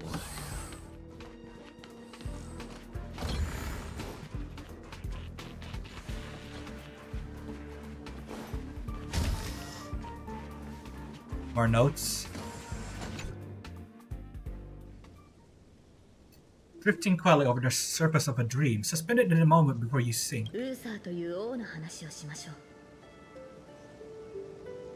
私が現れる前、ブリテンの民を率いていたのが彼でした。そして私が現れた後、彼は民を守るため、全てを破壊する白き竜を討伐しようとして敗れました。それでも人々は彼を最も偉大な王と称えます。あなたから見て彼を英雄にしたものは何だと思いますか？ The innate glory of being a king, the deeds he achieved as a knight, the courage he exhibited as a human. ウーサー王は勝ち目のない戦いに挑みました。白き竜を前に剣は折れ、体は引き裂かれました。人というくくりで考えれば、それは失敗以外の何者でもないでしょう。しかし、何かを救うために剣を掲げた彼の姿は、Deliverance. 真っ暗なブリテンの空で輝く星となったのです。私たちの目に届く星は今の姿と異なりますが、輝きに偽りはない。その光が次なる英雄の道を照らし続けるのです。あの名を失ったサーバントは私たちの人生を舞台とそう呼んでいました。彼女は宝具で星々の輝きを塗りつぶしたのです。しかしマスター、もしあなたにまだ勇気があり、今なお星になることを望むのであれば、あなたを見つめる観客もまた舞台に上がり、英雄となるでしょう。つい偉そうなことを言ってしまいましたね。これはあくまでマーリンの下手な真似に過ぎませんから、 No, お気になさらず。 you're doing a great job of imitating Merlin, at least how she sounds in Fate Prototype. Where are you? 私は舞台に立つべき人を待ちながら草原を馬でかけています。マスター、あなたの夢も私の夢ももうすぐ終わりを迎えるでしょう。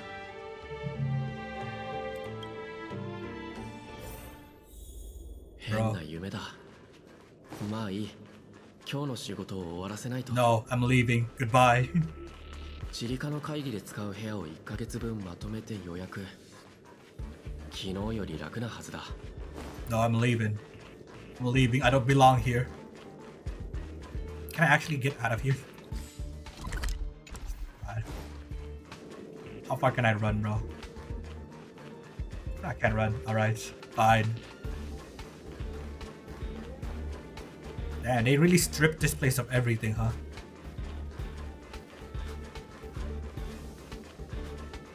I don't even look like a researcher, bro.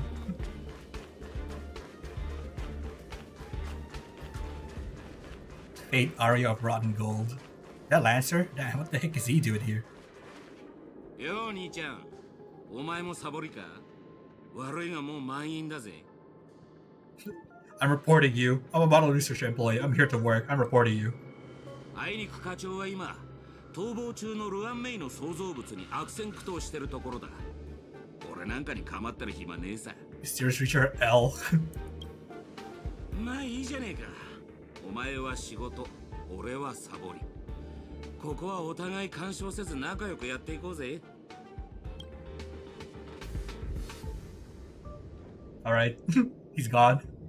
For now, you ignore the security department staff's careless attitude and lower your head to resume your task. You've got this. You're not losing to some grown-up who's slacking all day. First on the list, a quantitative analysis on mycophage cluster interference on planetary magnetic fields. Bro, what the heck is that? 15 attendees must be scheduled within the next 2 days. It's morning. Sorry, there are no conference rooms available at your requested time. Afternoon. Bruh. Alright, bro. ああ、思い出した。お前さん、あの性格を入れられたやつだろ？ちょいと聞きたかったんだがよ。寝てる間、ホタルみたいに光るのか？ No, but you remind me of Firefly. こうしてあったのも何かの縁だ。一つアドバイスをくれてやる。お前みたいな若いのは、どっかで死でも見つけて、自分の居場所を作った方がいい。Yeah? 英雄のように縛られずに生きるべきだ。Wanna introduce me to your teacher, bro? Let me learn from her too. Become a Lancer. Ignore the distractions around you. Let's look at the next meeting's details. The effects of star-quake phenomena on the artistic expression of researchers. 2 attendees, known time constraints. A century later. Something stirs in your memory. Sparks from an engine streaking past the space station. The faint weightlessness before the Express conducts a warp jump. Wait, no, none of that is real. Researcher, you should be focused on your task at hand. 899 more meetings to schedule. You better hurry up and finish with... Oh.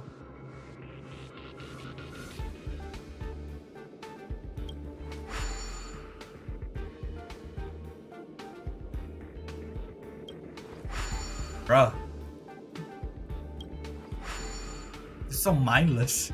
You're in the zone, handling the work before you...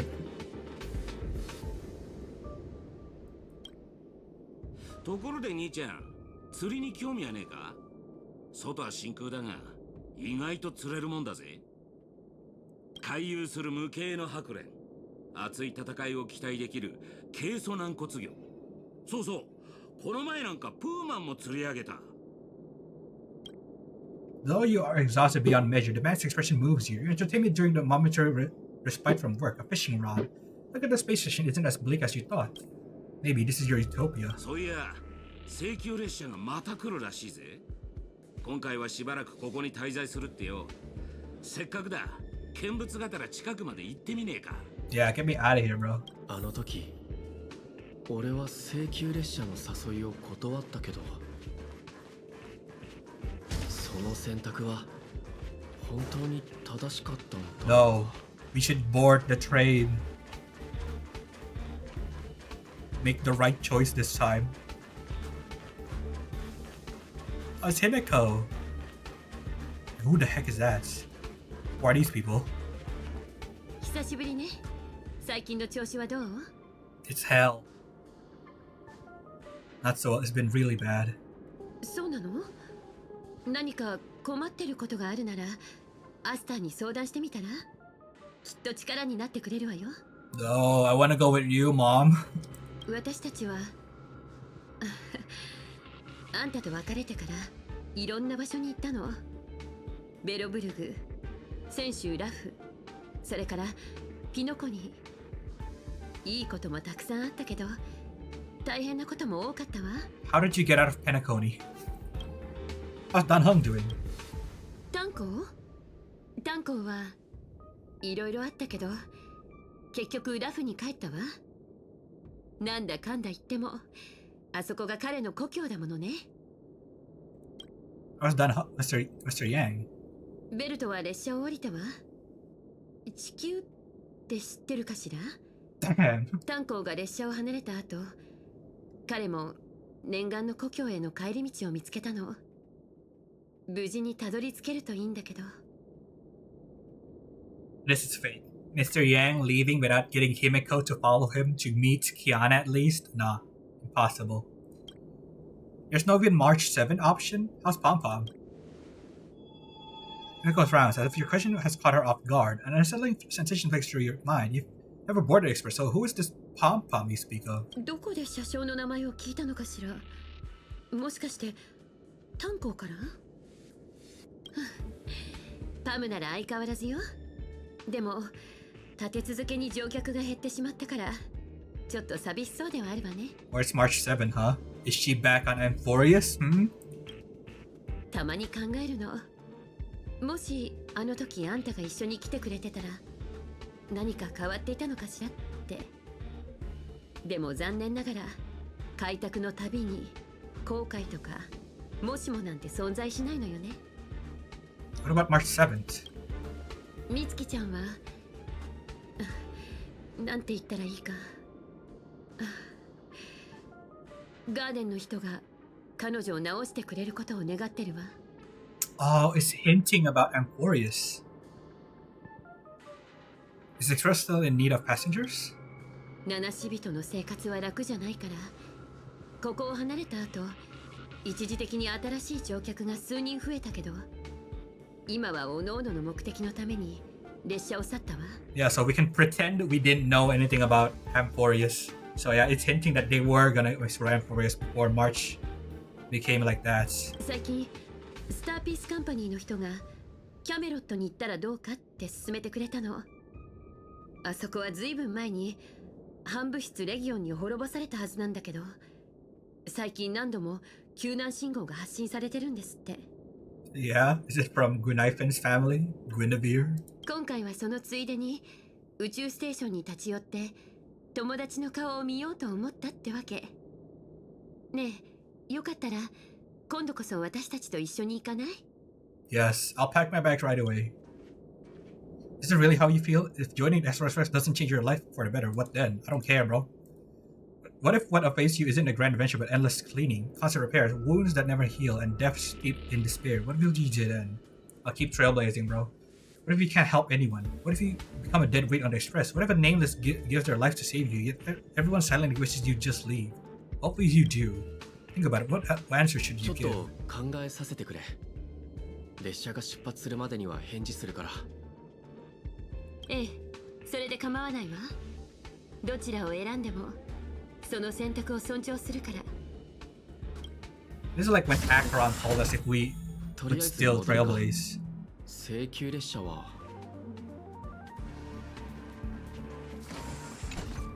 This is our like bed, a table. This song. Peaceful dream, stirred by birdsong beyond the window. However, can a robin really sing in the vacuum of space? 無実の罪で投獄されたある鳥の話をしましょう。その鳥は歌手だったのですが、権力者に好まれない曲を作ったために鉄の牢獄に入れられてしまったのです。牢獄の中で鳥は多くの嘆きの声を聞きました。そこで彼女は同じカゴに入れられた人々のために歌い、彼らの郷愁を慰め、反抗の志を鼓舞しようと決意します。最終的に鳥は一つの懐中時計と一匹の狼、そして数えきれない仲間たちと共に牢獄を破ることに成功しました。 Oh wait, it's her. I forgot her name, but I remember her. A wolf? That's clearly Hanunu. Pocket watch, Mikhail? そうして自由を得た鳥は新たな人生を始められると思っていました。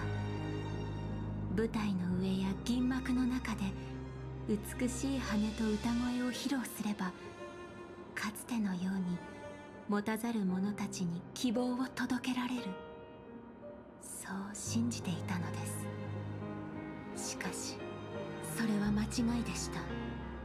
ピノコニーは瞬く間に変わり果て、鳥の歌も出演した映画もその生活も全てお金という名のカゴに閉じ込められた商品になってしまったのです。映画会社は鳥をただ美しいだけのシンボルにしようとしていましたが、鳥自身はその息の詰まる汚れた下水道のような世界から一刻も早く飛び立ちたいと願っていました。すると彼らは鳥の芸名を奪い、新しいひな鳥に代わりを務めさせ、汚れた噂と憶測で鳥の首を絞め、不名誉な結末へと追い込んだのです。それであなたは自分に汚名を着せた人たちに復讐したいと思っているの？いいえ、その逆です。この世界に戻ってきた時、私は復讐できる相手が一人も残っていないことに気づきました。だからこそ今は奪われた名前を取り戻して、自分の全ての作品を消し去りたいと思っています。として存在した痕跡をこの世から完全に抹消するために。囚われ奪われた経験があるのなら、聖杯戦争を終わらせようとしているマスターや英霊たちを今ここで宝具に閉じ込めておくべきではないわ。オーディさんはあなたの願いを叶えられるかもしれないけれど、きっとそれに見合った代価を要求してくる。彼と同じ時代に生きたあなたならそれはよく分かっているでしょ。オーディはピノコニーを貪る害虫ですから、当然信用はしていません。ですが彼の目的はあくまで聖杯から得られる利益だけ。Mentioning Zoken, それを maybe? 考えればまだマシな Zoken is 害虫と言える OT. でしょう。対してあなたの心は聖杯で買収できません。宝具を解除してほしいなら令樹で命じてください。あの人たちが契約と法律を盾に私の名前と未来を奪ったように。さあマスター。そんなことしないわ。あなただって分かっているでしょ。今まで賭け事なんてしたことはないけれど、賭けてもいい。あなたに英雄の仮面を外されたマスターとサーバントたちはきっとその宝具から抜け出せるって私はそう信じてる。 Damn, bro, you live like this? Bro. では見届けましょう。Bro, this is our bed and we get like a whole room to 変な ourselves 夢 and を見た気が express. するけど、細かいところがどうしても思い出せない。 Let's get out of here, bro. 体が重い。でも仕事があるから起きないと。 No. No, let's go to the express, bro. Let's leave.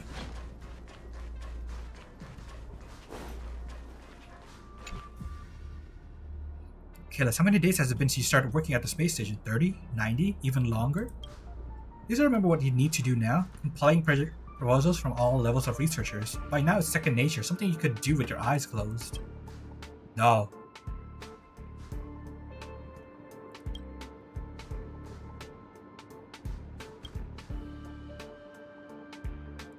Bruh. Still thinking about the Astral Express? You've been wrestling with that choice for ages and still haven't made up your mind. You'll be departing soon. You wisdom a journey full of wondrous encounters. I want to leave.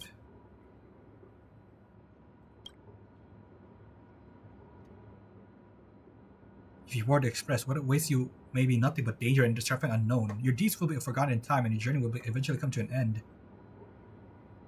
Let me go.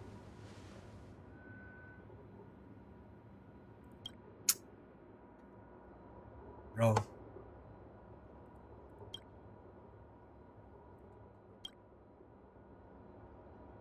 Maybe you'll never catch up to the extra express again. You're tired. Find a room and take a break.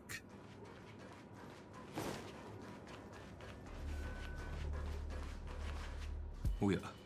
性格のお兄ちゃんじゃないか。カクテルでもご馳走しようかと思ったんだが、まだ未成年だったな。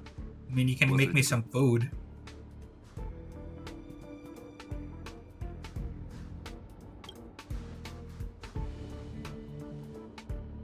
奇遇だな。俺も自分は宇宙ステーションの警備員なんて柄じゃねえって思う時があるぜ。つまり、君は請求列車に乗りたいのか？ Yes.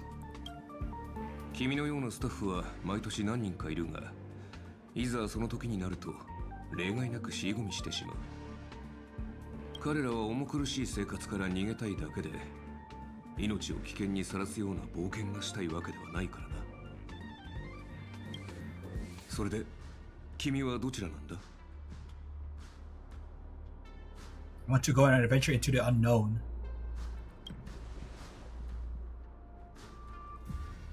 今のままでいい。どうせもっとふさわしい人がいる。自分なんて取るに足らない凡人だ。この世に後悔を知らない人間などいない。だからといってそのせいで誰もが足を止めてしまったら、英雄という存在も生まれなかっただろう。行く先の見えない旅路でも願いを抱いて踏み出した者たちがいる。それは愚かなことかもしれないが、その愚かさこそが七死人や開拓者、そして英雄を生み出してきた。君が持っているその人形も、ある英雄がかつて存在した証だよ。Oh, it's sadder. Do you know what this is? ただの質の悪い工芸品だ。Sadder. 誰かの甘い願いが偶然それを記録として歴史に刻んだに過ぎない。Can't believe this is a key item. 列車はもう出発したかもしれないし、まだ出発していないかもしれない。だが、もし君が本気でその道を進もうと思っているのなら、列車があろうとなかろうと関係ないだろう。Yeah, I'll make my own express. 本当に自分が七死人だと思うなら、やるべきことは一つだ。It's time to depart. I must set off. Set off on an adventure. 列車はもう出発した。今から行っても無駄だ。Nah, screw you, bro. You don't know anything. 研究室に行こう。食堂に行こう。釣りに行こう。映画を見に行こう。Nah, screw you.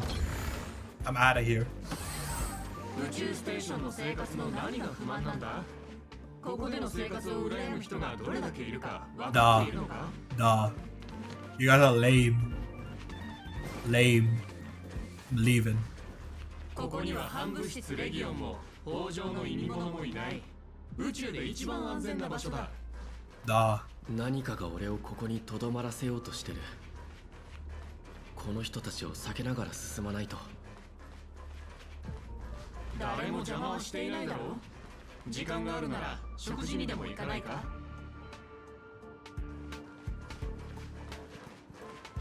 これ以上進まない方がいい。七死人の未来には虚無と絶望しかないのだから。自分が特別だとでも思ってるのか？あなたよりも優秀な七死人たち、ティエルナンもケルベックもみんな暗闇に逃れて二度と戻ってこれなかったというのに。So you'll finally admit that I'm nameless? やっと認めてくれた。俺が七死人だってことを。The voices that once spoke to you all fell silent in an instant. They never spoke again. Ah, you tripped up. That was your mistake. Yeah, look at these bozos, bro. NPCs. I'll never be an NPC. I'm out of here. Is that Caliburn? Oh, it's the baseball bat. A bat, plain and unimpressive, yet strangely familiar. You once believed you'd never hold it again in this lifetime. それを抜いたが最後。あなたたちを待つのは不幸な結末だけだというのに。それでもやるというのですか？ Like Merlin and Artoria? Merlin and Saber? Yes. マーリンにも同じように警告されたことがあります。だから私はあなたたちのために優しくて穏やかな夢を紡いで差し上げたのです。Oh, we're both gonna pull it out at the same time. あなたたちの望んでいたものなのでしょう。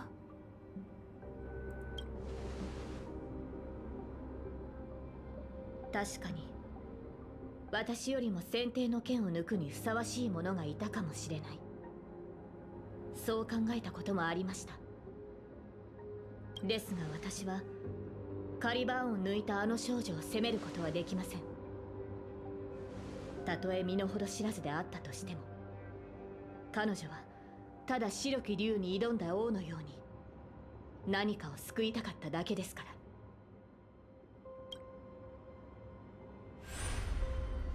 Oh, it's our friends. Yeah, we need to set off, bro. もし再び選択の機会があるとしたら、私はこう伝えるでしょう。過去の自分を超え、より良い未来を切り開けることを願っていると。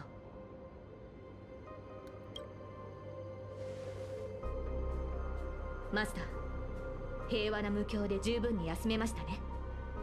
さあ、私と共にここから離れましょう。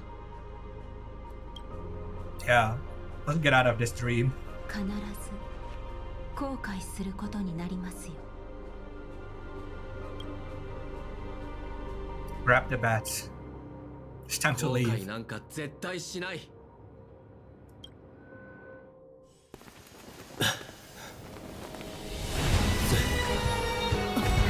Oh, there it is.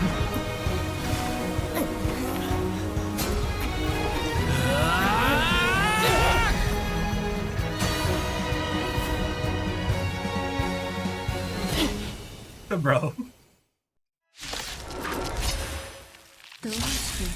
Something unto death. 無謀な勇気を持てるのですか。後悔という感情を知らないけど言うのですか。標的にそろそろ使い速やかな作戦を調整します。Unimpressive, yeah. 風になって出発。An old phantasm condensed from myth notes despair. Do not walk the stage. Do not chase after starlight. Her resentment before death transforms into a monster, stripping the heroes on stage of their disguises and bring them an ordinary happy ending. 我に力を。必ずや勝利。ストライクエア。遊んであげるよ。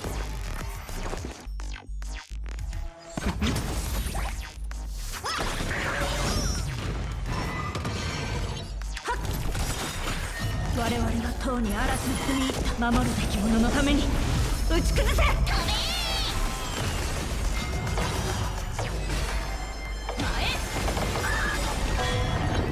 Oops. Damn. Yoinked me. は投げられた。全てを失うか、はたまた手に入れるか。気をつけて。この明かりは星の希望。地を照らす命の証。見るがいい。エクスカリバー。 That's how we use the full chant. You just let them do it. Oh my god. That's crazy.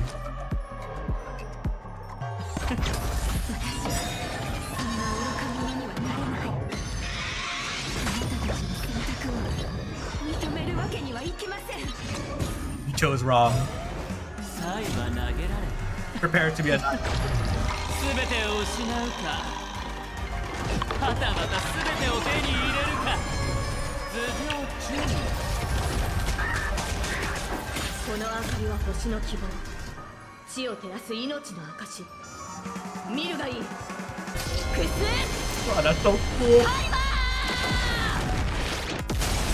Oh my god, yeah. Good thing I have alt accounts. I can get her in those. 守るべき者のために敵を打ち崩せ。行くぞ。西風になって出発。イカサマはなし。指示。まず経験解放 It's crazy. 暴風よ舞い上がれ Mana burst. Oh, there it is. 生きていた頃と同じようにまた失敗してしまいました。 I guess that you get that achievement for accomplishing the mana burst. ふさわしい結末ですね。 Because the explanation is kind of confusing. 舞台に立つのがそんなに苦痛だったなら、どうして牢獄を出た後もピノコニーの舞台にとどまることを選んだの？私が歌えば乱暴な囚人たちは静まり、泣いていた子供たちも笑顔を見せてくれました。些細な出来事かもしれませんが、そのおかげで私は牢獄の中にいても自由を感じることができたのです。でもピノコニーは変わってしまった。多くの琥珀期を経てかつての姿は失われ、今ではすっかり見知らぬ場所に。いえ、もういいのです。すべてを終わらせてください。マスターを裏切ったサーバントに存在する資格などありません。 Well, Archer did that and he's still here, so you'll be fine. そうなら、あなたの望み通りに霊樹をもって命ずる。アスナ、ピノコニーを代表してあなたの名を返還するわ。たとえ名前を商標登録され全てを奪われたのだとしても、あなたは価値のない敗者なんかじゃない。アイリスの母よ、顔を上げて。重ねて霊樹をもって命ずる。あなたの英霊としての証をここに返還する。その死をきっかけに歌手やタレントたちは商人から自由と尊厳を取り戻そうと思うようになった。あなたは五大クランの一つアイリス家を供した偉大な人。決して名もなき影なんかじゃないわ。だからこそその名を借りたのでしょ。弟子であるメイフンと友人の時計屋が作り上げたキャラクター、ドリームタウンで自由に歌うノーツガールの名をこれ以上は重ねて霊樹をもって命ずる。舞台に立つ後輩としてあなたに人としての自由を返還するわ。アイリスの母、今日からあなたは誰からの支配も受けることなく自分のためだけに踊ることができる。このお芝居はもうすぐ幕を閉じるけれど、その前にどうか大劇場を出てその目で今のタレントたちを見てきてちょうだい。どれだけの誹謗中傷を浴びても彼らの目にはあなたが英雄として映っている。それを確かめてほしいの。 Meanwhile, the master and their servants, freed from their dreamscape, stepped into the heart of the grand theater. 魔力に似た強い力を感じます。儀式はすでに完成に近づいているようですね。 Well, we can't have that now, can we? 残る2機はライダーとバーサーカー。待ち受けているのはどちらか。いや、両者が同時に襲ってくる可能性もある。 Bro, where is Pom Pom? Is Ryder not gonna appear until the end? 相手に聖杯を占有されている以上、苦戦を強いられるでしょう。 3 against 2, the advantage is mine. I'll once again select 2 easy in the next survey. I'll lead the charge. マスター、この剣にかけて必ずやあなたを守り抜くと誓いましょう。ブートヒルたちも出てこれたみたいだし、様子を見に行ってみるか。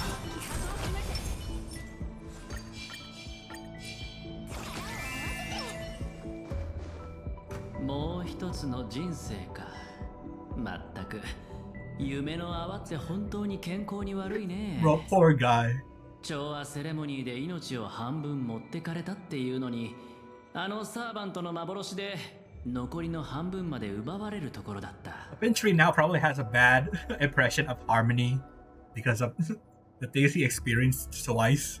で、あんたはどこに閉じ込められてたんだ？ Probably Sigonia, right? 何をかけても永遠に勝てない夢。さすがの僕もそこではおとなしいウェイターになってすっかりギャンブルをやめてたよ。Damn. ベイビーが脱ギャンブルってか？そいつはまた健全な夢だな。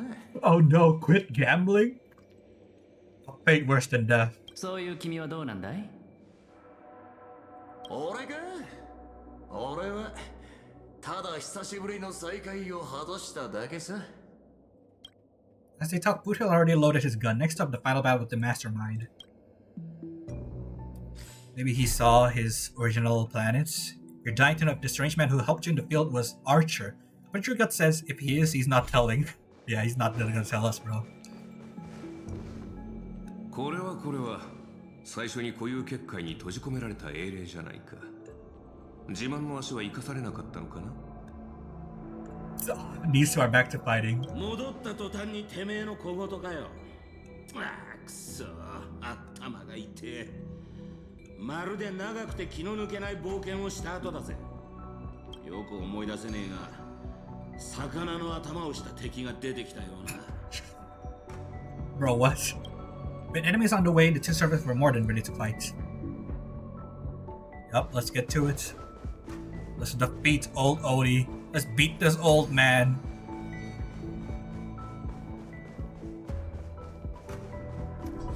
Time to settle the score with old Odie. Old Odie. We don't beat that stubby old man black and blue today. He'll never learn his lessons. Yeah, let's beat him up, bro.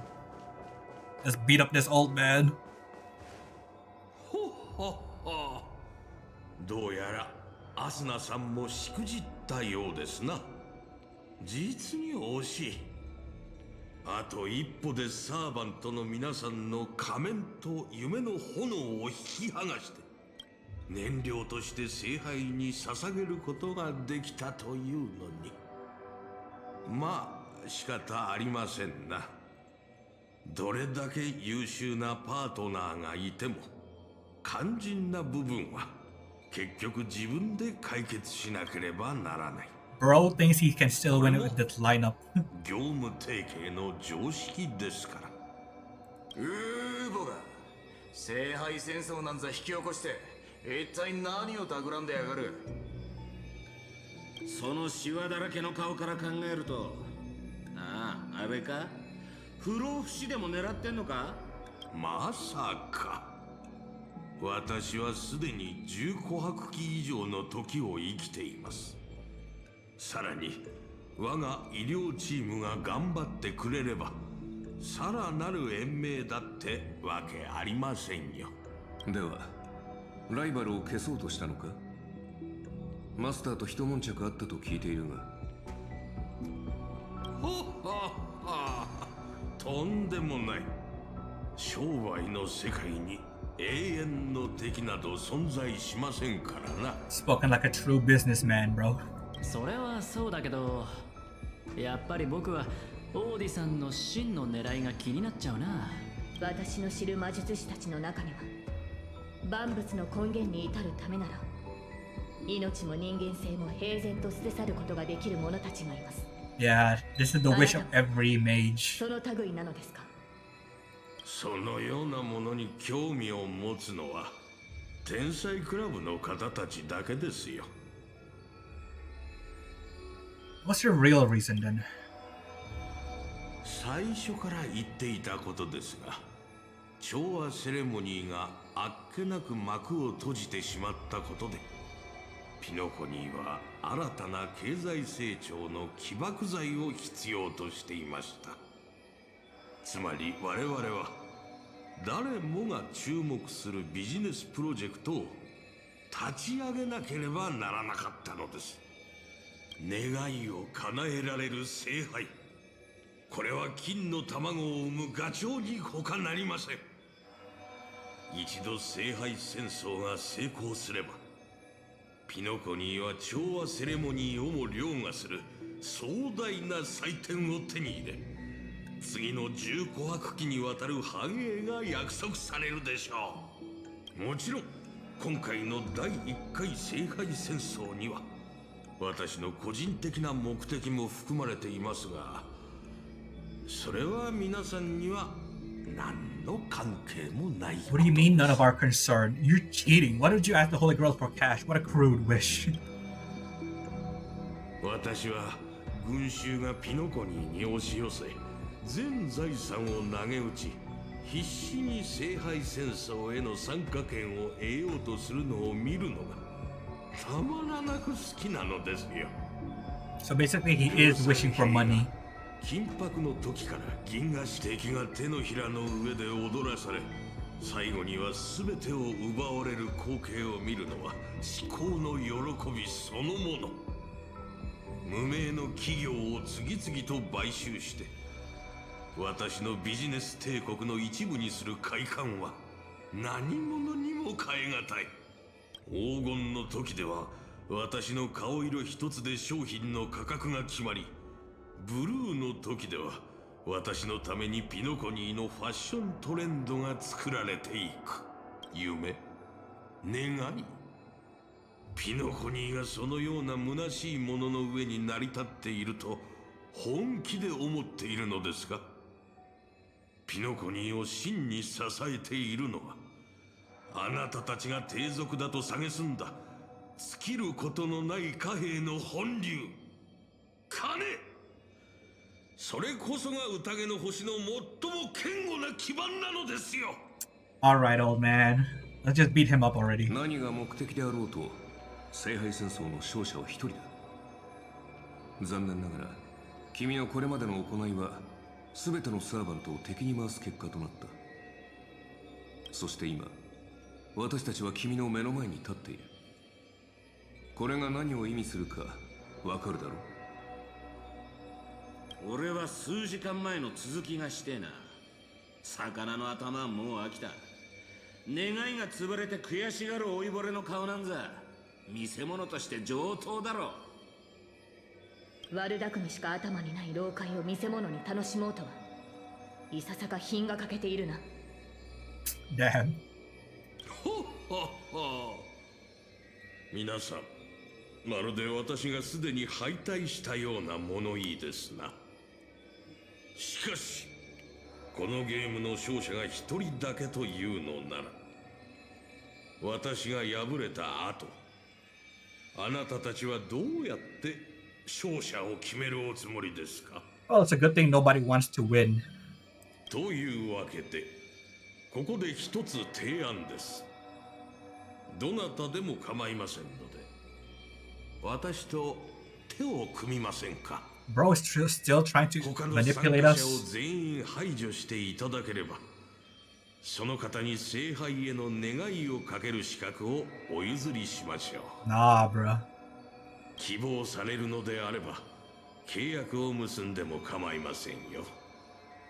正確で理路整然とした言葉をもってすれば全員の願いを同時に叶えることも不可能ではありません。マスターやサーバントの皆さんはまさにそのために戦ってきたのではありませんか？ Bro, nobody here has any wishes. No peaceful resolutions, please. This far into the shell. Are you trying to make me laugh? 全員の願いを汚すことで成り立つ聖杯なんざ壊した方がいいに決まってんだろ。違うかマスター？いや違わねえな。もっと言えばぶっ壊す前に大暴れしてやるのが正解だ。珍しく同感だ。その案は気に入った。どうするミスター・アベンチュリー。たまには正義の味方をするのもいいんじゃないか？ Ah, okay. Archer, a hero of justice. 悪役はもうやったからね。今回はオーディさんに譲るとしよう。マスター、申し訳ありません。どうやらあなたのために聖杯を勝ち取ることはできないようです。I didn't want it anyway. I trust your choice. You made the right choice. We made this choice together. ノーツガールが見せてくれた夢のおかげで以前よりも深く理解できるようになりました。大切なのは結果ではなく何かを救うために何かを追い求めて歩んできた道のりなのだと。 What matters is the journey along the way and the friends we made. 私に聖杯は必要ありません。果たせなかった願いも今ここで断ち切ります。皆さん、どうしても私と敵対したいようですね。仕方ありません。ではこの私が番組最後の試練となりましょう。聖杯戦争に参加するマスターは歴史上の偉人をサーバントとして召喚しなければならない。それがルールです。しかし私は誰を召喚すべきかずっと悩んでいました。資金援助をしていた落ちぶれた映画監督、それとも名前を買い取った伝説のスター。いいえ、彼らでは格が足りません。そう思い悩んでいた時にふとひらめいたのです。ならば自分を召喚すればいいではないか。 Bro, what could you possibly do? 重琥珀期もの時を生き抜き今なお活躍している伝説的な人物が鏡の中にいるではありませんか。そうして私は自分自身を触媒に召喚の儀式を行いました。ピノコニーの歴史に名を刻んだビジネス界の大物オーディが果たしてどのような姿で現れるのか。 Have you got your answer?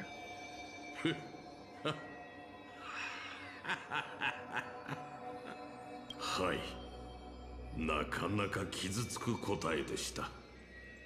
人々の目に映る私はピノコニーの多くの木の頂に横たわる金のために狂ったように木をかじり続ける害虫に過ぎなかったのです。 Oh, is that why he's like the swarm boss?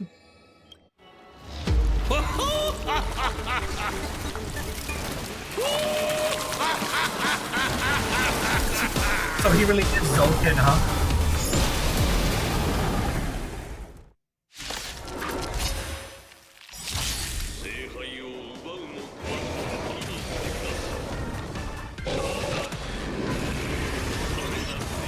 Yeah, he's a Zolkin reference then. つまりここで僕たちを待っていたのは最初からオーディさんのサーバントだったってことか。 Is this a command field? Berserker, money-grubbing parasites.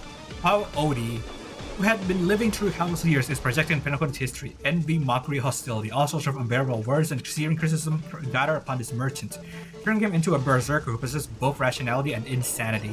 Master, 命令を。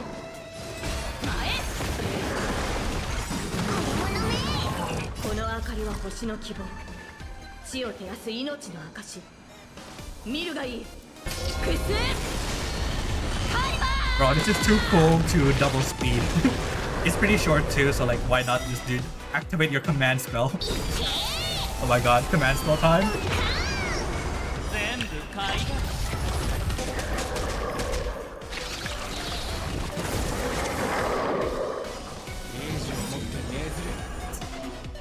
There it is. By my command spell, I already use Saber. Destroy all that is evil. The command spell has fully charged enemies for Saber. Time to unleash the double Phantasm.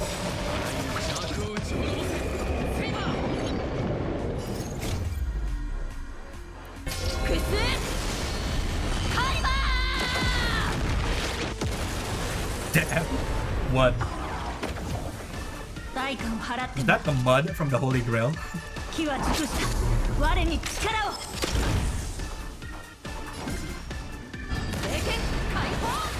Mana burst.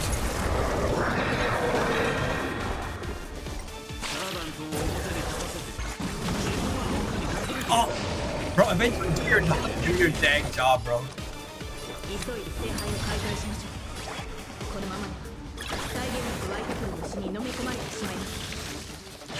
I think I can cleanse her with Bronya. Yeah, take that.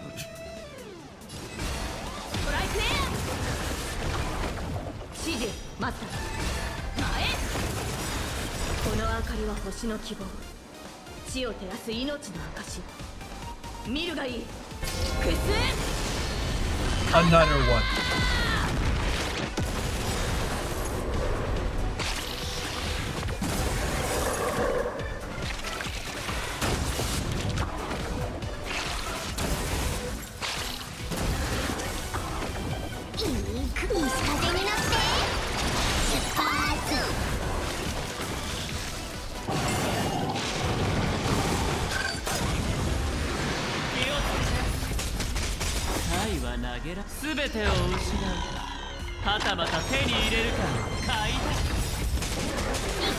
Another one.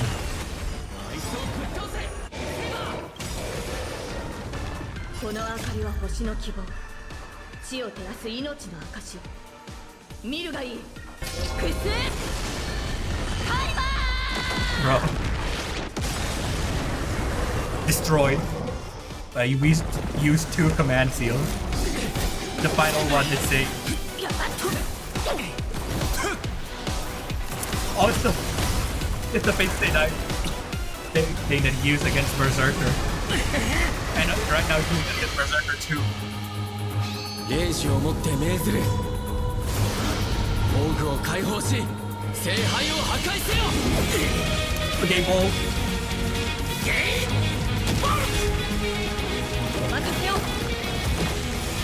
クスカリバー。 Damn.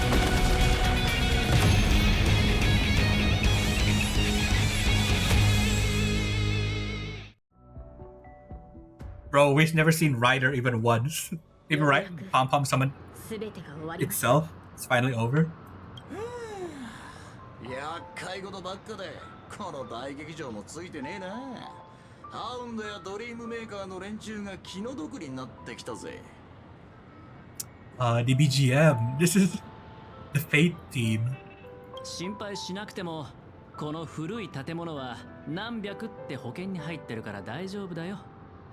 オーディさんはお金に関する問題で自分が損をするようなヘマは絶対にしないから。あの野郎、勝手に聖杯戦争に巻き込んでおいて自分は高みの見物かよ。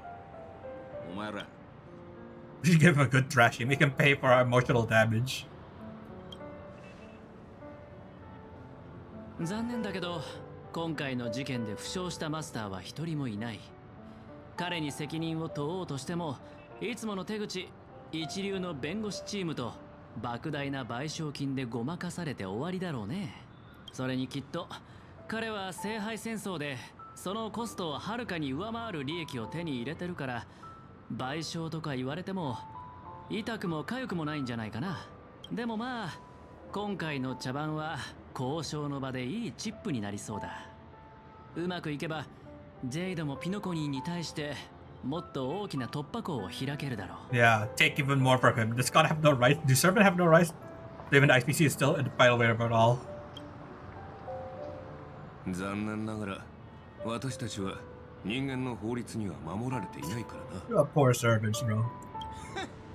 腐った金の匂いしかしねえピノコニーのルールなんざ知ったこっちゃねえ。ランサー、あのラブリーな年寄りをぶっ潰しに行こうぜ。そうしたいのは山々だが、どうやら時間が足りないみてえだ。聖杯が解体された以上、俺たちも元の場所に戻らなきゃなんねえ。Aw, bro, stay. Who are you again? Why are you leaving already? そうか。残念だぜブラザー。また会えたら、そん時は銀河一のバーで一杯おごってやるよ。Imagine, like FGO does a collab with Starrail, and they're gonna go in there, and they're gonna meet Saber, Archer, and like Lancer too. 銀河一と来たか。そいつはいい。なら別れの言葉はよしとこう。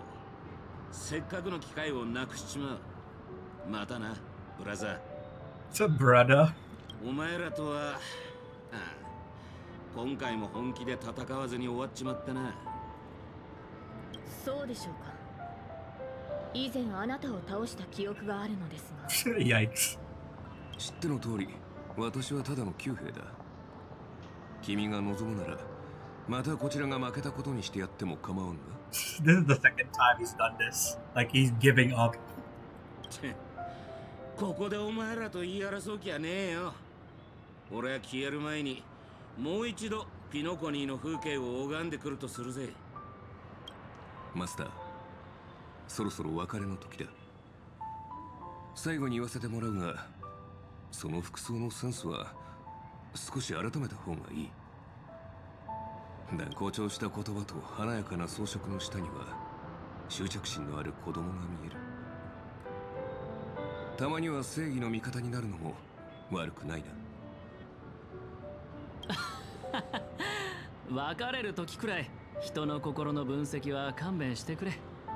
それに服装のセンスの話ならお互い様じゃないかな。人類の守護者さん。 Did they have like prophetic dreams? Did they see each other's dreams? そう言われてみれば、そもそも人類の守護者である私はなぜこのような抑止力のない世界に呼ばれたのだろうか。アーチャー、あなたがここに呼ばれた理由は明白でしょ。 Because this is your collab. You were summoned as a heroic spirit. 英雄か。いい夢を見たと思っておこう。A faint smile tugged at the man's cold face before he vanished from sight. Soon, only the pair of master and servant remained. It's just us. Modern times. Yeah, it's the occasion. Let's do this, team. Even the stillest fate must one day move. At the end of every hero's journey lies the same return and curtain fall. Fate, return of the starry sea. Say goodbye to Saber. あなたの召喚に応じてこの不思議な世界を旅することができてとても楽しかった。 Not great at farewells. Anything else you want to say to me? 夢の中で私はあなたの恐れを見ました。ですがそれを恥じることはありません。未知への不安、迷い、失うことへの恐怖心、そして何かを成し遂げられなかったことに対する後悔の念は人間であれば誰もが抱く感情ですから。英雄になる前はヘラクレスもただの子供でした。 Oh, Berserker mention. 今はまだ力が足りないかもしれませんが、あなたはいつか銀河を照らす星になる。私はそう信じています。 Bro, where is Ryder? Like you did? Who's Heracles? もし私の存在がわずかでもあなたの進む道を照らせたのなら、それほど嬉しいことはありません。マスター、未来のあなたによろしくお伝えください。 Oh, she's gone. As the Lumiflux dimmed, the valiant girl knight faded, vanishing just as she had arrived. Where's Ryder, bro? At the same time, in Lumiflux, at the host of the Holy Grail are sitting elsewhere, watching the scenery with interest. 聖杯が壊された。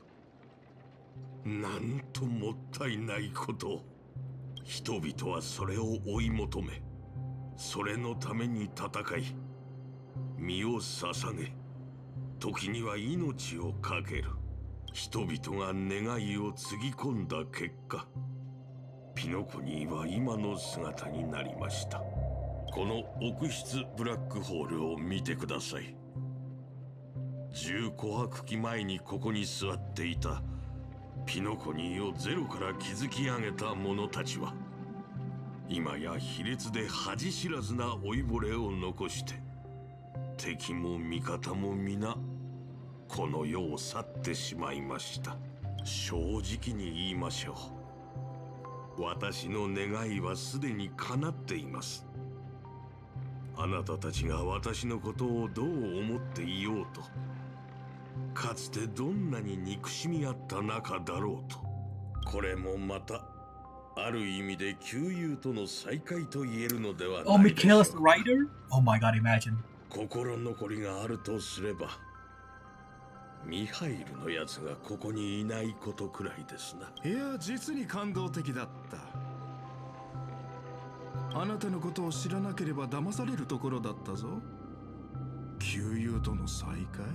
そんなものビジネスプロジェクトのおまけでしかないだろう。グレイディ、おっと、今はミスター・レックと呼ぶべきですかね。ああ、参加者のプライバシーに関わる部分はカットしたが、聖杯戦争の中で最も見応えのあるシーンはしっかりと残しておいた。それなら結構。あなた方のような芸術家は自身の信じる芸術の日に名を刻むために後先を顧みないのが懸念点でしたので。しかし私は違います。かつての英霊が持つ記憶もまた私を満足させられる報酬だ。ほう、グレイディのような三流監督の記憶がですか？一人の映画監督の記憶という点から見れば、もがき、絶望し、争う。そうして歴史に名を残せないまま彼は落語者となった。Rodrigo Clown, our most genuine 宝石の hero. ように様々な面を持ったこの記憶を見逃すわけにはいかないだろう。それよりも気がかりなのは君の方だ。これほどの大芝居を打っておいて。私は商人ですから。なるほど。では今回の取引はこれにて終了だ。先にさてアスナさん、あなたの名前の商標権。満足も何もありません。むしろ今さら拒否するというのなら、消える前にその短すぎて見えない首を締め上げて、息絶える瞬間まで見届けてあげましょう。さようなら、ピノコニーで最も成功した商人。最後にずっと伝えたかったことを言わせてください。さっさと地獄に落ちろBruh. ほうほほ。これは感動的な告白だ。アスナさん、その願いが叶う日が来るといいですね。Bro, where's Ryder, bro? At the same time, aboard the Express is Mikhail, isn't it? Far from the heat of battle, sure someone under the Ryder class stays on the sidelines. Yes, Mikhail. As a writer, he once built an unsinkable ship named the Compass. As a writer, he was once a nameless who rode the stars aboard an interstellar express. Centuries have passed. Now, as a heroic spirit, the young man finally returns to the place where he once worked tirelessly. An old friend awaits him here. Aw. Pom-Pom finally gets to see Mikhail. みつきちゃんは変なものを持って帰ってくるのが好きでの。この前は採点銃とかいう器物を持って帰ってきたんじゃが、それで測ったら、なんと俺の点数はたったの1点だったんじゃ。あと、姫子のコーヒーには気をつけた方がいい。Oh, big. あれが俺の知る中で一番恐ろしい飲み物じゃからな。はあ、今のは絶対姫子に言うでないぞ。グラハムの故郷のお茶よりひどいんですか？100倍はひどいな。逆に少し飲んでみたくなりました。あと、あやつがいつもみつきちゃんとふざけておっての。今では俺が一番見込んでおった炭鉱まで悪影響を受けておる。Oh no. He's このまま infected. 道を踏み外してしまわないか心配でならん。そうなんですね。まったく、お前たち乗客はみんな一緒じゃな。ミハイル、またぼーっとしとるようじゃが、何を考えておる？ He's about to leave. Kenapa, Fig? Lagi fokus, Fig. Udah sempat lihat. 車掌さん、またお別れの時が来たようです。そっか。その、また戻ってきてくれるか？ Hanya 3, Fig. Hanya Lancer, Saber, dan Archer. Yang lainnya tidak muncul. Itu aja. はい、機会があれば。でも今日聞いた話だと、あれからまた僕みたいな人たちがたくさん列車に乗ったんですよね。本当によかった。七死人は列車に乗ってまた降りていく。ある七死人は帰るべき場所を見つけ、ある七死人はレールのように Ya mau diapa hanya bisa mereka dapat saber dan archer, nggak bisa lainnya. この先きっと車掌さんが寂しい思いをすることはないでしょう。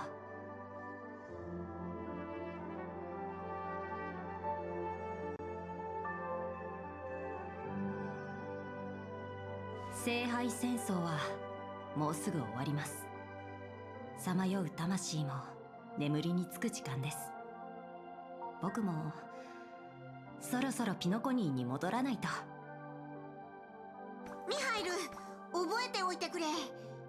列車から離れてもここは永遠に七死人の家じゃ。俺はずっとここにおる。いつでもお前らを歓迎するぞ。はい。では約束です、車掌さん。次にピノコニーに停車するときは、僕のため、ラザリナのため、ティエルナンのために汽笛を鳴らしてください。 Master lain nggak ada, Pik. Nggak ada master dari Fate Stay Night muncul, hanya karakter dari Star Rail. Hanya itu 3 yang muncul dari Fate. Archer, Lancer, dan Saber. Itu aja. Rain, Shiro nggak ada. Itu. Get your thoughts to the present. If there's really a chance that people wish it, what would yours be? Make a silent wish. I want to see Saber again, bro. 願い事は口に出したら叶わないって言うしな。あなたらしいわね。 Nggak ada Sele. とにかく Ini Master Robin. 盛大に開いた第1回聖杯戦争はそれが最後になったの。でもミスター・レックとドクター・エドワードの協力で制作された夢の泡の映画はイプシロンで大ヒットしただけでなく、 Make karakter masternya Saber. 夢追いブームを巻き起こした。 Aventurin masternya Archer. さんとカンパニーのピノコニー支部はこれを機に大儲けしたそうよ。 Boothill masternya Lancer. Dia masternya Caster. Tadi ada Berserker juga, nggak sempat lihat, tapi bukan Clara, bukan Ilya. クランの当主とピノコニーの株主を巻き込んだことについては、アベンチュリンさんが予想した通り、ほとんどがエンターテイメント番組の名目でごまかされたわ。Nggak ada, Pik. Ini kau lupa, ini game Honkai, Pik. Nggak ada begituan. 巨額の賠償金や訴訟は避けられないでしょうけど、私、オーディさんは聖杯が起動する前からこうなることを予想していたような気がするの。そうそう、もともとあなたには個別に賠償金を支払うつもりだったんですって。でもさすがのオーディさんもそれはあまりにも俗っぽいと感じて途中でやめたみたい。その代わりに聖杯戦争で一番価値のあるものを私たちにくれたの。 Yeah, the Grail itself, 2 crew. No, crew's good. So this is his apology. That whole box always managed to get the most out of everything. あら、聖杯の中に何か入っているわ。あなた宛てのメモみたいね。 What? 皆さん忙しそうなのでフックお嬢さんを連れて先に帰りますね。掘り出し物を買い取ってくれたオーディさんに感謝を。おかげで自由気ままな旅に出る資金が手に入りました。 Bro, why was he even here? ところでこの散歩なら聖杯に何を願うのか、あなたは気になりませんか？ Indeed curious. そうだと思っていました。やっぱりお兄さんはこの散歩のことが気になるんですね。皆さん、今回の番組はこれで終わりですが、もし本当に願いを叶えてくれるアイテムがあって、僕は世界中の人々が自由に生き、 As expected of a masterful. 楽しい毎日を送り、 Enggak, dia itu hanya troll kayak Vita gitu. 願いましょう。 Ah, selesai. We're done. The Fate collab. The story anyway. Lancer's still here? Damn, bro. Boss Grail and Midi Ward. Ciao, my friend. Yeah, it's over, bro. Guess we can summon for Finon for a bit before I finish off the stream. It is pretty late, so make this quick. Let's go to Cyrene to summon. Here she is. What's up, Cyrene? What the heck are you doing? Thinking? Okay. Here it is. Gotcha time. This is like hard, soft pity now, so I should be able to get him now. There it is.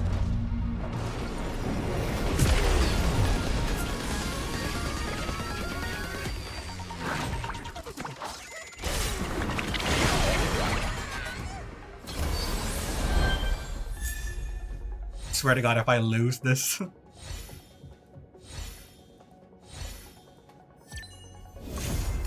Thank God. Thank God I got him, bro. There.